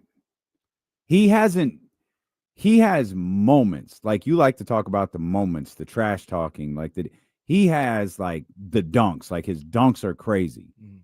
But like when you look for that sustained energy as the guy, I don't feel like he has it. But that's my whole point.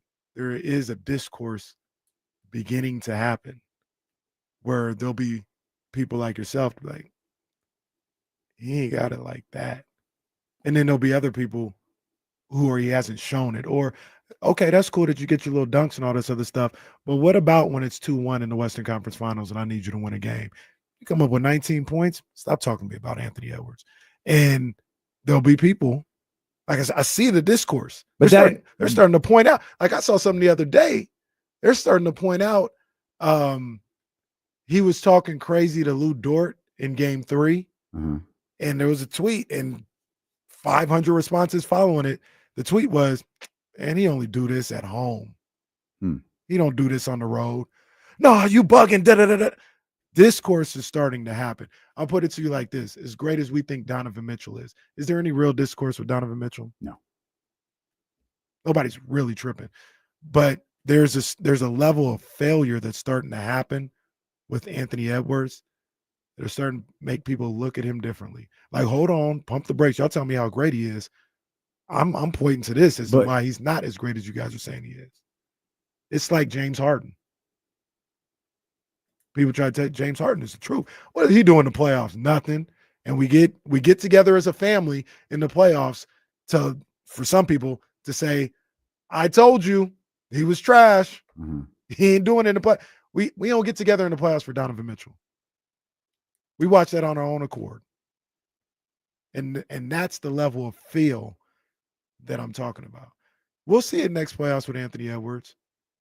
We're going to get together as a family. And then don't even get started on the aspect of if people start saying he need to leave Minnesota.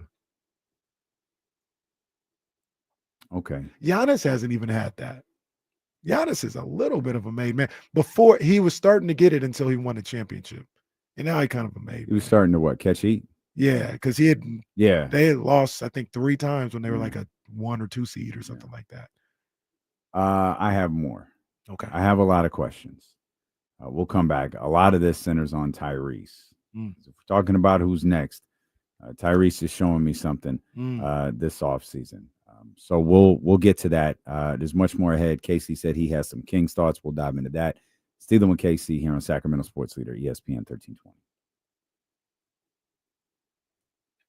Damn, Soren, that's crazy. Embiid was one of those guys too. Now, because he's always so hurt, I don't think people are really tripping off Embiid.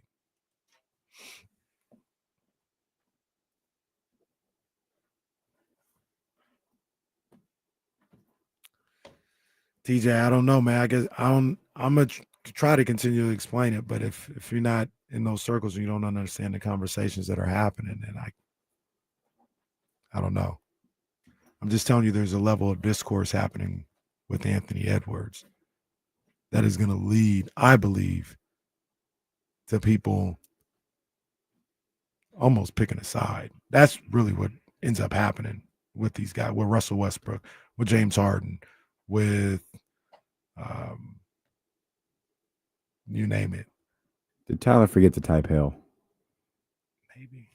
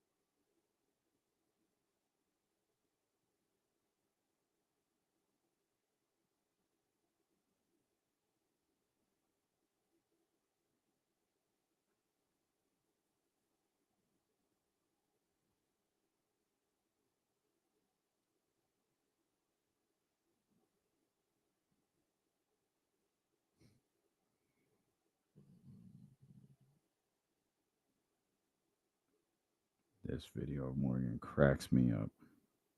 Morgan. Okay, Lake Show. Oh, She was I just thought in you there. meant Mo. Yeah. Oh man, bro. Now the kids. Now he's lying to the kids, man. It's crazy, man. It's crazy. I need somebody to tell the truth around here. She was messing with all those buttons. She loves young Zell. Zell, you got a young fan out here. She kept playing the intro over and over again, and it stopped, and she pressed that one and just started giggling. And then said it again, and then she repeated it, and that's when I grabbed my phone. I was like, "What'd you say?" And she pressed it and was like, "Okay, Lake Show." That was funny. That was funny.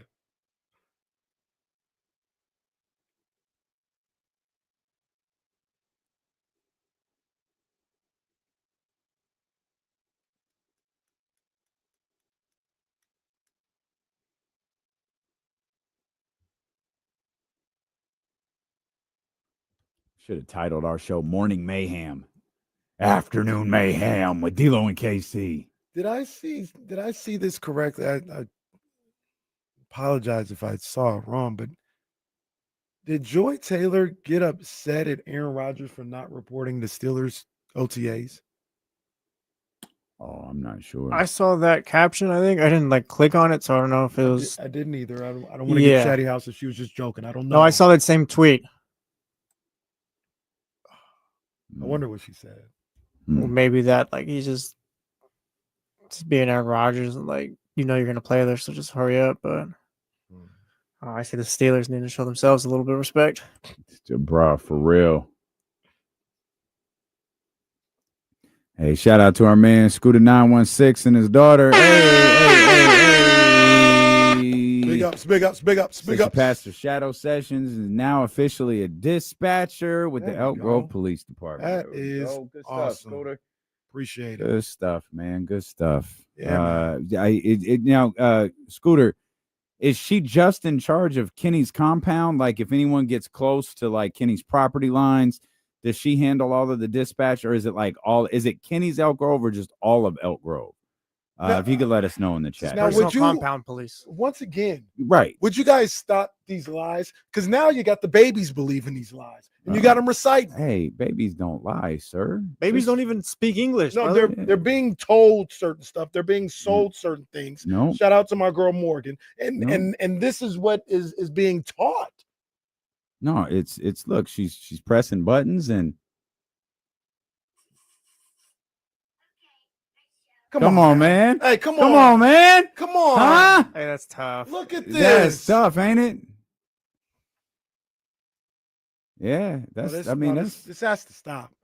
Because she'll believe that. She'll believe that's what No, listen, you know what? listen, No, she'll this is believe your that. fault. I just told her Uncle Kenny is a big Lakers fan. Why would you lie to her that way?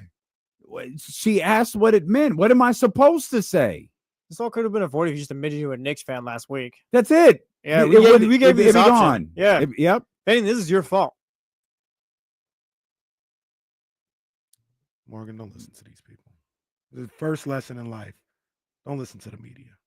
Uncle Kenny's a big Laker fan. Do not listen to the media. Okay, now see, look, now you've got Scooter in here talking about apparently Kenny requires specialized tactical training Understood. for all members of that unit, Understood. even the dispatchers, and she's working on that. Okay. This is That's not understood. true. Thank you, Scooter. Your neighborhood is like paradise, except we're not in the apocalypse No, it's or whatever they call that. Did you ever watch Well, with- Paradise? The show? No. Oh, Is that the show we talked about for a couple days? damn. Yeah. What was the show where episode 7 everyone was going crazy for? Was that, That one? Paradise? Yeah. Paradise. I'll Which get was to a little it. bit of a dud. I think they. I thought it was about to be super close. Yeah, I think we were just. They just led us too much to the top, where we were just expecting something way crazier. Yeah. I thought it was fine, but yeah, It was good. it was good. I did finally finish Raising Canaan. We need to be careful how we end seasons. Spoiler alert. Come on, Spoiler man. alert. Because I got to talk about it a little bit. I mean, that seemed like a mid-season final, The not end? not a season final. Yeah. So I didn't like that. Plus, we never really know when Raising Canaan is coming back, though. I did see that goddamn trailer. for June 6th. for BMF. Yeah. All I want to know Mexico. is what them brothers was doing in Mexico, and I don't want to watch In the middle of this nowhere, anymore. in Mexico, in the middle of nowhere. Come on, man. Oh yeah, I told you about this. So in the season finale of Raising Kanan, they introduced Breeze, and people were going crazy about it. Mhm. I was like, I'll take your guys' word for it. I don't even remember them saying the name Breeze in Power. And then I went to YouTube, and it was like a video of all the time I Breeze watched was that gone. same video. It's like 5 oh, minutes. Man. Wait, what? That one really kind of slipped through the cracks there. That's tough. Yeah, That's so tough. at least we know Raising Kanan will be back, though. Yeah, it will. And did you see the one where I guess Force is never coming back. I guess Tommy's just gone. No, I think Force is supposed to be coming back after Force BMF. has been gone for like a year. I think Force is good. I think Force is good after BMF. And then the rotation is going to go Force, and then it's going to go Raising Kanan. Why don't we just get rid of BMF? No, right, BMF is good. It's terrible. But it's terrible. Stop it. But it's awful. It's terrible, but I got to see how the story ends. We ain't even introduced Young Jeezy yet. We got years. I guess not. So somebody brought this up, and they could always pivot, but they showed a clip where they're like, well, yeah, Kanan definitely doesn't kill Rock, because they show on Power 50 Cent Kanan was talking to the guys. He's like, yeah, man, hey, yeah, I got to go real quick. Got to go talk to my mom's real quick. Got to go see my mom's, go to her house. And then, I'll be back around. So, well, Rock. Now they hinted that someone was behind Rock. They shot it in a way to where it's like I didn't see anything, but they shot it, and Kanan's eyes showed maybe there's someone behind Rock, and that's where the shot gets fired off. Yeah, and saves Rock's life. Yeah, I don't know who it is, and I guess Tony Danza's still alive. But that was the other one I couldn't figure out. How did he is he make it? dead or alive? How did he make it? Well, Who's the Boss hasn't been made yet, so I guess he's got to. I guess this would probably be the same time Who's the Boss was on. Right. Remember the first time I was like, "Is that Tony Danza?" It is. Tony Danza, and I can tell them apart, but Tony Danza and the guy from NCIS and the guy from Miami Vice always kind of look similar to me. I can tell them apart, but they always kind of look similar. The guy from NCIS and old boy from Miami Vice, I thought they were the same person for a long time. Are you talking about Don Johnson? Don Johnson. Don Johnson does not look like Tony Danza, sir. That's borderline racist. No. I said they all three of them reminded me of somebody. But wait, Don Johnson. And wait, isn't Don Johnson in both of those shows? So I thought he was, and somebody said he wasn't. Oh, he's in NCIS, right? I thought so. That's what I thought for the longest. And somebody was like, "No, it's not. That's not Don Johnson." I was like, "He looks just like him. What do you mean it's not Don Johnson?" He's okay. Wait a second. Okay, I take that back. Older Don Johnson looks a lot like older Tony Danza. Well, that's what I'm. Holy crap! That's what I'm talking about. I'm thinking like I'm for some reason I'm thinking the Miami version. No, not their prime. Oh yeah. No. Their prime. The Tony Danza that's in Raising Kanan and the Tony Danza that is definitely in NCIS absolutely look the same. See, David Jackson says Don Johnson is not on NCIS. They look exactly yes, he the same. is. I'm confused. Wait, I don't know what to believe anymore. No, wait a minute. No, he's not. Wait, he's appeared, I guess, in NCIS New Orleans. Oh, is that the one you're talking about? No, NCIS. Oh, okay. Then I don't know what DC you're talking is about. what I'm talking about. But they're saying he's on Nash Bridges. I do remember that. Well, he was the star of Nash Bridges, wasn't he? Well, when somebody told this me show is this was so this bizarre, was like a man. year ago, somebody Okay. was like, "That's not Don Johnson on NCIS." I was like, "Oh, the really? guy." Okay, no. I see this. So the guy on NCIS New Orleans is what role would everybody know him from? He don't look nothing like Don Johnson. I disagree. No, he looks similar. Let me hold on. Let me go to images. Well, okay, no, he doesn't. I mean, a little bit. The guy on Mark Harmon is. I mean, guy. there's Mark Harmon looked like no. Don Wait a Johnson. minute. No. What NCIS are you looking at? That's if you put in NCIS cast, the one with Mark Harmon is the one that comes. Oh, okay. I'm looking at NCIS New Orleans. New Orleans, that guy don't look like Don Johnson. He looked regular. I'm watching. I'm gonna be honest. I'm looking at Mark Harmon. All these, they all look alike. they're all Scott Bakula. Yeah, but what Yeah, he he's looked from a regular. sports movie. He's absolutely from. I don't know if it's Major League or what it is. He's from a sports movie. Everybody would know. Unnecessary Roughness. That's it. The football and Major movie. League, but it's this Major League back to the minors. Was that 2? 3, I think. Oh, I think okay. Quantum Leap, I guess, is his most famous thing. Okay. I think I remember him from Unnecessary Roughness. I think Sinbad was in that movie. Yeah, he was. Sinbad was, and Kathy Ireland, maybe. She was the kicker. I don't know if that was Kathy Ireland or not. I don't think I knew there was a third Major League. Yeah, you didn't miss nothing. I don't even think I saw it. Oh, It's pretty crazy that we lost Wesley Snipes after 1. That was Omar. They Epps just is replaced him with Omar. Hey, just Epps. here. Shout out to me. That's a point for me, Kathy Ireland. That was a deep pull. By A your point boy. for what? That was What a is the deep pull. Kathy Ireland reference? She was in that Unnecessary Roughness. Oh, Yeah, that's a I deep thought pull you by were your saying boy. she was married to Kathy Ireland. Oh, Necessary Roughness, not Unnecessary. Is that that's the one with Sinbad, right? Yeah. Okay. Yeah. It's a good call. Count it. Yeah. Out of here, man. We doing? The whole point is Tony What is Danza. the point? Oh, that's Mark right, Harmon, Tony Danza. and Don Johnson in their older ages. Yeah, they look a little resemble alike. each other. Mark Harmon and Harmon Don look- Johnson, like those, I thought that was the same person. Oh, I disagree. I think Don Johnson and Tony Danza look far more alike than I realized. I'm thinking in Let my me head, see that's Let me see insane. Don Johnson right now. Then I haven't seen see him. older Don Johnson, and it's like, oh yeah, he looks just like Tony Danza on Raising Kanan. Exactly the same. He cooking a little bit. I think you're working No, a bit he with does Mark a little Harmon. bit. I think you're working a bit with Mark Harmon. You know what I always remember Mark Harmon from is Summer School. Did you ever see the movie Summer School? No. It used to come on Channel 31 Oh, wow. like regularly on Saturdays after Superstars of Wrestling.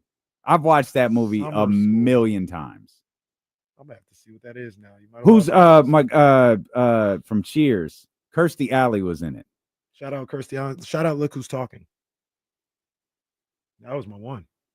Kirstie Alley was fine. It was fine. Kirstie Alley was Straight up, fine. straight up. Absolutely fine. Look, okay, here's Summer School. Well, maybe I'm not thinking of Kirstie Alley.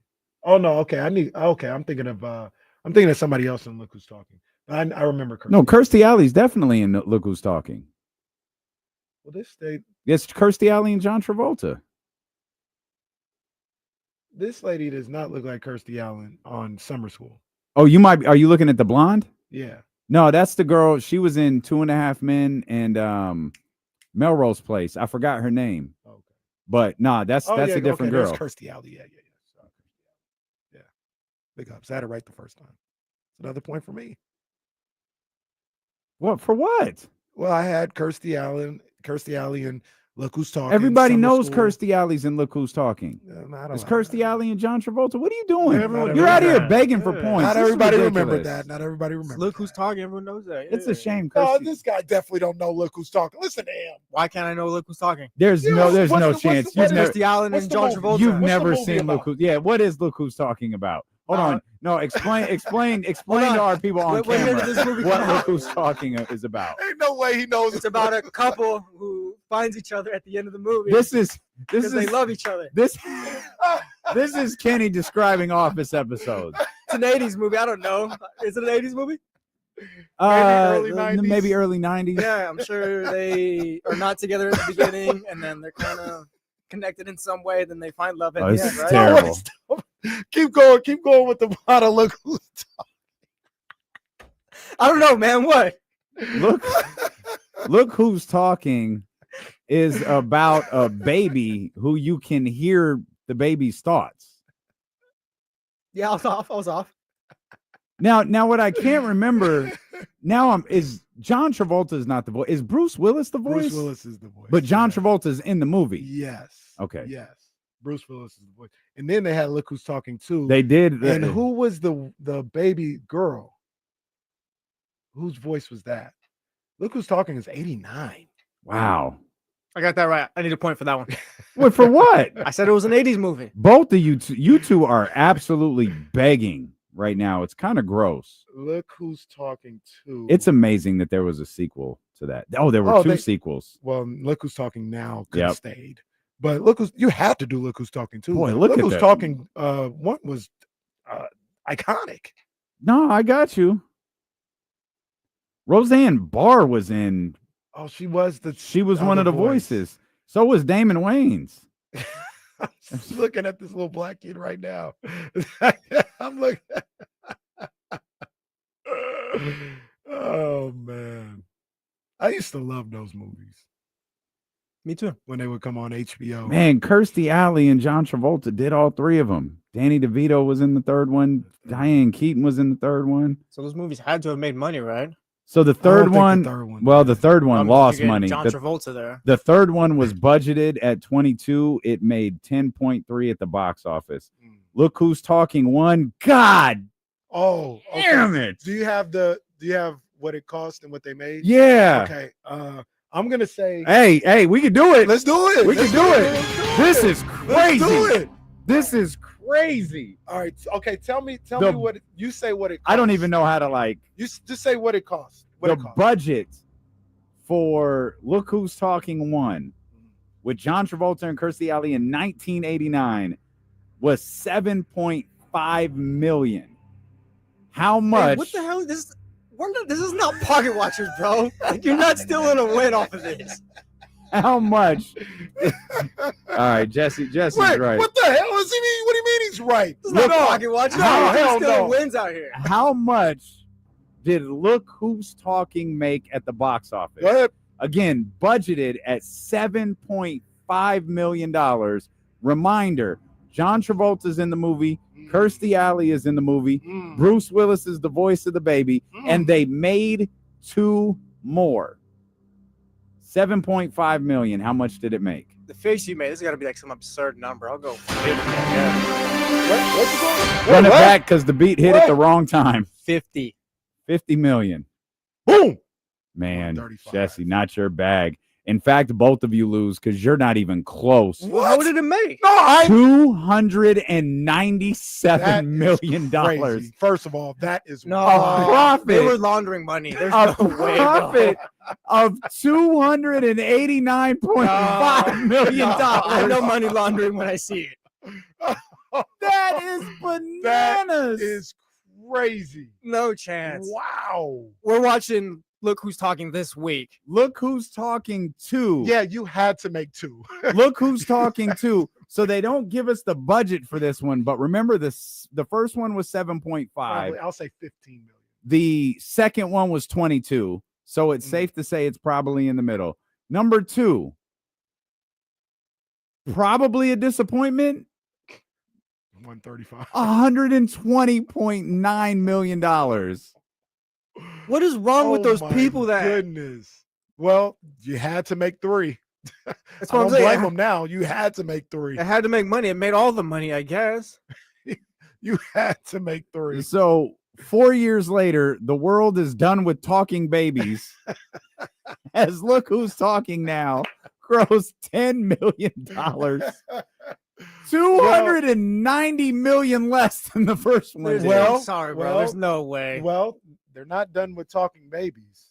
If you remember the plot of that one, they're done with talking animals because that's who was talking. That's right. You're telling me- That's right. John Bull That's says right. 279 million in 1989 and 700 million today. I Oh don't know if my that's fact check. God. You telling me Look Who's Talking was doing Spider-Man numbers? Dude, it's Bro, DC comic that was movies. a major movie in '89. That movie, I remember seeing that in the theaters. Why? Oh, yeah, because it's a talking baby. Yeah.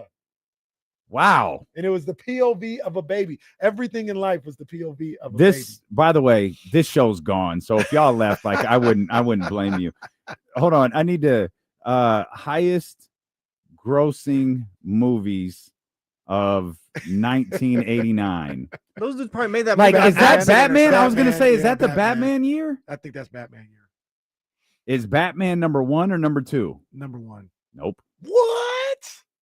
Also coming out in 1989 Top at Gun? $474.1 million. What the hell? Indiana Jones and the Last Oh, Crusade. okay. I still think if you would have told me that movie, I would have thought Batman. Number made more, 2, but- $411.5 million. What the Haliburton? Batman. Oh my goodness. Number 3. I didn't realize this was 1989. Back to the Future, Part 2. The one you're familiar yes, with. Yes.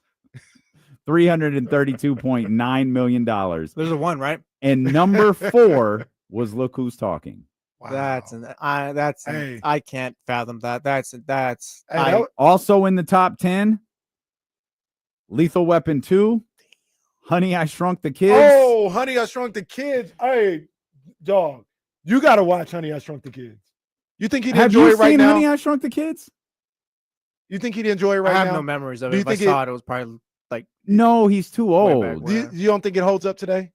Yeah, I think it does for I kids. I can appreciate a good movie. Like if it's stupid, Yeah, like no, Honey, I Shrunk the Kids will hold up. That's a good movie. Yeah, it'll hold up. That's a good movie. We'll throw it on the Ghostbusters list for this 2, summer. The Little Bruh. Mermaid, and Born on the 4th. What of the July. hell is 1989 the greatest cinematic year ever? That's a hell of a year. What the hell? That's a hell of a year.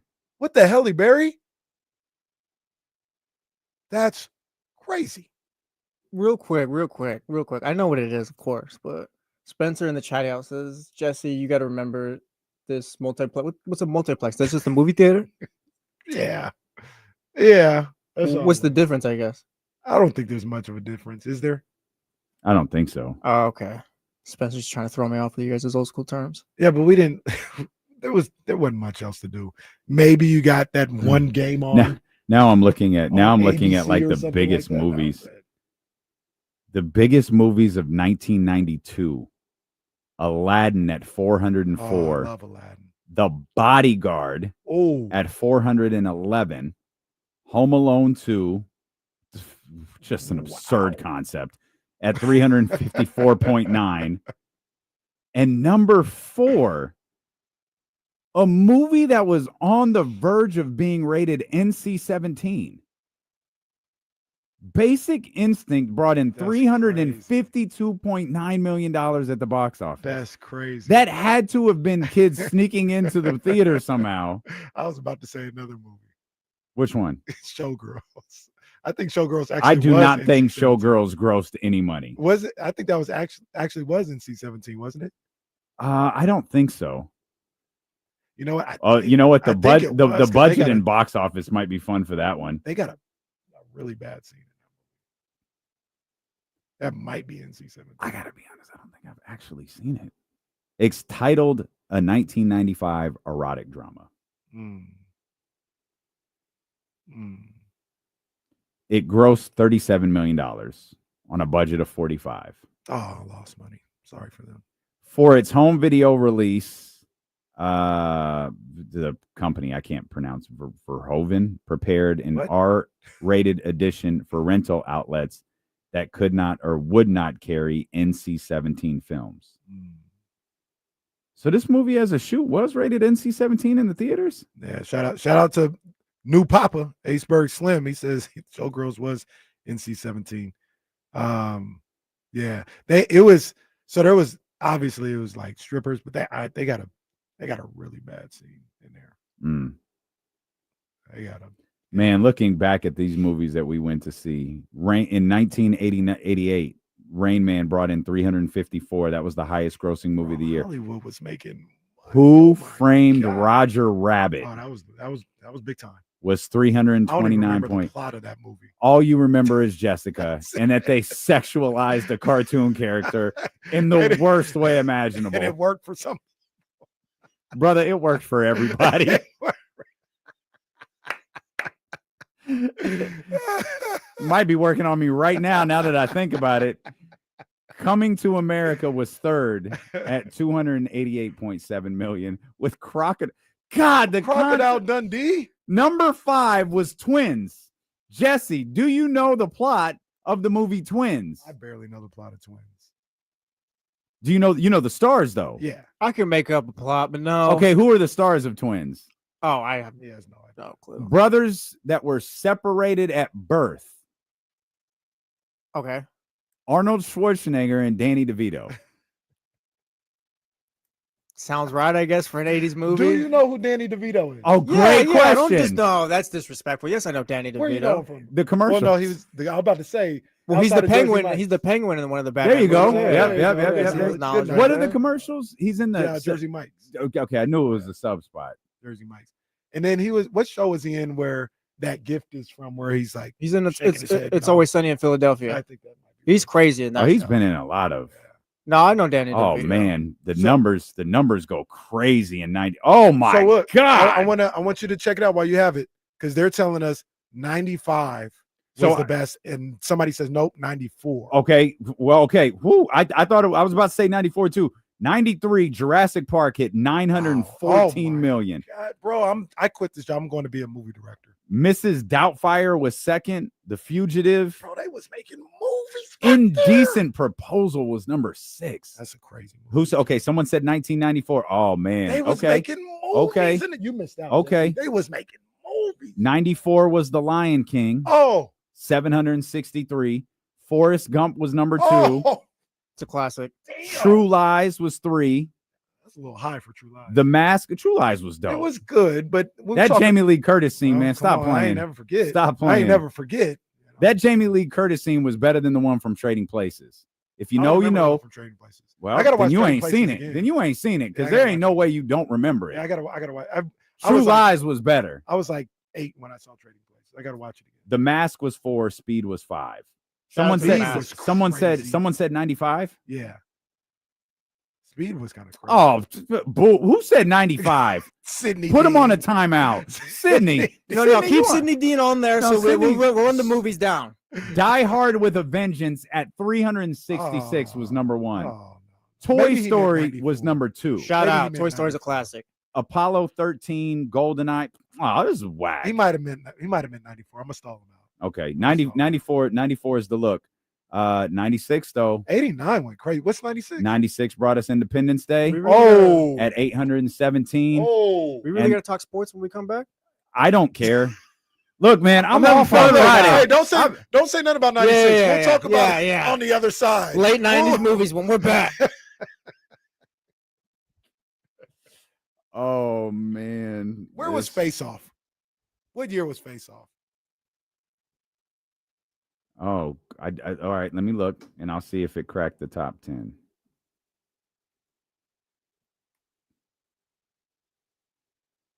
What the Haliburton? Okay, all right. I'll look. I'll look it up. Everybody, stand by. Oh boy.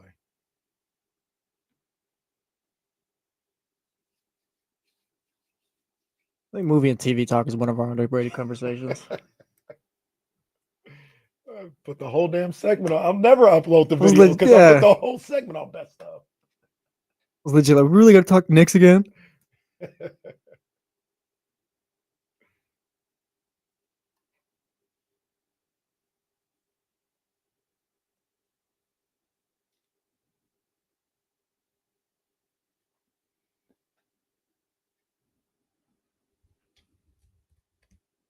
This whole show went to hell the second Kenny said, "I probably shouldn't even bring this up," but I don't even know how we got here. How did we get here? I have no idea. No, No clue. because we talked about Raising Cane, and this is actually him. Talking Oh, about Raising Don Cane Johnson. and Yeah, Don yeah. Johnson. And then you were like, I remember Summer Vacation, Kirstie Alley. I was like, well, look who's talking is what I remember. The way we get to like Dennis Rodman in The Last Dance, just whoop, whoop, and they go like this. Whoop, whoop.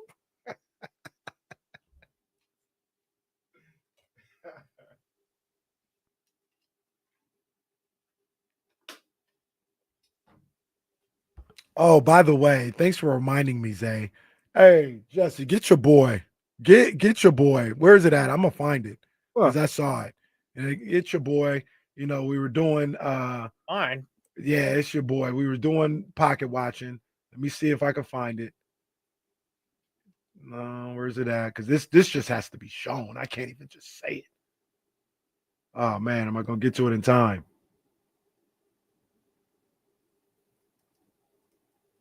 You might have to say it. Hold on. Hold on. Oh, get your boy. We were doing pocket watching. Look what your boy said. Zabo. Oh. Oh. Not at work. Oh. We'll take a lap for that, actually. Vincent back. He tried to sneak that in there, man. Come on, I saw it. I saw it though. You know what? You're a leader on this team, and you're playing like that. You're a leader. We expect more out of you. You've been here a while. Ricky's maybe you. Nah, go take a lap.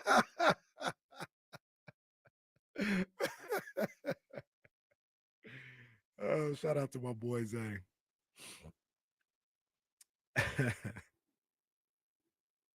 Zay, that's tough, man. There's not really any walking that one back. Clear your search history, Zabo.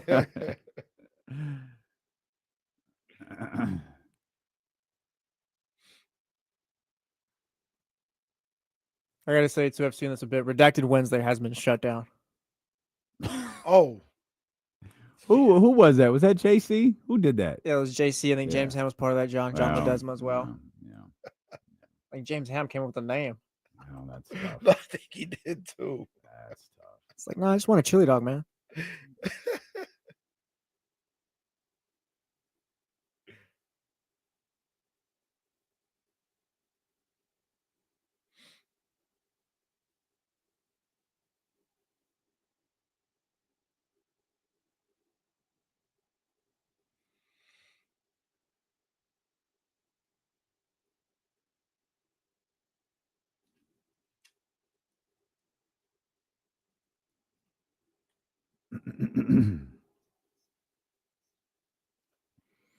All right. So the big question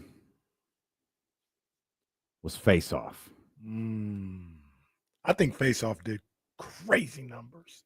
Face off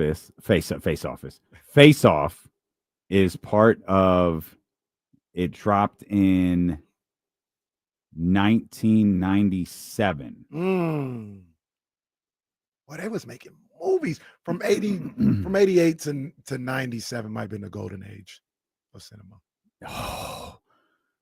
Woo! I know Face Off went crazy. No. 97 is nuts. Oh, 97 is nuts because this is gonna shut the whole game. This number down. one? This number one. What? 97, number one. Like, no, I'm talking about the year. Yeah. Ooh. Yeah. So let's start with Face Off. I think Men in Black might be there. Face Off doesn't crack the top 10. And they did money. I know they did money. Face Off on a budget. I think we're back to John Travolta. $80 million. That's a lot of money, actually. They did take his face off, though. Gross $245.7 million. That's not even top 10. Not even top 10, as the full Monty Oh, man. is 257.9.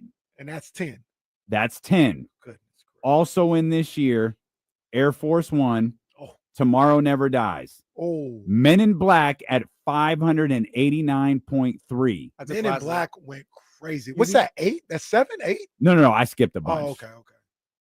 Jurassic Park, The Lost World, 618.6. Shut the whole thing down because none of those are number one. $1.8 billion.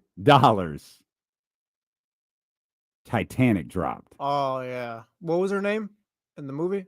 Isn't it Rose? Rose, yeah. Rose could have moved over and let DiCaprio on there. $1.8 billion Titanic brought in. Wow. 3 times as much as Jurassic Park: The Lost World did. Is that the highest grossing It movie has to of all be. time? It absolutely has to be. Wow.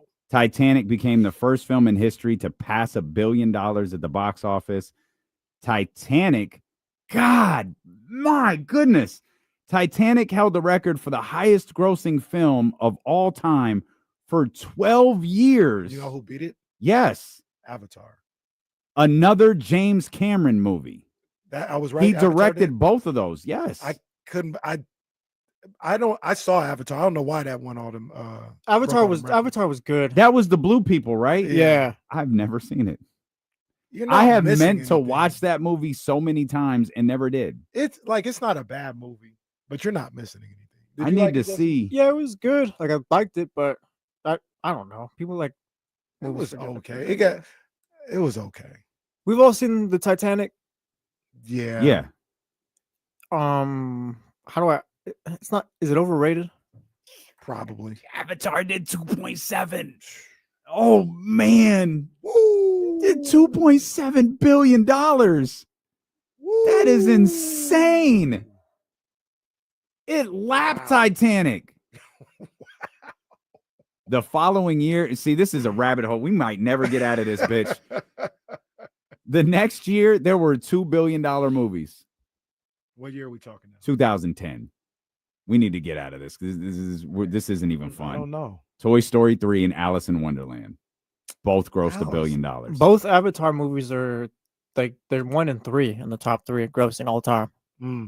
That is crazy. And Avengers is number 2. What's Avengers? Avengers Endgame number 2. Wait, did it top 2 billion? Yeah, it's 2.8 basically. So that was a moment. So no other movie top 2 billion except those two. Avengers. Well, Avatar was 2.9. It's got here. Then Avengers was 2.8. Then Avatar 2, I guess, or whatever, 2.3. Titanic. Then there was Star Wars. Oh, Avatar 2 did 2.3. Help me out, and we can get out of here after this. But I'm just I just wanted. I didn't mean the conversation. I meant the year. I don't want to be. It was way funner back. It was way funner hearing Jesse try to explain the plot of Look Who's Talking. That was way better. Black Panther ain't in the top 10. No, of all time, probably. Yeah, no. Avengers, Infinity Because Wars, the only reason Spider-Man. The only reason I thought it might be is because if Endgame is in the top 10. Black Panther's 19. I don't think Black Top Panther 20, is top as 20. special. Is as special to everybody else as it might be to. True, Black but Panther's- I'm just thinking about like the ticket sales they were doing. No, Endgame was like a moment though. That was like kind of Endgame was leading up crazy. to like everyone Yeah, was Endgame going to was that. crazy. Do you think Black Panther dropped? Man, 2018. Jesse said top 20. That's pretty good, I guess. Do you think Black Panther was the highest grossing movie of 2000? This isn't fair. Never mind. This isn't fair. Avengers Infinity War came out the same I was about year. to say, yeah. They hit 2 billion. Black Panther hit 1.3. Also that year, Jurassic World Fallen Kingdom 1.3. Shadow Incredibles. But see, 2. this is why it's not fun, because it's $40 to get into a movie Right, now. Right. It was way funner looking at this the stuff 80s in and- 1989. the 80s and 90s was crazy. That Endgame and Infinity War, that's one of the best back-to-backs. The highest grossing of all time, movies. maybe the best. Okay, Jesse, what year were you born again? December 31st, 96. A little last day, 96. Okay, I think we already did 96. Yeah, we did Yeah. 96. That was Independence Day. Casey, what year were you born? 83. 83. Number one movie, 1983, was Return of the Jedi. Didn't It's a watch solid that. movie. No, Uh, it's I'll not your take your bag, word but it's a for solid it. one. Terms of Solid one to lead Endearment, off. Flashdance, and Trading Places was number 4. Kind of teetered off. Wow. What a coinkydink. What was yours? Return of the Jedi. For me, it was The Empire Strikes Back. Two biggest Star Wars guys I know. Right? 9-5. Stir Crazy, which I think, is that a Richard Pryor movie? It is. Yeah. Richard Pryor and Gene Wilder. I haven't seen it, but I remember that title. Big year for comedy is Airplane. Cracked the top 4. Airplane, the 4th highest grossing movie of 1980 at $83 million. Oh yeah, 96 clears all those years. Yeah, it started popping. I Yeah, mean, no, I you're can't talk about like the 70s, all that other stuff, but it Well- seems like from I'll say 87 to 97. We talk about runs that rappers have gone on, I don't know if Hollywood went on a better run than Man. 87 and 97. Man, It's like not trying to like asking a genuine question. I guess you're like, isn't that kind of like when movies I guess started probably being good? Like you had the Godfather in the 70s or whatever, but like now like you just run off a list of stuff instead of just a one-off this year or stuff like that. well, I mean, I've Maybe it's never. different era, so I don't know how it works. Yeah, I just think it's preference. Like I've never. I mean, people love the Star Wars movies. because like people talk about That's Charlie Chaplin, 1980, yeah. whatever, or just stuff from back then. Or I think the big thing. Oh, I think man, there's a Charlie lot of Chaplin. things like at play. Like prices changed, and that's why I think you see these. It's not the sole reason you see 2 billion and like those DC joints are insane. Yeah. But I don't know. Is that I don't- it's just it feels like different? I could be wrong, but it feels like storytelling got a little better. Sure. You know what I mean? Because prices did change, but Like we talking about iconic movies. but I from that think 10 people year. like super like when you look at Avatar, Jurassic Park, we just ran on those Star Wars joints. I think people like truly like Independence Day. Will Smith, the Fresh Prince of Bel-Air, fought aliens, and the guy who saved the world was a drunk who drove his airplane up to the beam, I guess. I don't know what to say. But it's like it's such like it's over the top storytelling. Yeah. It's not a might- biopic on.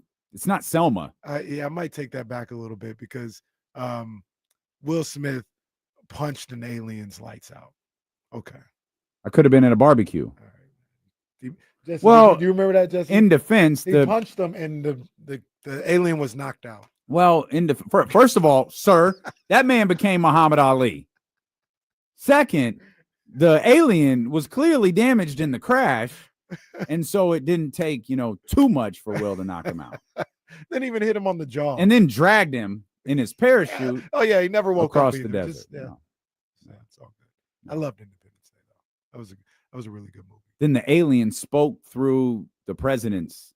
He grabbed the president the or something. tentacles. Yeah. That was crazy. do I need to watch Independence Day? You've never seen it? I don't like when you do that. I don't like stop. It's not even. Stop. I don't like when you do that. It's not even that serious. No, I haven't seen it. It literally airs. It's Yeah. every 4th of July Yeah. on a loop.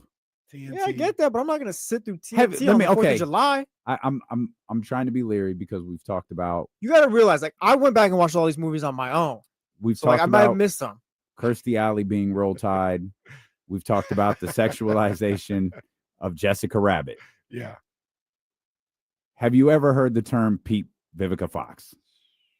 Like we, I ain't no, gonna I don't lie. I know. like Peak- Vivica Fox today. Peak Vivica Fox is a term that was coined after Independence Day came out. Okay, Straight up. That alone, Straight up. And she was a stripper in that movie. she was a dancer, Dancer. exotic, as she told the first lady Oh, like ballet or something? right before the first lady died. Spoiler alert: first lady dies. Great. And was it was that Nikki? Nikki was in that movie. Nikki From Fresh Prince. Yep, absolutely. I think Nikki got more run in Independence Day than he did on the Fresh Prince of Bel-Air. did. Nikki and Devontae from Blackish got the same amount of run. I think because I feel like I watched Independence Day in the last 2 years. And I can't remember how I felt about it. Felt like it. I think it holds up. yeah, I don't doubt that. I think just it- I I've think never it's just good. gotten around to it. I think it holds up. I think you'll watch that and be like, that's a good movie. Like I'll put it to you like this. I think Independence Day holds up better than them Spider-Man movies. Which ones? The early 2000s? Yeah, with The Tobey Maguire ones. those are trash. When's the last time you That's rewatched the those one. ones? That's the saw one that with the like a Macho year Man, ago. right? The Macho Yeah, Man he's is in the the first Tobey one. Maguire. Well, one. I didn't You see didn't tell me that this was a one. cage match. I saw that like a year ago on TV. I was like, this is garbage. It's trash. Like the CGI, the special effects is just. It's Damn. almost like Is it like the Michael Keaton Batman? yeah, it is. But at least that was in '89. Yeah, it was 89. Yeah. This was like I think when people talk about it, I think they said this was like right before, like a year or two before, like CGI like really started. You know what popping. I remember the most about that Batman movie is it was like the first video cassette that you could get for like $10. Mm. It was like $9.99. Mm. And every VHS prior to that was like 40 or 50 bucks. Like wrestling videos cost $60. Like you couldn't own them. Yeah, They were crazy. But Batman came out and it was like $9.99. They started getting produced differently, and you could actually buy VHSs to have at home. Well, thank God for that. Scandalous. Can't wait till D'Lo and Casey the movie comes out. We already have people playing Yeah. this. How much do we? Oh, we do. Yeah. Who's playing you? I think it was Morris Chestnut. Oh, that Or was your, somebody might have I think said- that was your call. Well, yeah. Somebody said Freddie Gibbs. That's cool too. And Jesse, who's playing me? I can't remember. That's what I was trying to remember. I think I got Michael Pena. Sure, I guess. That's the one. Drew down here talking about Toby will always be my Spider-Man. Yeah, I ain't Nah, doing the that. new ones are better. Yeah, come on, man. What's my Dr. man, David Tom says he has Holland? the poster. Please, Tom Holland kills that. Yeah. He bodies that Spider-Man role. It's Toby. Andrew Garfield was pretty weak. What if I told you I've never seen those Spider-Man movies? The newest ones? I've only Tom seen the Holland Tobey joints? Maguire ones. You gotta watch them, just like Jesse gotta watch Independence Day. These new Spider-Man. But aren't there like a bunch of different ones with different people? Like is this like there's is the Well- Amazing Spider-Man a completely different thing? That's Yeah, Toby, isn't it? No, the Amazing Spider-Man is Andrew Garfield. Spider-Man, just regular Spider-Man Is there a Tobey Maguire. Spider-Man where they're all in it? That's Spider-Verse. Well, That's no, the cartoon? That's the you're cartoon. talking about with the Okay. actors themselves, though. Yeah. Yeah, Oh, no, yeah, No there Way is one. Home has all the Yeah, Spider-Mans that's in right. it. That's Yeah. right. Okay. It does. That's after Endgame, I think. It does. What was the one with Miles? That was It's Into the Spider-Verse. Yeah. So I tried to watch the second one and I didn't like it. You like the second one? I didn't. I loved the first one. First one was The second one I fantastic. feel like was lost. I was like, there's so much. The first one was really charming, It definitely like, wasn't as good as the cute. first. Yeah. like, but the second one was like, do I need to be high to watch this? What are y'all trying to tell me? And I think I got mad and turned it off. Yeah, Into the Spider-Verse is I still got to watch those ones too. iconic. This is a show you do the day after the Kings lose by 56. Or Or the guy Or- that they yeah. traded away 5 years ago has become this massive Oh. superstar and is on the verge of going to the finals. Meanwhile, one's in San Antonio for yours and the other's still here. Do you think the ascent of Tyrese Haliburton is going to make Kings fans hate De'Aaron Fox? I think you're thinking too hard. I think the answer is yes, because I damn near hate De'Aaron Fox. It's misdirected anger from Maybe. like Maybe. in reality you should be angry with Monty McNair, yeah, I think Vivek, that's where- Wes Wilcox, and anyone else who gave an opinion in that front office. Yeah, but they're still Kings. You're like frustrated with them. You're hurt by them. De'Aaron, I think people are going to wind up disliking De'Aaron Fox because of how good Tyrese is. See, I don't think so. Okay. I think all that heat will go towards. Oh, come on, Ray. Well, Well, what's his name, I don't- KC? What's Say his name. What's Say his the name? By the way, hold on. I'm gonna set the chatty house on fire for a second because we have a new feature that I don't think anyone's tried. Where I think if we hit this button right here, the chats just oh show up. my God. Oh, they just show. Yeah, oh, they just show up on the snap. screen. Now this is dangerous. Now this is for real, like Streamer University. Like This Tyson Knight. is a tough world. I'm not sure that we're prepared to live in. But over on the chatty house right now, you could just comment. Drew and Downs comment right there. It Yeah, we might pops have up to on the make that. screen. Yeah, well, yeah, Drew Downs said the name. No, there it is. I know we're on the radio, but Drew Downs said the name, so Yeah. it's good. You I like sure this did. feature, by the way. I do too. You do? You want? So we leave this up? I don't trust the people chatting, but I like the feature. Well, we need to. We probably need to make some adjustments to the banner. Yeah. Yeah. But yeah. Put them up top, maybe. 102.5 on one side, ESPN 1320 on another. Well, from what I hear, Jesse and Kyle have been talking to some bigwigs who are trying to help us out with our YouTube channel because they realize we're good at this. So Yeah. for the first time in 5 years, the company's like, oh, Oh, let's invest in this a little bit. I showed someone No, the hold on. No. See, What? you're right. You can't because now Steven is just doing wild stuff. This ain't got nothing to do with I nothing. see Steven ruined the party. All right. Well, No. Stephen Everybody go home. Ain't got nothing to do with nothing. Stephen Brown ruined the new feature.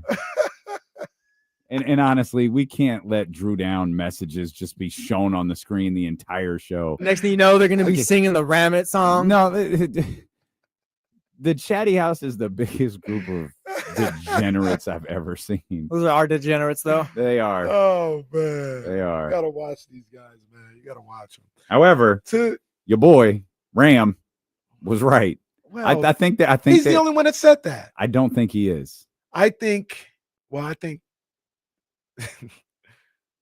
I think Fox will there's things of his own doing outside of Tyrese Haliburton that maybe makes people For sure. But I do think it'll get magnified though. I think the That heat was the goes mostly, I won't say solely, but mostly to Monty McNair. All right. I mean, he deserves all of the heat. Well, yeah, he does. Monty McNair, like looking at it today, Monty McNair ended up trading the best player out of this group of three that's been connected since the trade. Mhm. Like Tyrese is the better player out of De'Aaron Fox and Sabonis. And it's just tough because like you still could have made something work with Fox and Sabonis. It wasn't like, oh, you made the trade and it was all just over after that. Right. Like that wasn't the case at all. You could have Right. did something, but you just stayed still the entire time. And that's how we are, like where we are now. And that's why I don't necessarily like the comparison of they traded, and I'm not shooting at Justin, but they traded the best player and all this other stuff, because I still think De'Aaron Fox is the best player. I'm off that train. I think he's the best player. I jumped off that train, ran my ass over. But let me ask you guys this, and it goes to Jesse's point. If Monty McNair pulls the trigger and gets Pascal Siakam instead of old boy in Indiana, do you think we're having the same conversation? I'm the last part confused me. If Monty McNair goes and gets Pascal Siakam and the Pacers don't. Yeah, because almost this comes down to who made that move to help their guy. Yeah.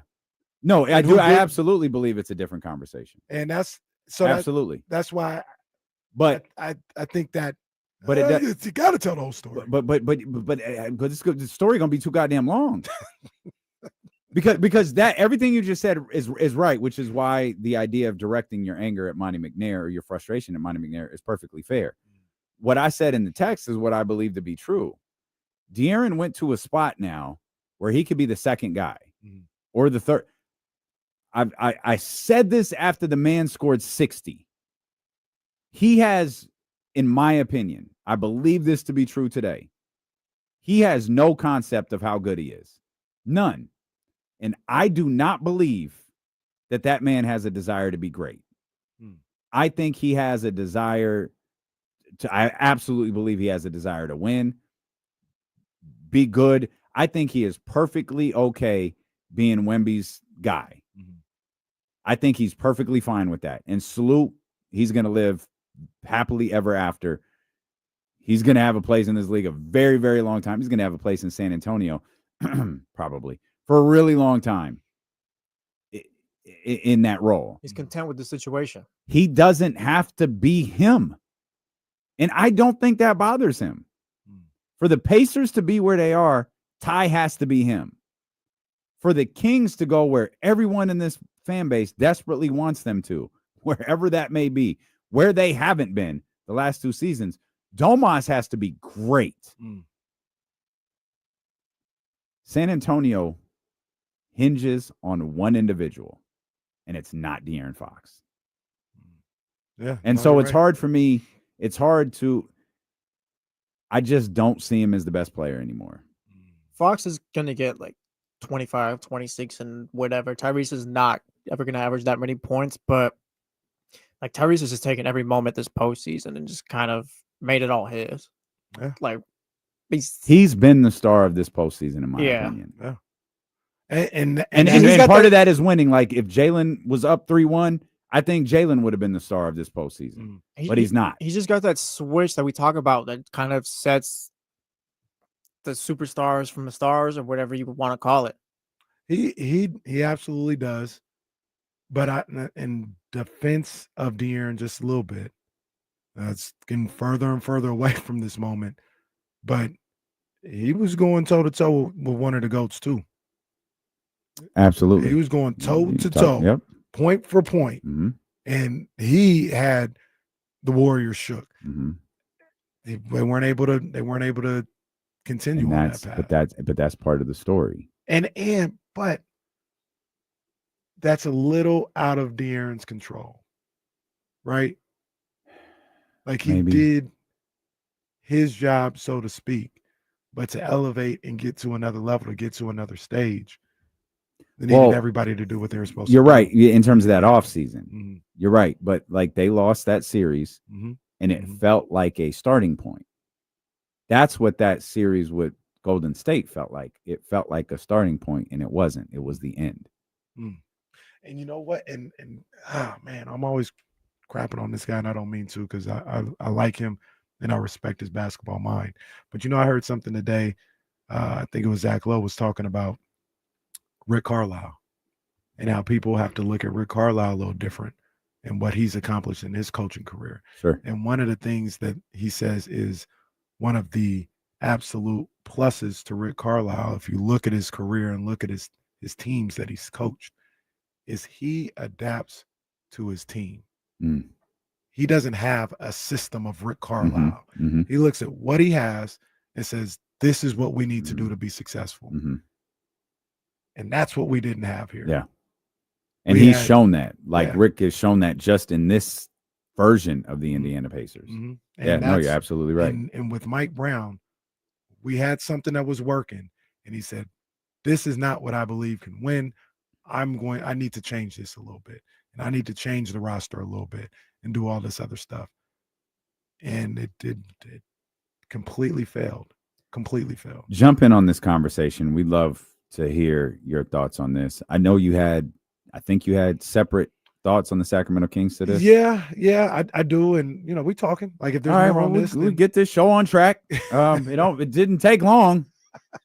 You know. Back to the 2-hour days. Man, boy, we'll come back. We also got James in the final hour, so there's a lot of Kings basketball ahead here. A lot of NBA talk. Steelo and Casey on Sacramento Sports Leader, ESPN 1320. Cut and paste, my favorite thing. Come on, man. What the Haliburton? No 13th round today, Dr. David. No 13th round today.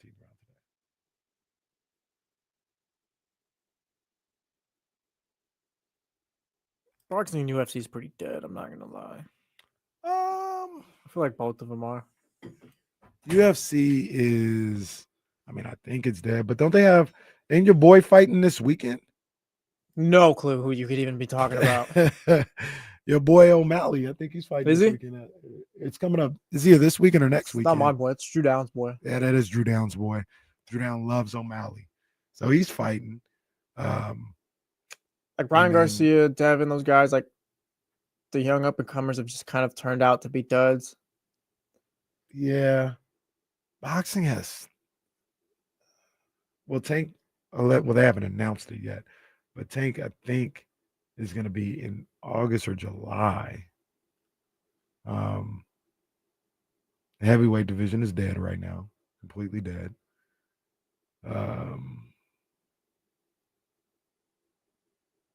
Yeah, there's not much going on as I look at the schedule.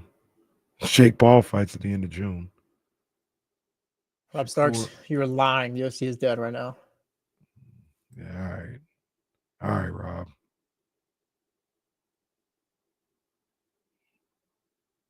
Yeah, this summer in boxing gonna be a little weak. It's gonna be a little weak. Shakur versus Zepeda is actually a good fight. That's in July. That is a good fight. Jake Paul versus Chavez Jr. is disgrace. stupid, but let's go, Jake. Yeah. Manny Pacquiao coming back is disastrous. Yeah. Summer's kind of weak. Why is Pacquiao doing that? I don't know. He probably doing it for money. To be honest with you.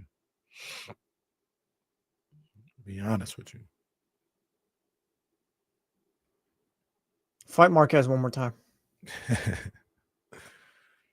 Yeah, I mean, Michael. Somebody else said it in the chat. Yeah, UFC they making money hand over fist. Fighters making like 200,000. Whereas, I'll just name Shakur Stevenson probably making $10 million for this fight in July.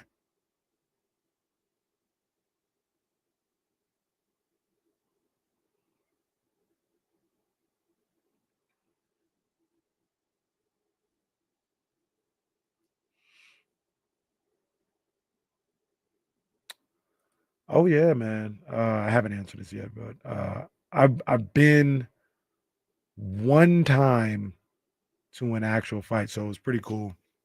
We used to go out there sometime for the Mayweather weekends, and it was Floyd versus Victor Ortiz, and we got tickets to go see the closed circuit, but we just wanted to be in Vegas. Mayweather weekends, there's nothing like that. That was I can't really compare because I haven't been to other boxing weekends, but those weekends were insane. But we were gonna watch the closed circuit, and we were going to watch the closed circuit in the MGM. And somebody in one of the Blazers stopped us. He was like, "Hey, you want to go to the fight?" And we were like, "Yeah." He was like, "Trade in your closed circuit ticket for this ticket into the venue, and you go watch the fight." And he had like the regular Ticketmaster ones, and then he had the ones, the like special boxing ones with like their face on it and Mayweather versus Ortiz types. I said, "Give me that one. Give me that one. I don't want the little Ticketmaster one because that one might not work. Give me that one." He's like, "Sure, here," and gave me that one. And we were like halfway up. Like it wasn't like hella close, but we weren't in the rafters of the MGM Grand for Mayweather Ortiz. When protect yourself at all times. We were in the building. Good stuff. Aceberg, no, hey, Mayweather weekends used to go crazy. I wonder what a Canelo weekend looked like. I can't believe I made it back in time. That was crazy. I think we got something brewing in June. Hey, back at Sky River. Come on, man. But it's a little bit different this time. It's a little bit different. Shout out Sky River. Always. I heard over the week. I didn't know this. I'm gonna have to check this out. I heard our man DJ Oasis be at Sky River. For real? Friday nights, I think. Really? He left early. That's why he left early the other night. I just thought he was going to dive bar. No. Whoever his spots are. Yeah, I thought that's Nico was like, yeah, be over there. That's why I had to take over. Bro, the end of that concert was so funny. We was on stage. I think Nico hit Squabble Up. No one left. Exhibit wraps up. No one leaves. And then all of a sudden the music stops. And I look over at Nico, and Nico's talking to somebody, and then he looks back at me and goes, Yes, oh, like what? I thought we had at least 15 minutes. Yeah. Oh, We had that thing popping. City told us it's over. All right. It's over. We'll give you the details, man. Probably next week. Okay. For what's jumping off at Sky River. Date's been approved. Nice. We've got a few things to work out, but it'll be very different than anything we've done before. And hopefully it'll open up for a lot more people to be there. And we're going to have some fun because it's not going to be broadcast. Are we talking? We're going to talk. Are we talking? We're going to talk. Didn't you? I ain't trying to put you on the spot, but didn't you say you will talk about the whole situation? Yeah, De'Aaron. Well, yeah, I'll tell you about. Yes, I'll tell y'all. I mean, I'll have to protect certain things. Right. I'll tell y'all what happened. It was the weekend I was in Monterey. So whenever that was, it was a month ago, a few weeks ago, whenever it was. Yeah, I'll tell you about the message that I got and where I was literally like, just like staring at my phone, rereading this message over and over and over again. Like, yo, for real? All right. Yeah, I'll tell that story. I'll tell that story. Q&As too. We'll open it up. It'll be D'Lo and Casey uncensored from Sky River Casino. So we'll have all the details on that for you in the next week or so. Lots of great events coming up. If you want to go to the Wake Up Call Live, that's June 28th at the Crest Theater. Text live right now to 916-909-1065. That'll send you a link. The tickets are almost sold out. The VIP tickets are gone. I'm so proud of her, so proud of them. That's like I told Katie this week, they're going to sell out the Crest Theater. They wanted a venue that held like 200 or 300. The Crest holds significantly more than that. And I'm very confident with the week to go. They're going to sell that out. That's fire. That is fire. Shout out to them, man. Steven asked, can we get the Too Short story too? Oh. Yeah, like part of it. Like part of it I won't. It's probably not what you. I'll tell it. I'll tell the Too Short story at Sky River too. Y'all want to get in, man? Get in 916-909-1320. Speaking of De'Aaron Fox, I asked the question, like, do you think Tyrese's success is going to cause Kings fans to get more frustrated with De'Aaron? Now, you said something important there. That maybe De'Aaron's own actions will get people frustrated with De'Aaron. I think people are already on edge with De'Aaron Fox, and Jesse's right too. It's a lot of misdirected anger to be mad at De'Aaron, but I just can envision this turn on De'Aaron Fox watching the success of Tyrese. And maybe if the demise of this Kings team is slightly over-exaggerated and they can get back to some form of a really competitive Western Conference team next year, I don't think it happens. But I think if it doesn't, what you said is really key, because it's not just Tyrese's success.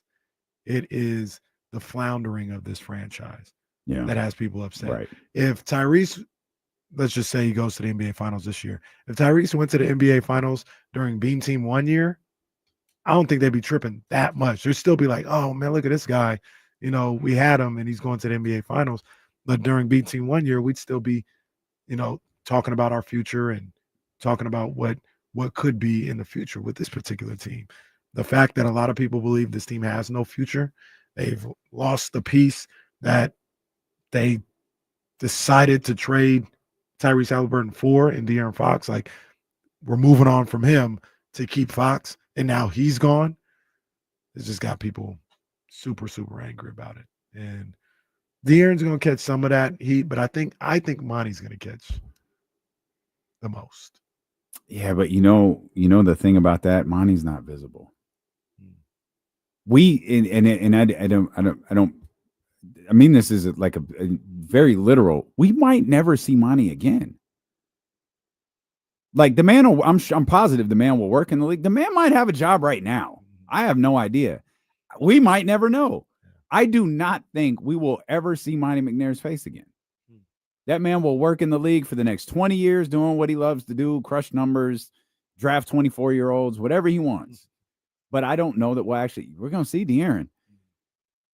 Killer part, we're going to see De'Aaron a lot. De'Aaron is going to be on national TV more times than Caitlin Clark. Facts. And it's going to be right there at the forefront because, you know, Wemby's the one. And he's going to be playing alongside of him. And that Spurs team will, I think, what everyone thought the Spurs team would be last year, that's what I'm wondering if they might be this year. Like, I think that Spurs team could, people talk about Spurs are coming. I think the Spurs could be really, really good this season. I thought it was a little crazy when people said that last year, but this obviously a better version now with De'Aaron there. We see Steph, like, I just don't want to call him that. Stephon Castle, like, team is good. I think they definitely could be playoff team, potential contender next year. Wow. I think the thing with De'Aaron Fox, though, it's always going to come back to how good the Kings are. If the Kings are good, You're right. I don't think people are going to be that upset. Most people. Yeah. If they're bad, everybody gonna get it. Mm-hmm. Everybody. Yeah. But if they're good, if they're a playoff team, like let's just say Beam Team 1, they don't have to be the 3 seed, but say they're 5, 6 seed and they're going to the playoffs and they're a good team and it's an exciting brand of basketball. I don't think people will be tripping that much about Tyrese or De'Aaron. Mm-hmm. But you better be good. Mm-hmm. You better be good because you're gonna have to deal with it if you're Vivek and you're gonna hear Scott Perry and all those other guys. So tough spot to be in, man. Tough spot to be in. They've created it themselves. And yeah, man, we'll see if they can dig themselves out of it. Speaking of digging themselves out of the situation they're in, talking about the Sacramento Kings. Mm-hmm. I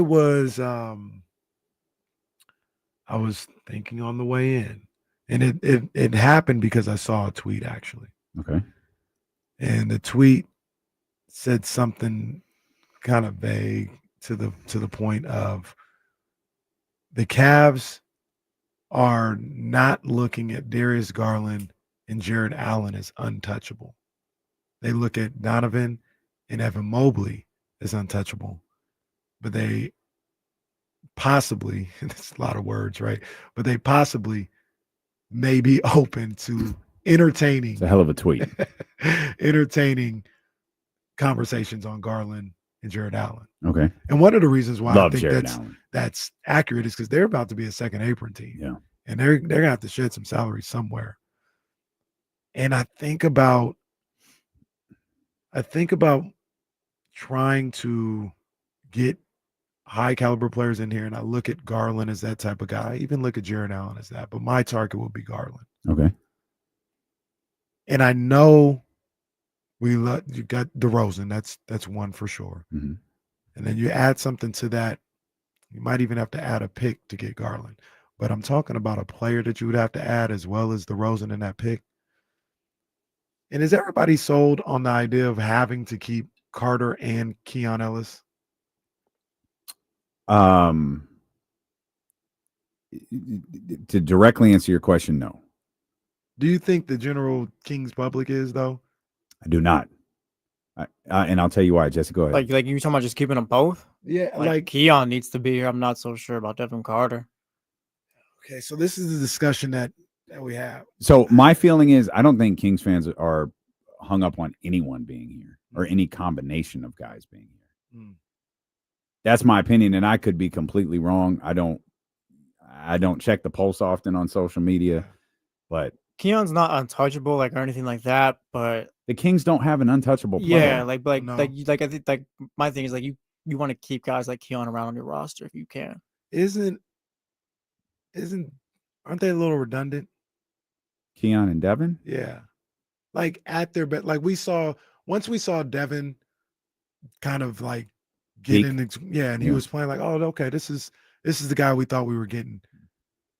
I'm not saying he's as good as Keon, but isn't it like kind of the same type of player? I don't think Devin shoots as good as Keon. Yeah, that's probably true. Do you who do you think has more growth potential? Devin. Really? Yeah. Okay. And I like Keon a lot. But so you'd be good moving off of Keon. You'd be good if Keon wasn't the Sacramento King next year. If they told, and I know this isn't the question I ask, and a lot of people, this is probably common sense.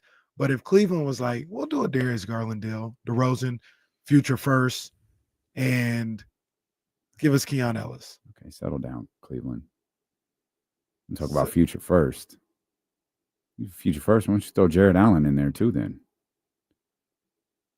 I would, for those on the radio, I'm giving a perplexed look. If Cleveland said today, we'll do DeRozan, a future first, and Keon Ellis for Darius Garland and damn near Darius Garland only. Hell yeah. Okay. Let me remind you, is it Kobe or Colby? Colby with the L. Colby. Let me remind you, you're sniffing disaster. You're on this. I'm helping you. Mhm. So let's walk through this a little bit. Nobody's storming out of the negotiation room like they're Kenny Caraway We're or just anything. talking. I don't know why you slander that man, Kenny Caraway. He's a good guy. He's a good negotiator. I would. Well, he might be a lot of things, but I don't know if that's true. I'd press them on the idea of how much I'm willing to give up, knowing, look, man, we're helping each other. Mhm. But that's not the point. The point is, I love Darius Garland. I like that. If I like Darius Garland. I actually love Jared Allen. Yeah, but I mean, if they want to give us both of them, that's great too. I just don't think that's realistic for that. For no, what the Kings probably have. not. Yeah, probably not. I would push back a little bit if I were the Kings on the future. If I'm giving you, especially if I'm giving you Devin Carter, if I'm including him in the trade, why do I got to give you a future first? Well, you know what I mean? Like, sure. Come on, man. I'm basically giving you a rookie. He is essentially a rookie. Yeah, my first round pick, basically. Mm-hmm. So, like, hold on trying to give you a first round pick. But I was just thinking about it, and I was even thinking about like Sabonis, like to get a guy in here that. And I look at Darius Garland, he's still a young guy. He's an all-star point guard. Even for Jared Allen, would you be open to moving Sabonis for one of those guys? Because the thing I'm looking at right now for the Kings, if you're really getting in that trade market and trying to figure some stuff out, is you got to find these teams that have second apron issues, and you try to see if maybe you can start to pick guys off of there. Mm-hmm. Denver, I don't necessarily, not saying I want this guy, but somebody, I forgot who I was listening to, brought up, it might have been Boogie Cousins, brought up DeRozan needs to go to Denver and the Kings get back Michael Porter Jr. I'm not saying I want Michael Porter Jr., but that's the situation you're looking at. These teams that are up against the second apron, that's where Drew Holiday comes into play, that are trying to shed a little salary, and you can use potentially DeMar DeRozan's cheaper contract to go get you a guy like that. I'm of the belief that the Kings should be trying to bolster that roster and win games and look to be a playoff team. Mm-hmm. So because of that, like, yeah, I'm looking at guys like Garland, Jared Allen, Michael Porter Jr. to a lesser degree, Drew Holiday, and trying to see if I can start to pick these guys off of these teams that are in financial trouble. Yeah, I'm all for that. I don't think I love the idea of trading Sabonis, though. Again, not for something like that. Like I'm not of the belief anyone on this roster is untouchable or untradeable. That includes Domas. There are no exceptions with Sacramento. You can't underachieve the way that you have. You can't ask for clarity the way that you have, and it's not a shot at Domas. This roster is wide open. But if you're moving Sabonis, you better be bringing me something back that like is a pillar of something. And unless you're making the decision that we have all of our faith in Keegan, you have to have something to build around. Mm-hmm. Like, even if you feel like maybe this is temporary, you have to have something. And I still do feel like that's Domas, with Keegan being an important part of that. You kind of go, you're not building around Zach LaVine. I'm not of the belief you got to figure out a way to trade him. I believe Zach LaVine's going to be a King next year. But I do think Sabonis and potentially Keegan could be guys that you start to. I've said this a million times, and I'll say it a million more. I just don't believe this roster is as bad as they were last year. I think there is a level of underachieving that they did, and I don't feel like, now you can feel however you want to about the long term, and to me that's perfectly fair. If you think in 2 years this team is doomed, if you think now this team is doomed, I'm not going to fight anyone who feels that way. I just don't think this roster is that bad. I don't think so. I think you can make some moves that greatly improve it. Can you build a championship contender in a year or two? Probably not. But can you build a good basketball team? I absolutely believe that you can. I agree with you 100%. I think maybe this is what you're saying, and maybe we're the only two that feel this way. I don't think they're that far away from being a playoff team. Like, I don't like a move here. If you got, I'm not even gonna put a name because I don't know, but if you got the right point guard in here with this team next year, with this roster damn near as is, I think they could be a playoff team next year. It's tough in the West. The West is crazy. That's a little tough for me, but I hear you. But if you got, let's just say Darius Garland. If you had Darius Garland here running a point to go with Levine, Keegan, Domas, you were able to keep Malik Monk. You've got less chaos this year. You got a full year of Doug Christie. I think you could push for a 6 seed with this team. I think they have that level of talent. So I think you have that level of optimism. I think I'm right in between what you think and where they were last year. I'm like right in the middle of that. Where I don't remember. Maybe that's wrong. Maybe I should have some facts before I just say stuff. What was the 6 seed total last year? 49. 49. The Kings won 40. Yeah.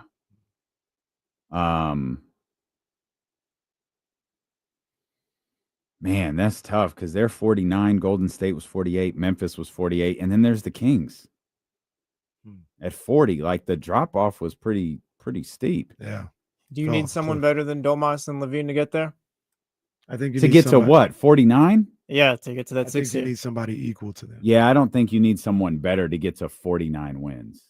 You don't need someone better than those two to get to 49 wins. You need someone better than those two to get to 52 wins. I agree. Which is kind of like the same thing. Same thing I'm saying. That feels. What were they missing last year then? They were missing a lot. Like there's a lot roster wise. At time, a pulse. At times, leadership. Well, because I'm thinking like they won what was 40, right? Yeah. So it's like you're just gonna insert someone as good as like Levine and Sabonis. Like that'd be like the top move, right? The move you have to make to get there.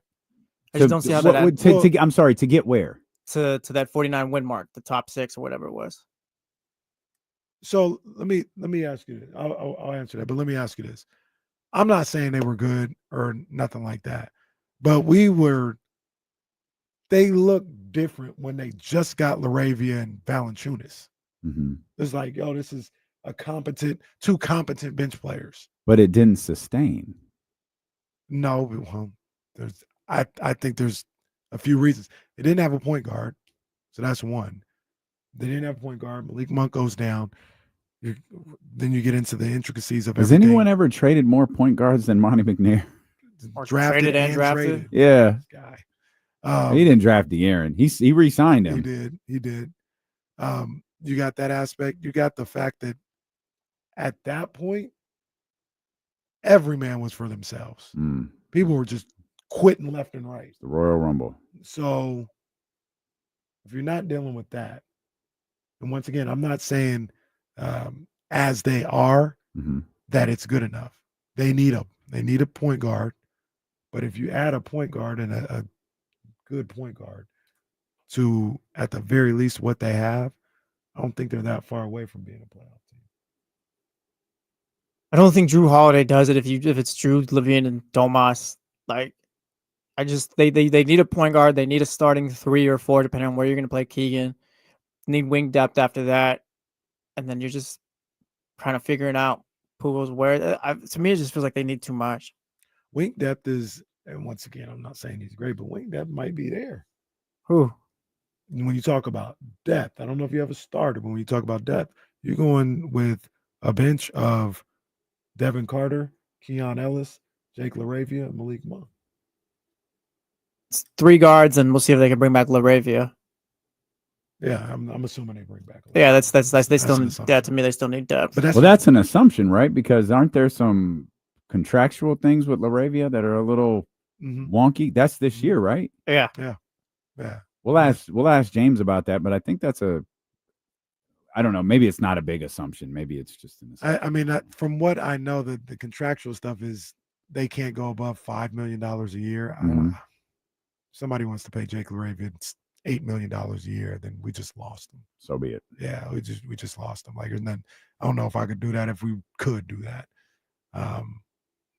Like, we don't even really know who Devin Carter is either. I think we got to.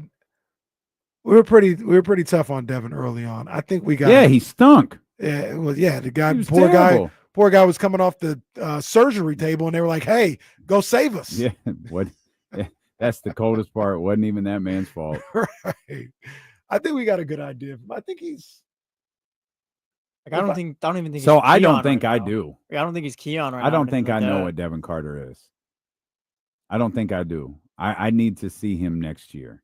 Now, I think he's a Keon type player. Casey Tucker brings it up too. Like, you could lose Lyles, so that just kind of adds to the depth and all that.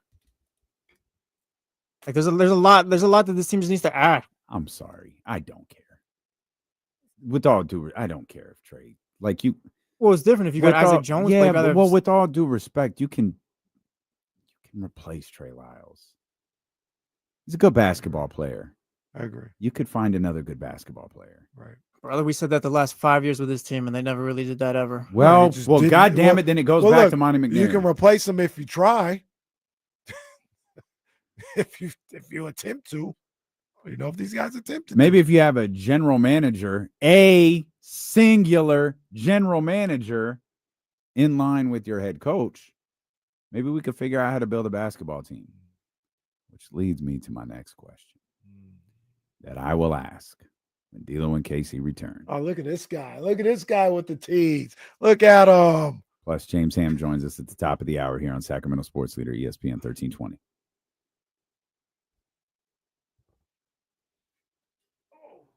You can replace him if you try. It does sound like a Disneyland song or Disney song, excuse me.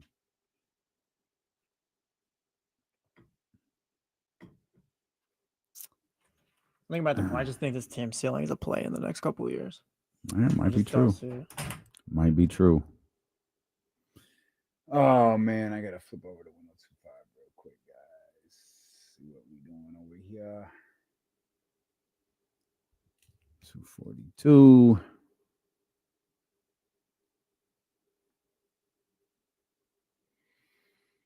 I don't know why I flipped over here. We got a whole ass hour to go.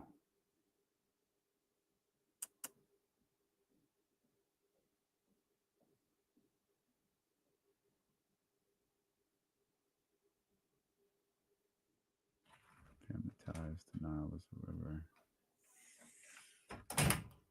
Oh, that's why I flipped over.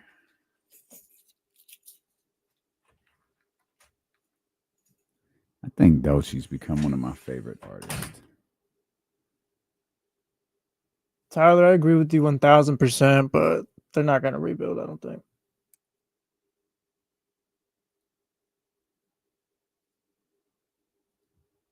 What Tyler say? I missed it. That's why they should. Yeah, that's why they need to rebuild. Yeah, I don't know about that, fellas. They're not going to, but you're going to put pieces around other pieces that we said don't necessarily work or can lead you.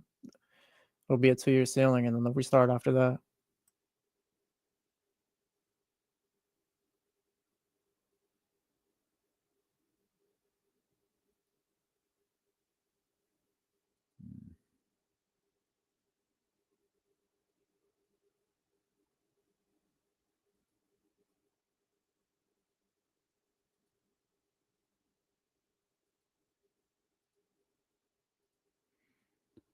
Yeah, baby, I'm a classic, man. I can't tell y'all how many times I've listened to Kendrick Lamar over the last month to get hyped for the show this weekend.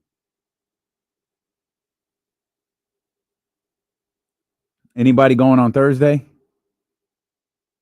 Anybody going to Dot and SZA and Oracle?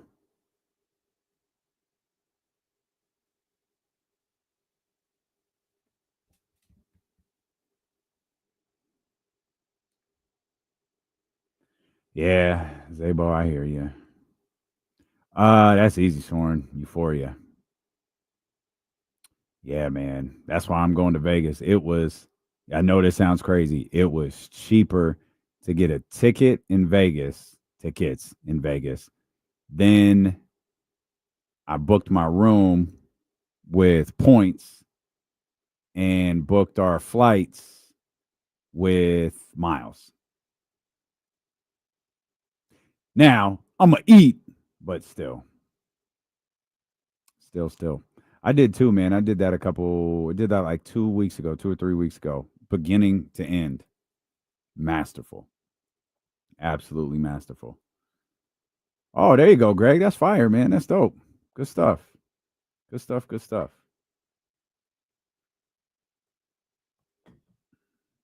Good stuff. Good stuff.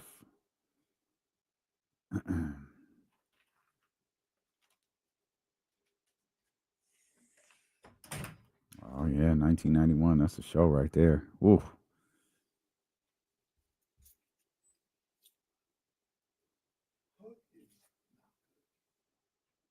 Damn, I didn't realize that was next weekend.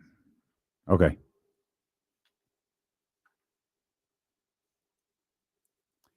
See what TC talking about here on the Elk Grove Kia Talk line, 916-909-1320. TC, what's good, baby? Yes, sir. What's up with my two brothers? We good, man. What's up with your TC? Oh, man, just tapped in, listening to the homies. Hey, so look, check it out. So, hey, D-Lo, I'm with you, though. So, as far as Fox, I can't speak for King fans and everybody. But when it comes to Fox, a lot of fans, bro, are going to be feeling like he turned his back. That's what I said from day one. So, the resentment and the anger towards Fox, if it is coming, it's going to be towards that. And that's where the anger was coming before. It wasn't because he was like, the organization. It was more everybody felt like, dang, bro, you turned your back on us. We wanted you to be the guy, and you don't want to be the guy. You want to be a second or third guy. And then you say you want to be out of here? Bro, it's like you turned your back on us, bro. So now that's where the anger going to come from, period. That's my situation on Fox. Okay. All right. No doubt. I mean, who's talking about you? No, I'm just kidding, TC. I think, I think Fox, for a lot of people's, money, he was well within his rights to want to move on from what was going on here in Sacramento. I really I wonder all the time if they had that conversation after Mike Brown was fired and they did a check-in, and was it like, hey, I know what you said in the summer, but how do you feel? What do you want to do? I wonder I'll ask you, do you think he talked to Vivek Ranadive? No. Can I go a step further? Okay. Nah, I'm pretty sure he told me he didn't. I don't think if I'm Vivek, I gotta talk. I got notes from that conversation somewhere. If I'm Vivek, I gotta talk to him.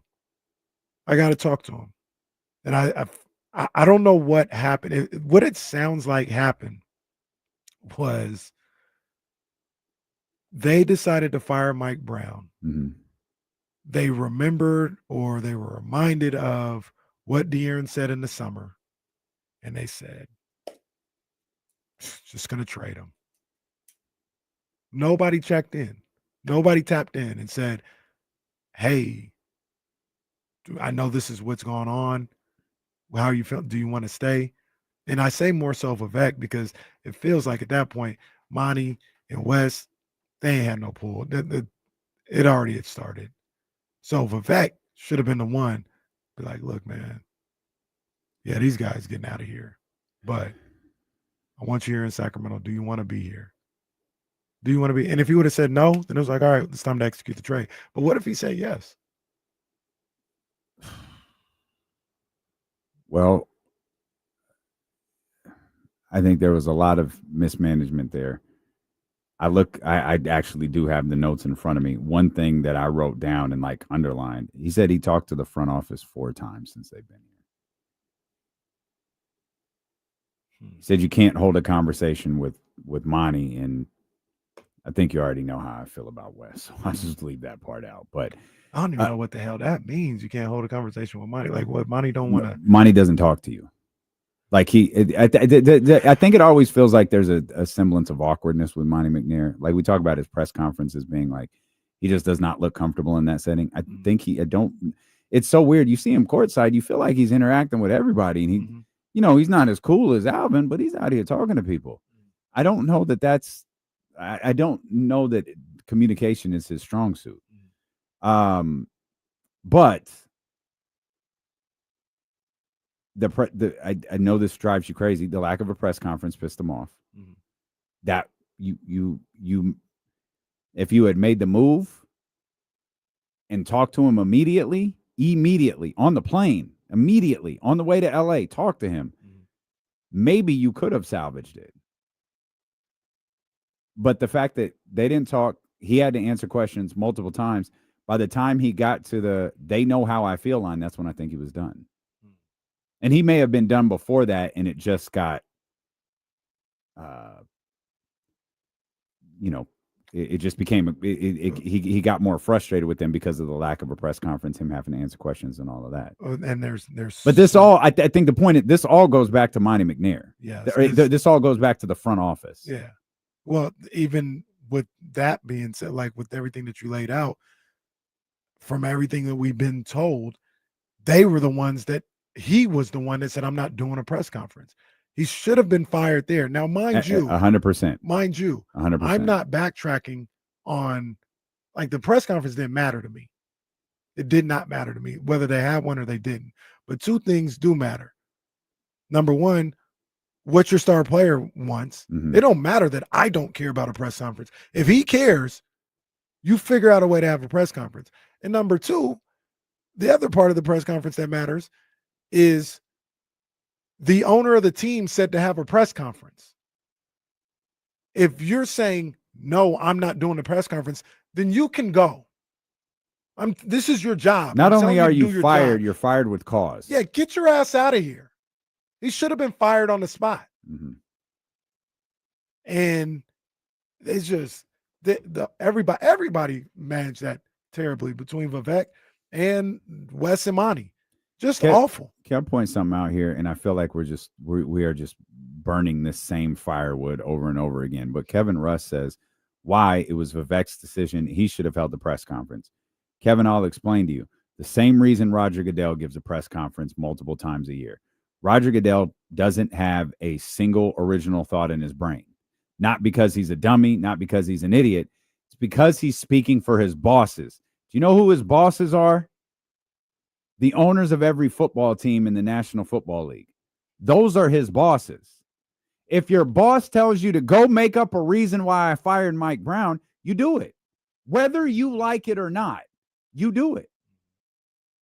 That's why.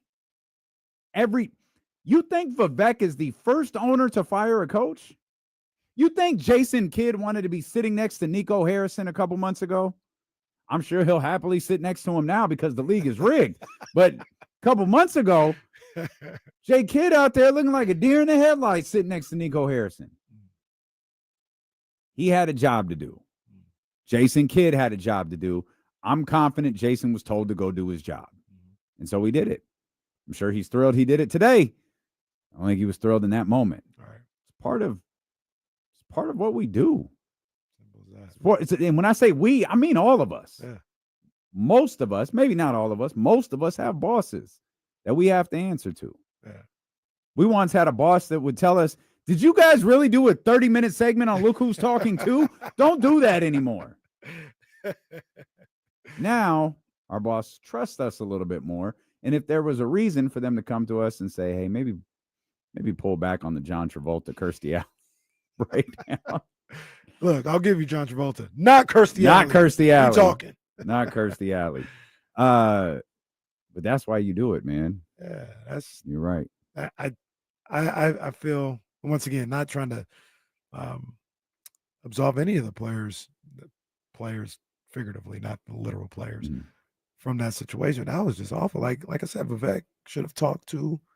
You should have talked to one of them guys, or talked to De'Aaron Fox. But the biggest thing is this goes all the way back to that playoff year, that off season where you don't do anything.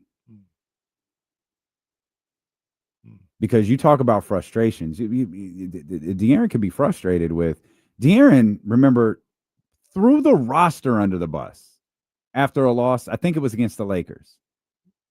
I don't remember after the game, but it was during that. You mean when he was on When he was- Draymond's? No, So he did it no. again? He said, I think it was in a post game. I could be wrong. Might have been post So practice. he did it multiple times. I think it was a post game where he was like, "We need more. We need more help." You're literally crapping on your entire team because you're not being specific enough to know. I'm not talking about Domas. I'm not talking about Malik. I'm not talking about Keon or Devin or whoever. You're just being generic. So literally everyone in that locker room can go, "You don't think I'm good enough to?" All right. I got an idea. How about you not score 30 tonight and 12 the next day? That was crazy for him to say. I didn't like that the moment he said something like that. Like, what are you talking about? I don't even think I realized he said that on the Draymond Green show. Maybe I Yeah, was 'cause the just tree buried was with in the all the other background. stuff. That's He- right. That's right. he Well, was not like- the tree, both of them. Both of them. Both of the And he trees. said, "Well, obviously we need more because you da da da da da." I was Yeah. like, "What you mean? Obviously we need more." And that's when I went off. Like, what you mean? I'm asking you to be the 7th seed. You need more to be the 7th seed or the 6th seed? What you talking about? You're supposed to be him. Supposed to be. Yeah. And then that's the other thing, man. Like, he's not. And that's okay. Like, there were moments, especially in that playoff series, where I thought he was. Like, this is the dude. This is an A1 leader. And I think to me, you can't be a great leader in the right situation. You have to be a great leader in every situation, or you're not a great leader. You talked about Rick Carlisle earlier in the show, and I think one of the things that Rick did was so brilliant was the first full year he let that team play. That first full year of Ty and where you have something with Ty and Siakam. All right, man. Y'all want to score 140? Go ahead. That's what you do best. Go ahead. Run. Go. Get at it. We're going to need depth, though. See all the weight Miles Turner's lost? He couldn't play.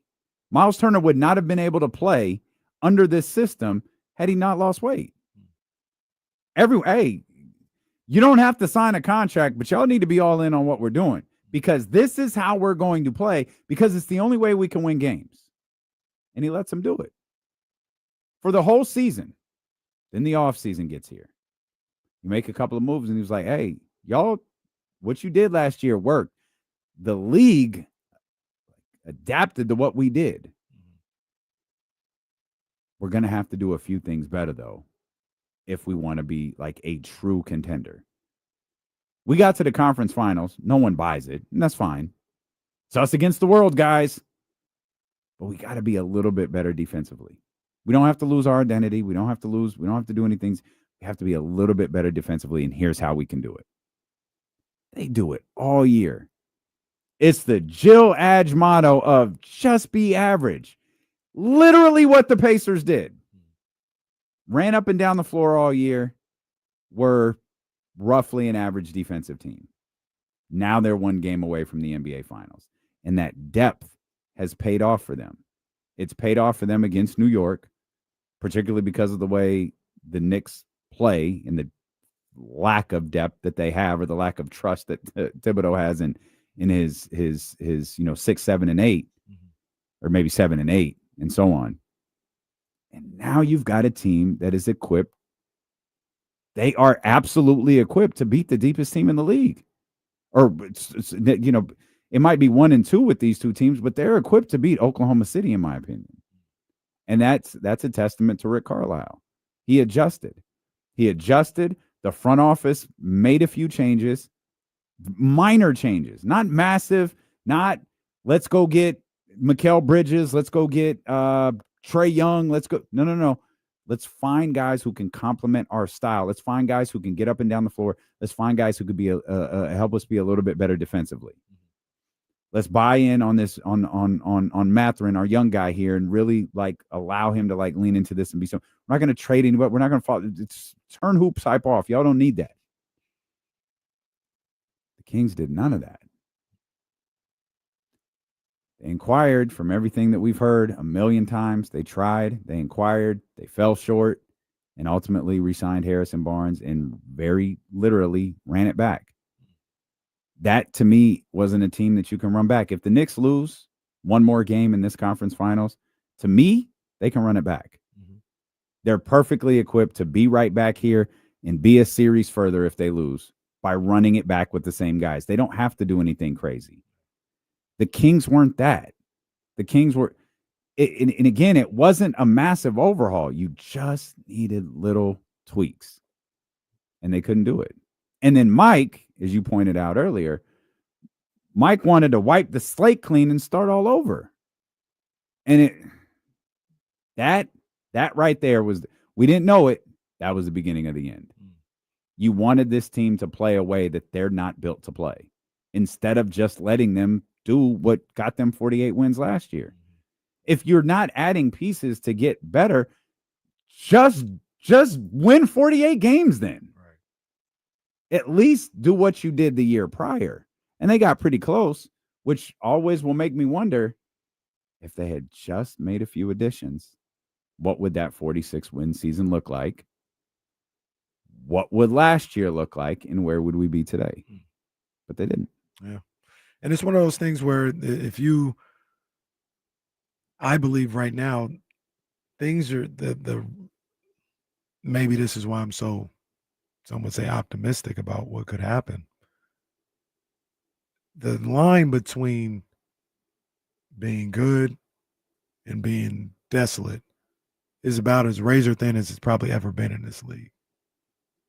You just laid out a number of scenarios where if one move would have went this way, maybe they're looking at being a 52-win team. But one move went this way, and it started an avalanche of destruction. Mm-hmm. It's still like that. Yeah. It's still like that. It may not be in the same form or fashion that you look at the Sacramento Kings in right now, but it's still like that. You make one or two correct moves this offseason, you can be, I'll say it, I'm not afraid, you can be a playoff team. Bring James in. Yeah. Because it's not I think the whole league is like this right now. It's this razor thin margin to go each way. Now there's some teams that have this built-in, we're good for a long time. When you talk about OKC, San Antonio, teams like that, I think Indiana's maybe gotten into that category now as well. But look at Boston. I know we say we take injuries out of it, but injuries happen. Mm-hmm. Boston went from thinking about like, man, maybe we can go for 3 next year to we got to get rid of Jaylen Brown. Maybe we take the year off and see what young guy we can get in. It is a razor thin margin in the NBA right now. And I think that goes both ways. That's not just razor thin to being bad. Like you're razor thin to being good as well. Hammer, we're all of this really started because we were talking about Look Who's Talking. Yeah. John Travolta and Kirstie Alley and Bruce Willis. Of course. Yeah. I mean, I don't know how your Kings conversation starts, but I mean, obviously we're watching Tyrese Haliburton succeed in the Eastern Conference Finals. We're watching the Indiana Pacers, do what they did this year and last year, and really trying to even further pick apart why we are where we are with the Sacramento Kings. And we've talked about De'Aaron at length, and the pairing of De'Aaron and Domas and Hammer. I feel like it always just traces back to the Sacramento Kings make the playoffs. They attempt to get OG Anunoby. That falls short for whatever reason. It falls short, and then they wind up just sitting on their hands and running it back into that second season. And then Mike tries to wipe out their identity and start over. Yeah, I don't know if it's so much that Mike tried to wipe out their identity. Is he tried to push them towards the team they were in the last half of the season before and in the playoffs. And they just didn't take to it, like it's one thing. I don't know. To me, like the first season of of, the beam team, I guess we call it. Um, it felt like they were overachievers, right? And so we expected them to continue to overachieve. And the fact is that they were overachievers that decided to put their mind to something. And then in year two, um, more of their true colors showed up. And like, to me, the biggest thing that is what Kenny, like, there isn't a huge difference between a good team and a bad team in the NBA. There's a big difference between a great team and a good team and a great team and a bad team. But the difference between a good team and a bad team, I don't really think is that big of a margin.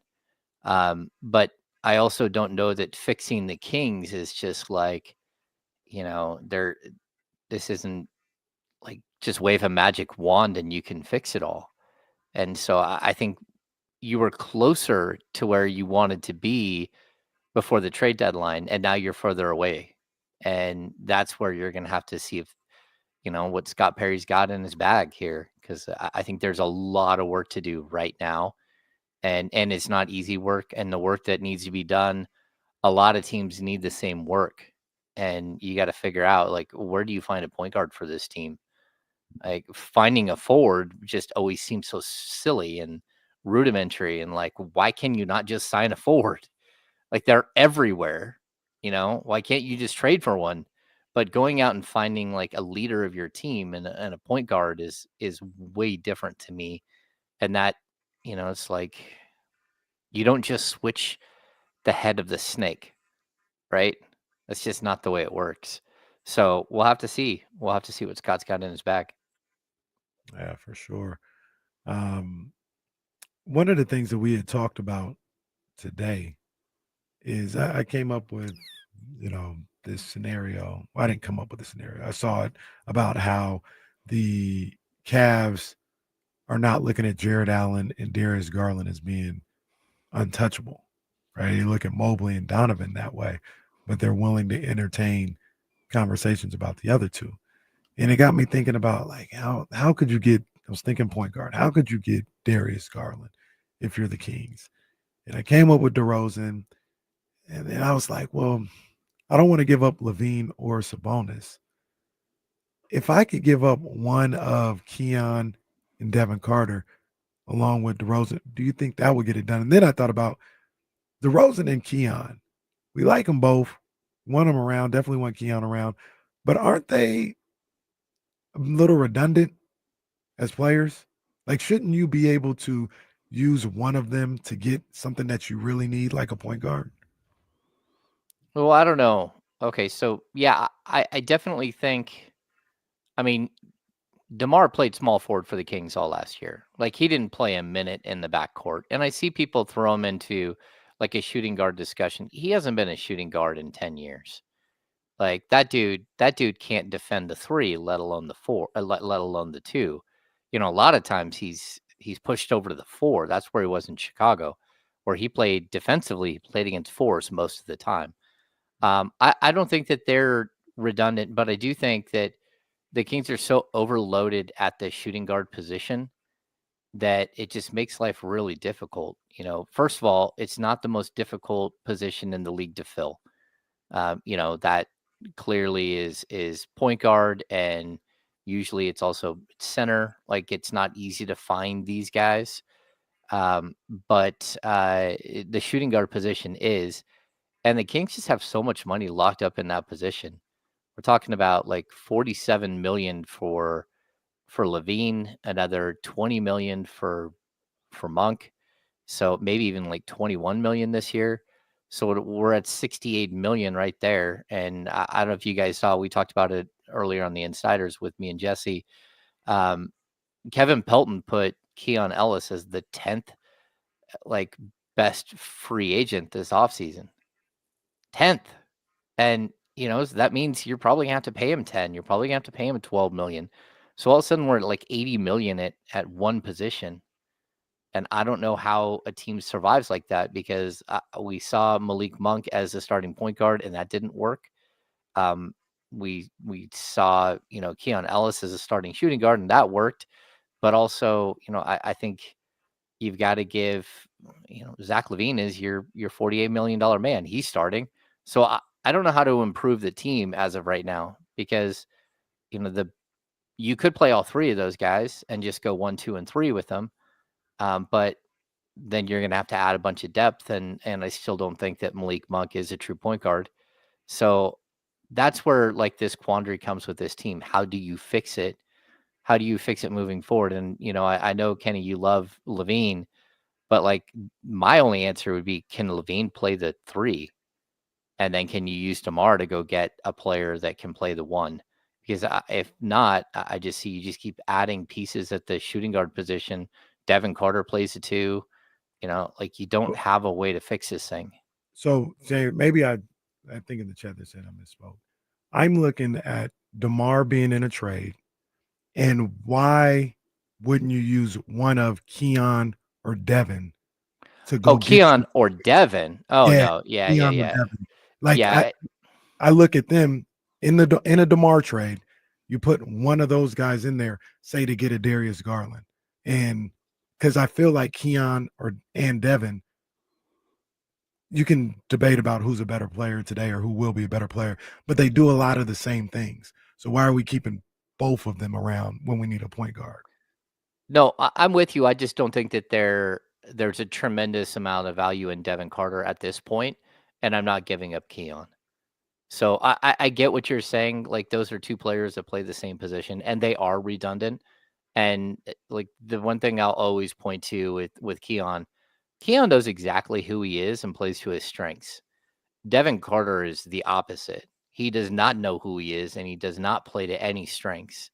And that may come with, a couple of years of figuring out that, you're not 1A, you're not 1B, you're not 2B, you're like number 8 if you're lucky, right? And you've got to work your way up from there.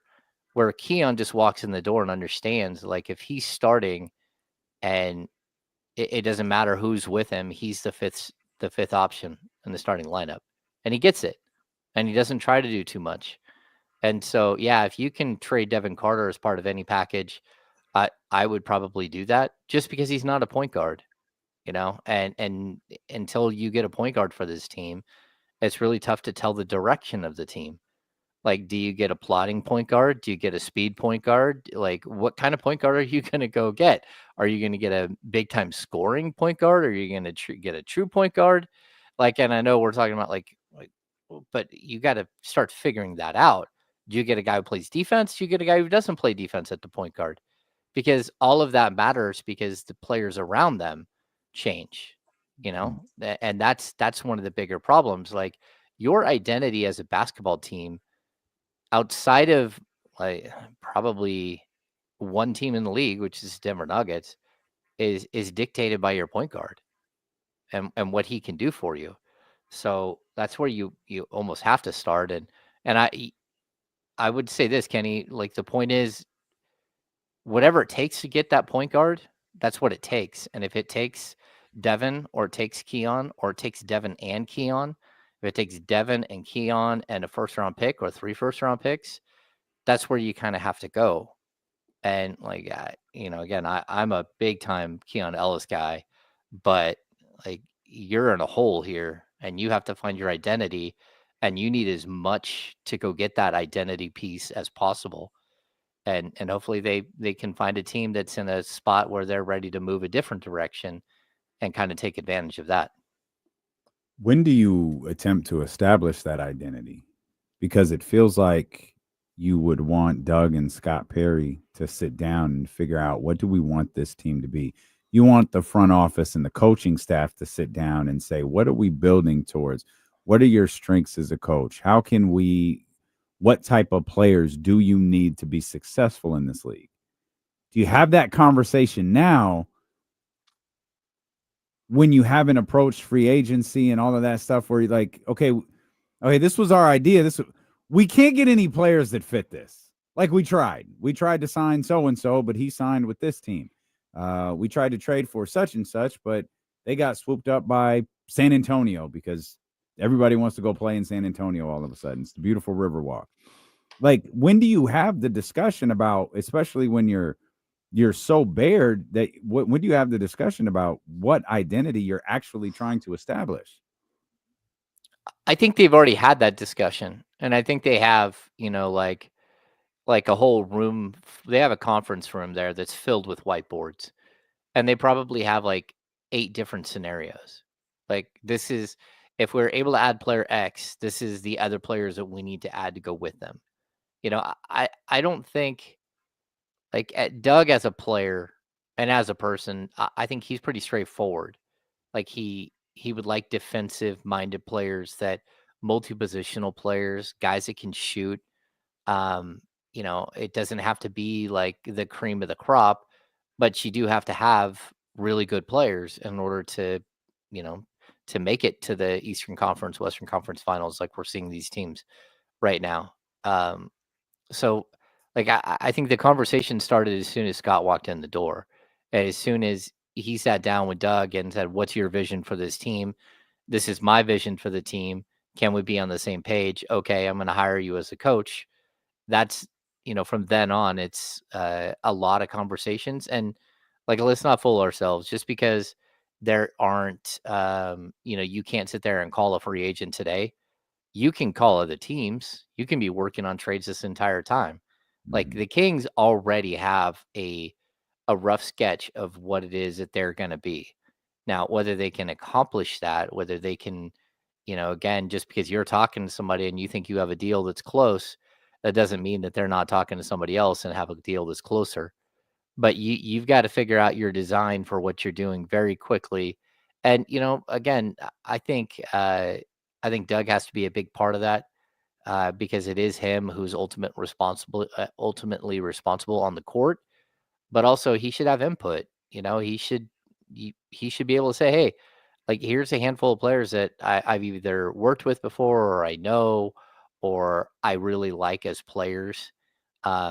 Maybe we should, like, look at some of these options." I just think that this is totally different. Like, when we're talking about last offseason or last trade deadline, and guys like John Collins or Cam Johnson, we have all these names, Kyle Kuzma, that are just like in our brains, that we've been attaching to the Kings forever.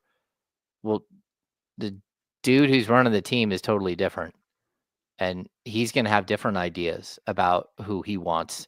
And that's where you have to shift gears a little bit, because you see rumors, like, it's unsubstantiated rumor from somebody that I have no idea who he is, but like the RJ Barrett thing from, what was it, Friday or this weekend, where the Kings might be interested in RJ Barrett. Or you're looking at Julius Randle in the playoffs, and you're like, okay, he's entering the final year of a deal. He's got a player option for $31 million next year. Scott Perry is the guy who brought him into New York. Is he somebody that you would look at? Is Domas part of the picture? We're just going to have to wait and see, and have as many conversations as possible with people around the team, to try to figure out what direction they're going to go, because, like, it's kind of an open book here. I think the only guy I think I know will be on the team next year is Zach LaVine, and that's because I don't think you can trade his $95 million owed or $96 million owed over the next 2 years. Now, that could change, a year from now or 6 months from now, but that's the one guy I would point to and say, if I were guessing, he's on the team. Everybody else, I think it's up in the air. I thought about it. I've thought about it. We've talked about it just in this 19 minutes here. And it's clear. I'm with James. They have to go get the point guard. That is the heart and soul of everything that you're trying to do. You have to go get, and I think, was it Scott or Doug who mentioned the point guard in their press conference? Didn't one of them? Scott did. Scott. They know that. Yeah. They know that. I would be shocked I'd be floored if they came out of this summer without a starting point guard, not somebody that they're going to try out, or, no disrespect, but like Mason Jones, let's give him a shot. Like, no, I think they're going to go point guard hunting. And I think that's where they start. Mm-hmm. They'll figure everything else out along the way. But I as we talk about it and thinking about it and thinking about the things that are said, they are going to go point guard hunting as soon as they can, if they haven't already. Yeah, and we talked about it earlier too, just like the team that we're seeing right now. I mean, it could look 100% different. Like we have no idea what it's going to look like. But I always go back to like for comparisons to the original great Kings team, the team assembled during the lockout in 1998 and then became really good from 99 to 2006. Um, like you have to put the right ingredients in. And I think going out and signing Vlade Divac was a stroke of genius. Trading for Chris Webber was absolutely amazing. Getting Peja Stojakovic to come over from overseas was spectacular. But the engine, the thing that made that thing so incredible right off the bat was Jason Williams, who was, an unheralded college prospect who had been kicked off his college team. And like he steps on the floor and instantly that is who you were. You were that exciting brand of craziness. And like it's almost like where you have to start. And so many times this team has started the wrong way. They tried to make Tyreek Evans into a point guard. That wasn't really a thing. They've tried to, they had the Isaiah Thomas era, which they just botched that. They allowed somebody with, who's not very good at their job to make decisions about basketball players and whether they're good players or not. But then it just became like this perpetual cycle of like guys who just weren't good enough. And so, yeah, if you've got to throw 3 first-round picks to go get Ja Morant or to go get, again, LaMelo Ball or one of these point guards that could come available, a Trae Young, like that's going to be the guy who establishes who you are right off the bat and who you have to put next to him. So, again, it's one thing to land one of those guys, but you want to put him in starting backcourt with Zach LaVine, you're going to give up 130 points a night, 140 points a night. Now that's where Keon Ellis comes into play. Like, how do you piece this thing together the right way? And again, I don't have any solution. Like, I hate to be someone who points out a bunch of problems and then doesn't have a solution, but we won't know the cost or who's available until the things start moving. I would just say that like all of the things that we talk about, there's probably like 3 out there that we aren't talking about, that we are not thinking about, that are potential, that are available for the Kings, that could happen and would stun everybody and we're like, wow, I didn't see that one coming. And that it's funny. It goes back into that conversation about like what type of team do you want to build? Like it seems to start with, well, what kind of point guard do you want to acquire? James, you mentioned the Drew Holiday type. Okay, you got a defensive guy who could score for you a little bit, but he is primarily a defensive point guard. Or you can go Trae Young, right, who is not known as being a defensive point guard. He's a completely different type of point guard. He led the league in assists last year. He could be a scorer. He could be a score first guy. He could pass the ball a lot. And it seems like whatever conversation Scott Perry and Doug may have had, they both have to be willing to adjust on the fly with like, okay, I know this is what we talked about, when I got here back in, April, but we're going to make we were able to land, this player who plays this way and this player who plays this way. We're going to have to adjust our thinking and we'll try to build, we've got some scoring guys here. We'll try to get you some, smaller defensive pieces to help fill out this roster. But we were able to, acquire guys, if this was a draft board, we had them graded really high. They come in here and maybe they play a little bit different of a style than we thought, but we could get them going with Domas and the guys that are here. It seems like Scott Perry and Doug Christie are probably going to have to adjust a lot over the course of the next 3 months based on what that front office is actually able to pull off. No, I totally agree. And even Damian, like you're not able to like, this is who I am offensively. You cannot say that until you know who you've got. It's one thing to say, hey, we want to run the ball. We want to run the ball. Well, if Corey Joseph is the only point guard you can get, you're not running the ball. I hate to tell you, like you've got to look at this and like find pieces. But you also have to be, adaptable. And I think that's the one good thing about Doug. He doesn't have like years of established, like, this is who we are. Like if he wants to run the Princeton offense, okay, that's great. Now you need to go find more passers. Like you got one of them. You got, the equivalent of probably Chris Webber as far as a passer. Now you need to go find the Vlade Divac. Like that. If you're going to try to design your team before you know what your team is, that's going to be really, really difficult. I'd say like the second, like you can have principles, you can have ideas, you can have standards, but what type of style of play you're going to play, I don't think we have any idea what that's going to look like unless they just really, really rely on the combination of, Keegan Murray, Domantas Sabonis, and Zach LaVine and say, hey, this is it. Now everybody else has to fit that style. And I don't know if they're ready to do that yet. All right, we actually got a lot more to talk about. I want to ask you about Jake LaRavia and what his contract situation is. And then I want some answers about the California Classic. Yeah, James, and damn I it. expect you to be the one to give us answers Yeah. regarding the California Classic. Because this show started off a little hotter than we intended.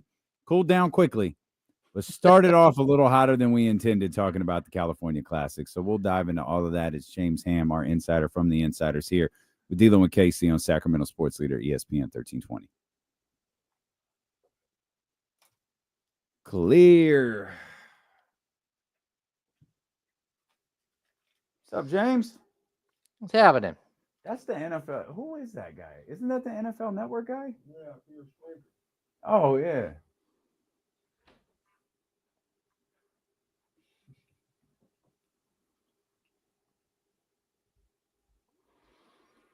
Yeah, Fell RP. short with everybody in RP, I don't disagree. Levine is not a number one option. He's never been. He's miscast as a player. But he's gonna be one of your top scoring options. Like, he can't be your best player at all.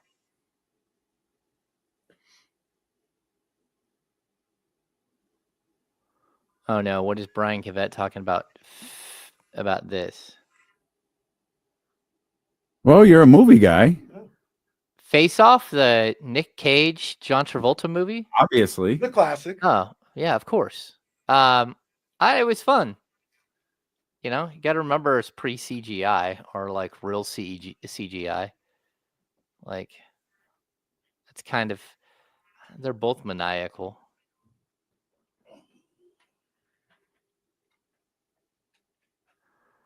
Yeah, Russ Dog, it's too late in Zach LaVine's career to make him a point guard. Well, last time we'll see this guy this year. Anthony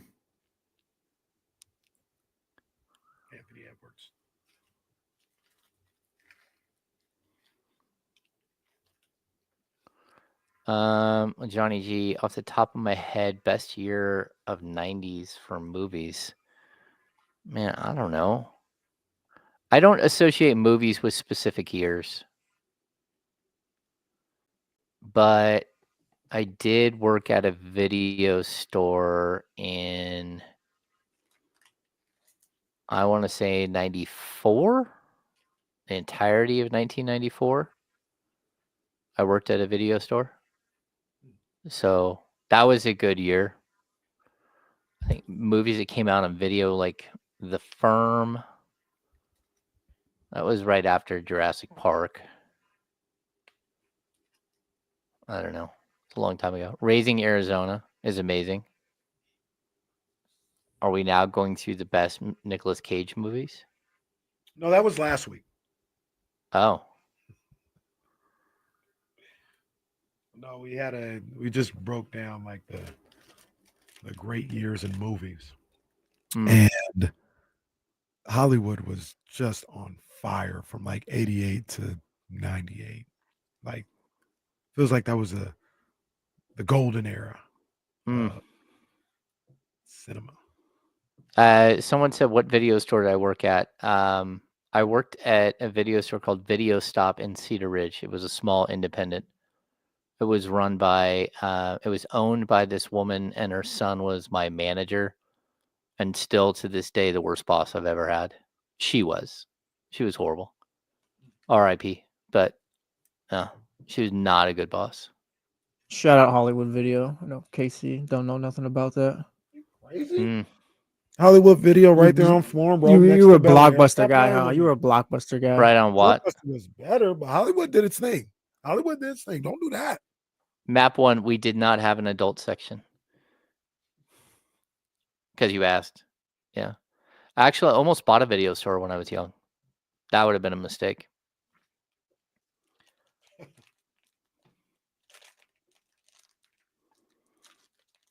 See, you guys are coming up with some good Nicolas Cage movies. Snake Eyes, National Treasure, 1 and 2, 8mm. I like Nick Cage. He's crazy.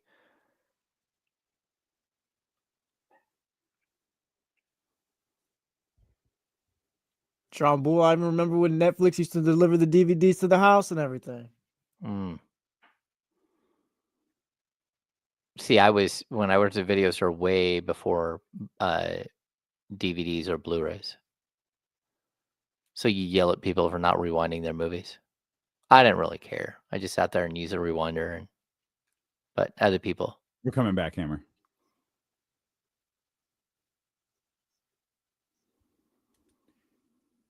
Here's a fun trivia question. I actually need to make sure I got this right. Yes, I do. Okay. Does anybody remember? Because, of course, we've been talking about movies all day.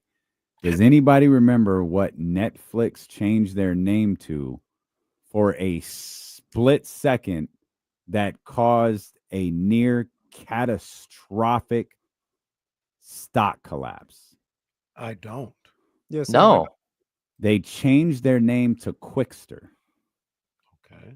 Oh. When they were a DVD company, they changed it to Quickster, and a stock that was making you money upon money upon money died painfully. So bad that our person called and said, don't panic, just don't. We're not going to sell it. We're just going to hold on to it, and we're going to just ride this thing out. Oh my gosh. It was a catastrophic failure, and they immediately changed it back. But the damage had been done. It took, I don't want to like be like dramatic. I don't know if it was years or a year. It took a long time for Netflix to go back to being what Netflix was after that. Why did it go so bad? Clear. I don't know. I don't know. People hated the name. People thought it was something like different. So they were like, Quickster's pretty trash. I'm not gonna lie. No. But what I think is people thought there was a change coming to the service, so they sold. They were like, if this isn't what we think, we're out, and they sold. John Bull in the chat. Thing I've ever heard. Oh Lord, what's John Bull doing? Like, maybe we don't want to know. Yeah. Yeah, that's what John Bull said in the chat. Oh, well, No. all right, sir. All right. Well, that's come on, John Bull. Streaming only. That's the craziest thing I've ever heard. People were unsure of the names, so they sold like. Well, they thought that whenever you made a change to a name that had just started to be established, so people thought, from what I remember, I'd have to like research this again and look it up. But from what I remember in the moment, people thought the service was changing, and they were like, "Well, I'm out then." That's crazy. I'm like your financial advisor. All right, let's just see what's going on here. Why would I? Sell! Well, that's what they did. It's Kenny's Wall Street voice right there. It is. Kenny's Wall Street voice. How'd that go again? Yeah, sell! Well, sounds like a broker. Sounds like a broker. Hammer, what is... I don't even remember. Oh, we were asking if Jesse knew what Hollywood Video was. And then he reminded everybody that he remembered when Netflix delivered DVDs. Hammer, can you remind us the status of Jake LaRavia's offseason? Yeah, Jake LaRavia is an unrestricted free agent. He can sign with any team for any amount that he wants, up to the limit for his rookie scale contract, except for the Kings. He can only sign a starting salary of 5.1, 5.2 million with the Kings. Every other team in the league can pay him more than that. And the Kings do not have the right of first refusal. They don't have the right to match any offer because he's unrestricted. So basically, he's just a dude who's out there that can go get whatever money he wants and can go to the highest bidder. I do know he enjoyed his time here in Sacramento. I talked with him quite a few times about just the way he was embraced here. And, the first, I think 2 minutes of Jake LaRavia's Sacramento Kings career could mean a lot to the Kings, because he had like 8 points in like his first 2 minutes, and he had a steal, he had a three, he got a rebound, got a breakaway, and the fans just like gave Jake LaRavia a standing ovation. He never ever felt like he was appreciated at all in Memphis, and he did not have a good experience in Memphis. So he's not running back to Memphis. That's not a thing. But he is also very cognizant of the fact that, there are teams around the league that don't have state income tax, and there are teams that do. He was born in California, but he spent, I think, most of his time in Indiana as a kid. And so, like, look, I think he's going to be one of those players that goes and tests the free agent market. I think the Kings will probably, or at least I wouldn't be shocked if the Kings put an offer in around like the maximum that they can pay him, like give him a 2-year deal worth like $10.7 million, with the second year being a player option. And then if you can get him, the weird thing about his contract is if you can get him to play out this next season as a King, then you have his full Larry Bird rights back next summer. So it's strictly because Memphis didn't pick up his 4th-year option on his rookie scale deal. And when that happens, it caps you at the dollar amount that you would have made on that 4th year, right? That's what the $5.2 million is. So he can go wherever, but it's going to really depend on, if he felt like he was part of what was happening here, but also like, look, what do the Kings think of him? What does Scott Perry think of him? What does Doug Christie think of him? Because this isn't like just like an automatic, oh, Jake LaRavia is coming back, or we got to have Jake LaRavia back. Like, it's a whole new front office, a whole new coaching staff, and they're going to want some input on this as well. Do you think he gets out of the price range for the Sacramento Kings? No, I don't. Like, again, I think he's fun. I think he's athletic. I think he brings a lot to the table.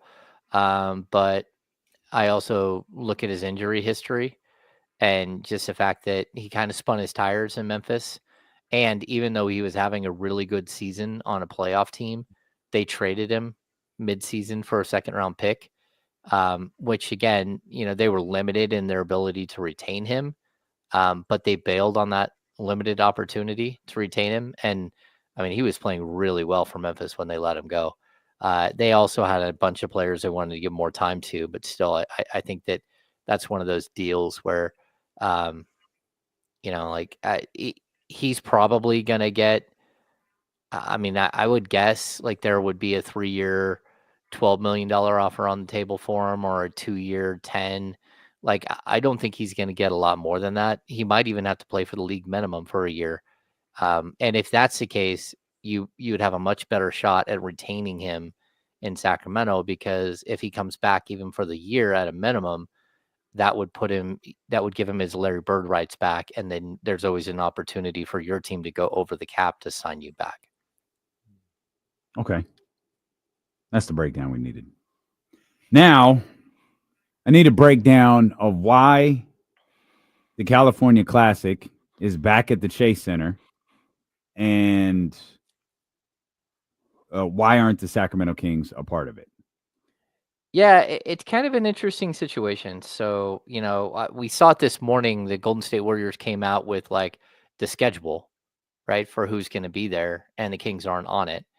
And I didn't instantly think, oh, well, that means it's done in Sacramento. Although I had heard murmurs that it was like there's a good chance they weren't going to do it this year.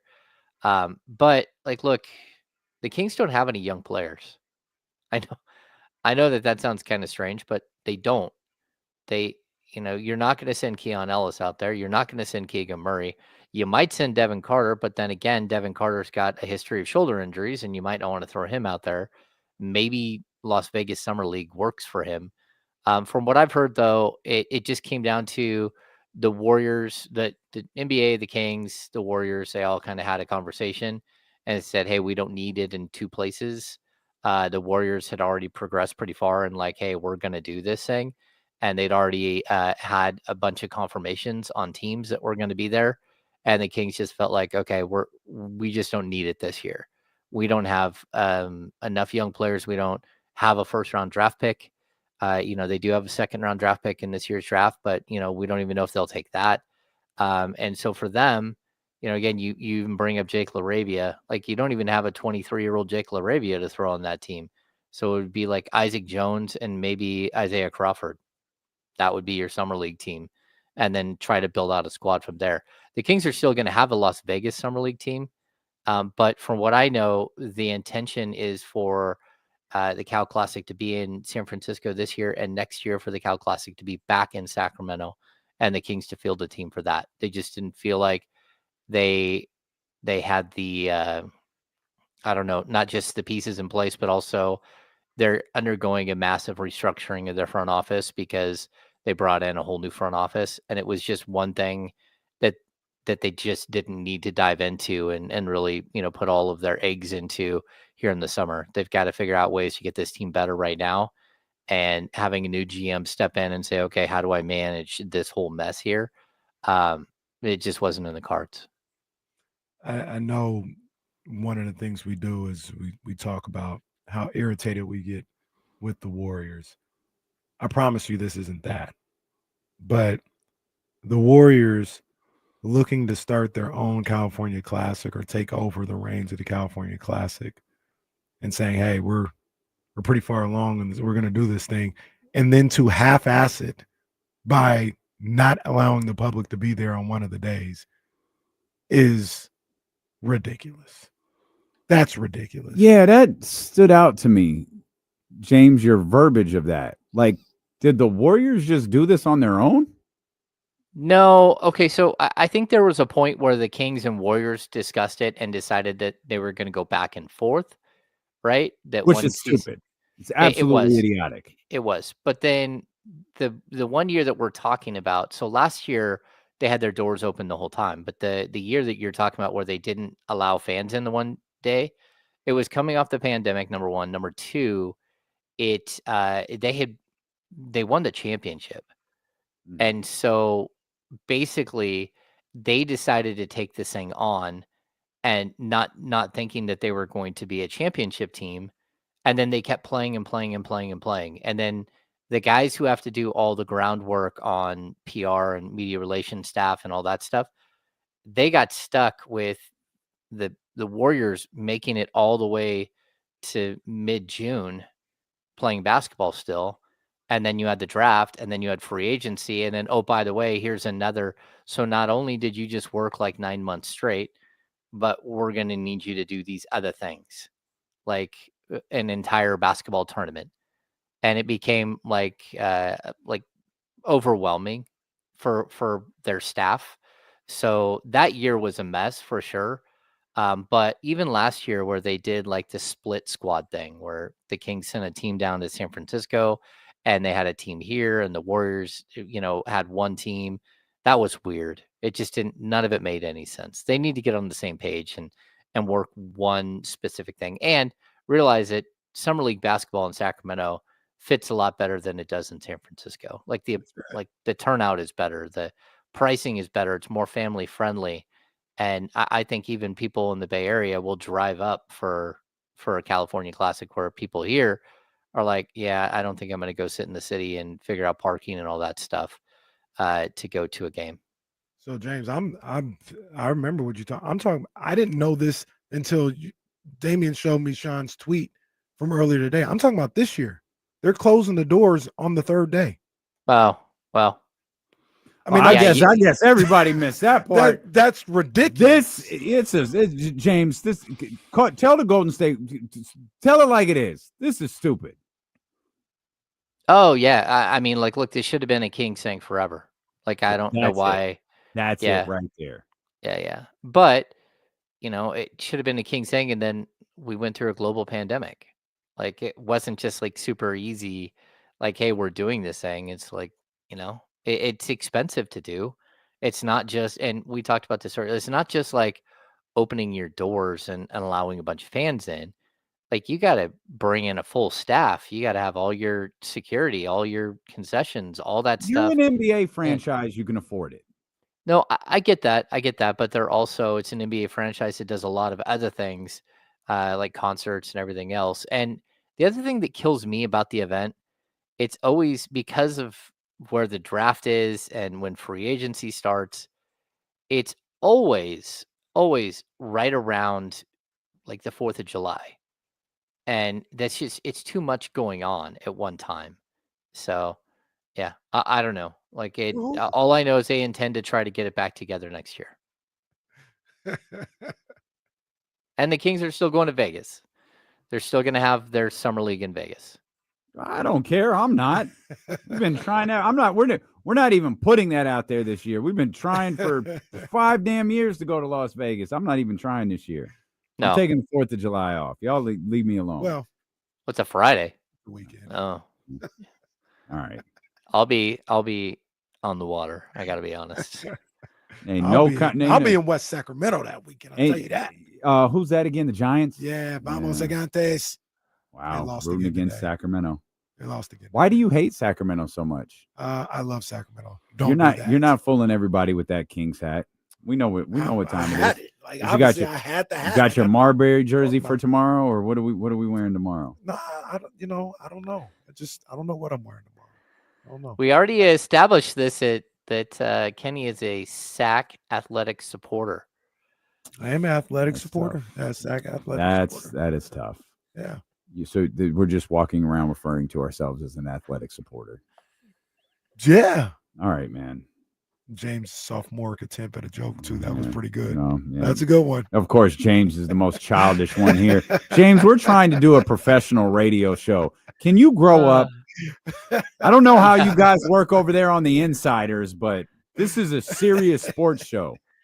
Yep. I just remember that time we were talking about San Antonio. We did not talk very much about the River Walk. We talked about what else it's known for, and it wasn't the Alamo. No, I don't know. Was that whatever? Yeah, it was you. You guys were discussing it. I wasn't. I was just sitting here laughing. What else is San Antonio known for? You got some tacos. Oh yeah. No, yeah. That's some special tacos over there. Yeah, James, what are those tacos called, James? Oh, I'm not saying what those tacos are called. You guys go ahead and just talk about it amongst yourselves. I don't get it either. I'm scared to look. Is that a term for something? First thing. What? Oh. Look, we can just move on. I'm just so confused. Like, it's just a taco, right? As far as I know, it's just a taco. All right. Let me type Urban Dictionary. Let's see if there. No. Yep. Never mind. Yep. Close that. Got it. What do you got there? Nope. Nope. Work computer. Nope. Nope. I didn't know that. So let's just keep it moving. I hadn't heard that. I don't know what culture refers to as that, but it is not mine. Urban. Oh no, it is not. I have not heard one rapper use that term. I've never. Well, this is news to me. Maybe it'll be on Drake's next album. I don't really know. Wow. James. Oh, James, do you enjoy watching Tyrese and the Pacers, or does it sting you a little bit? No, I fully enjoy it. Like look, you make trades, and Tyrese was a joy to have around. He was a joy to have around during like one of the darkest times in Kings history. You know, it wasn't just that the losing, but it was the pandemic. And I think for most of his time here, he didn't even get to see fans in the stands. His first year was like no fans in the stands. And, you know, like losing by 45 when there's no fans and then having to go talk to media, that wasn't fun. But I found him engaging and cool, and like his witty banter with Brendan Nunez was fun. Like there was so much to Ty that right away you understood that he got it. And I was looking forward to an era where we got to cover Ty on a daily basis. But I look at the trade and, as somebody who covered like 12 straight years of losing basketball, it was fun to see Sabonis lead that team to the playoffs in the first year. And, again, you gave up a couple of years in age and all that stuff. But the reason why the Kings are where they are today is not because of that trade. The reason they are where they are today is because they built something and then they didn't stick to the plan and they didn't keep building and they let it die on the vine. And that's on them. That's on Bonnie and Wes. It has nothing to do with Domantas Sabonis as a player. I still think he's a phenomenal player. I do enjoy watching Ty become an NBA superstar because that's what's happening like right in front of us. But like, let's be honest. Does that happen in Sacramento? Maybe, maybe not. Like, do they ever put the team around him in Sacramento that would help him find success? Do they ever keep building around him? Do they have the player development? Would they stick to a coach and allow that coach to, really build a system? No. The answer is no. So like, Ty got out and he's finding his way and he's been absolutely phenomenal. That's a great way of putting it. Ty got out. Yeah. Ty got freed. But you can't look at that, like compare what it would look like with Ty and without, because like that the team. Well, with I'm of the belief it wouldn't look different. Like it would look the same here because the failure was on the organization. Of course, Ty would have been stuck in the position that Keegan Murray is stuck in. That DeMonte, he would have been stuck in the position that everyone else is stuck in because the front office didn't work enough to build around him. Well, not only that, but they did things that were counterintuitive. They did things that like set you back. Like if you're one player that you're focusing development on is Keegan Murray, why in year 3 when he's supposed to take his big ascension step, do you bring in a 35-year-old guy who shoots the ball 17 times a game? Like that doesn't make any sense. Like it is completely counterintuitive. What they did here is it does not make any sense. And I don't care who's to blame. Because there's always going to be that down the road. We're going to hear this. Oh, well, that wasn't really his pickup. That wasn't really his pickup. Well, at the end of the day, it's on your resume, and that's just the way it goes. So if you didn't want to make a trade or you didn't want to sign a guy, then don't sign him. Tell the owner that, hey, that's not going to work. I'm a basketball guy. That's not going to work. And they didn't do that. They made trades that didn't make any sense and have now put the team in a really, really bad situation that somebody else has to try to fix on the fly. Tyrese Haliburton plays as well as he does, and Mike Brown comes to training camp and says, "I think he needs to be more like Gary Payton." No, he would have let him be like Steph. That was a shot. Yeah. That was a shot. Yeah. No, he would have changed everything. And now, in all honesty, and I agree with what I heard earlier, part of this also goes to the credit of Rick Carlisle. Yeah. Because he allowed that team to be that team. Yeah. That's what he did. He allowed them to be who they are, didn't try to change them, didn't tell them they weren't necessarily good enough with what they were doing, just to improve on what they're doing. And that's a testament to him as a coach. And his front office went out and got Pascal Siakam. The end.